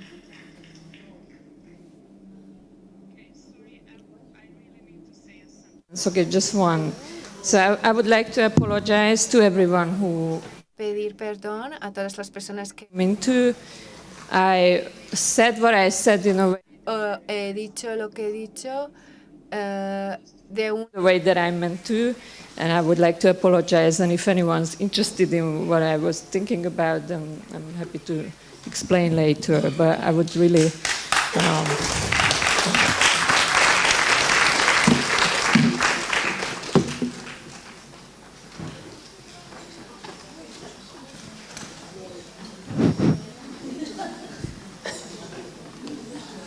Sorry, we are coming almost to the finish. And please welcome Dragana, LC member and activist, brilliant woman, lesbian star. I have it here. So we came to the finish, and to be honest, I feel that we just begun. Like, I'm not ready to finish, and I'm not ready to go. I think we should reconsider having conferences that last longer than this, especially as we are having them every 2 years. I think this is just not enough. I know that my colleagues are hating me for saying this, and that this has been tremendously hard to organize, as you can imagine. It's taken a lot of our resources, both human resources, to do this. But I still think it's worth the effort to prolong it a little bit. There's so many things that we need to discuss. As some of you have said, I'm also an angry lesbian. I'm an angry Eastern European lesbian with mixed ethnicity, Romani included. And I'm proud of ELC for being a platform where I, as an Eastern European lesbian, as a lesbian of mixed ethnicity, can be a leader of this network.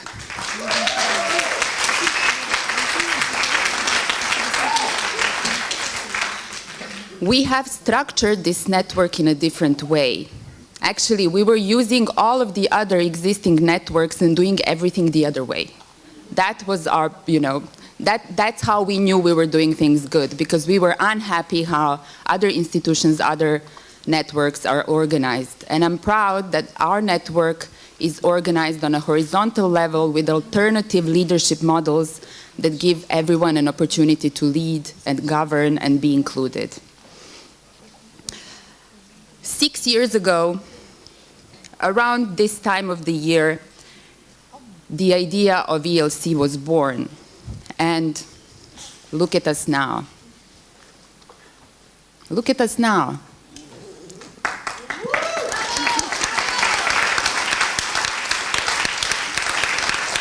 What a journey. What a journey. Over the past 6 years, we have worked together day and night to bring lesbian needs and interests to the forefront in every possible way. We were kicking down doors of policy institutions and lesbianizing them.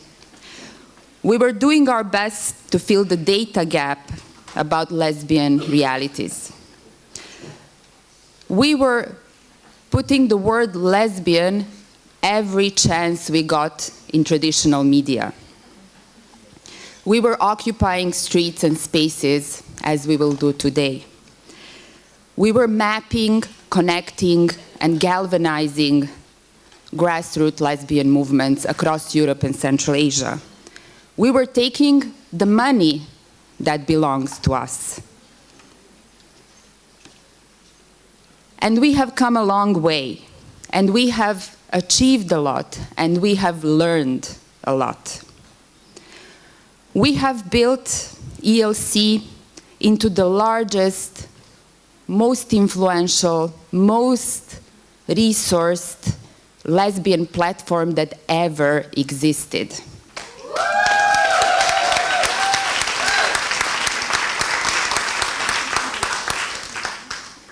We are making history, and we will keep making history, because there are so many challenges that we still need to overcome, from widespread lesbophobic violence to socioeconomic disparities, to access to sexual and reproductive rights, to access to resources and spaces.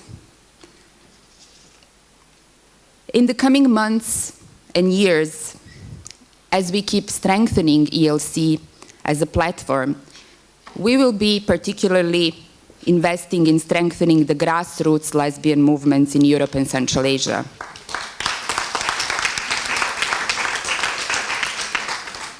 We will keep kicking down doors, both in the physical world and in the digital one. We will be redefining narratives. We will be radically changing paradigms. We will be building strategic partnerships with lesbian movements across the world. We will be taking back the power, and we will be disrupting hegemonic masculinities. We will cry together, as we did over the past 3 days. We will laugh together. We will agree. We will disagree. But we will do it with trust. And finally, and as I always like to close, we will collect all of our rage, all of our passion, all of our love, all of our genius, and we will not stop until the lesbian movement is rebuilt in all of its diversities.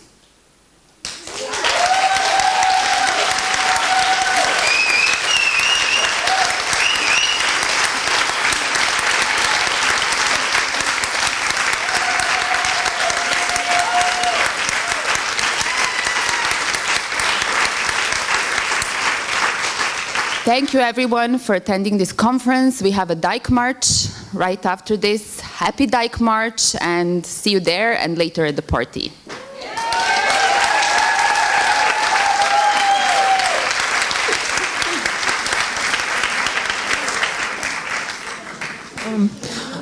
Thank you very much for everybody.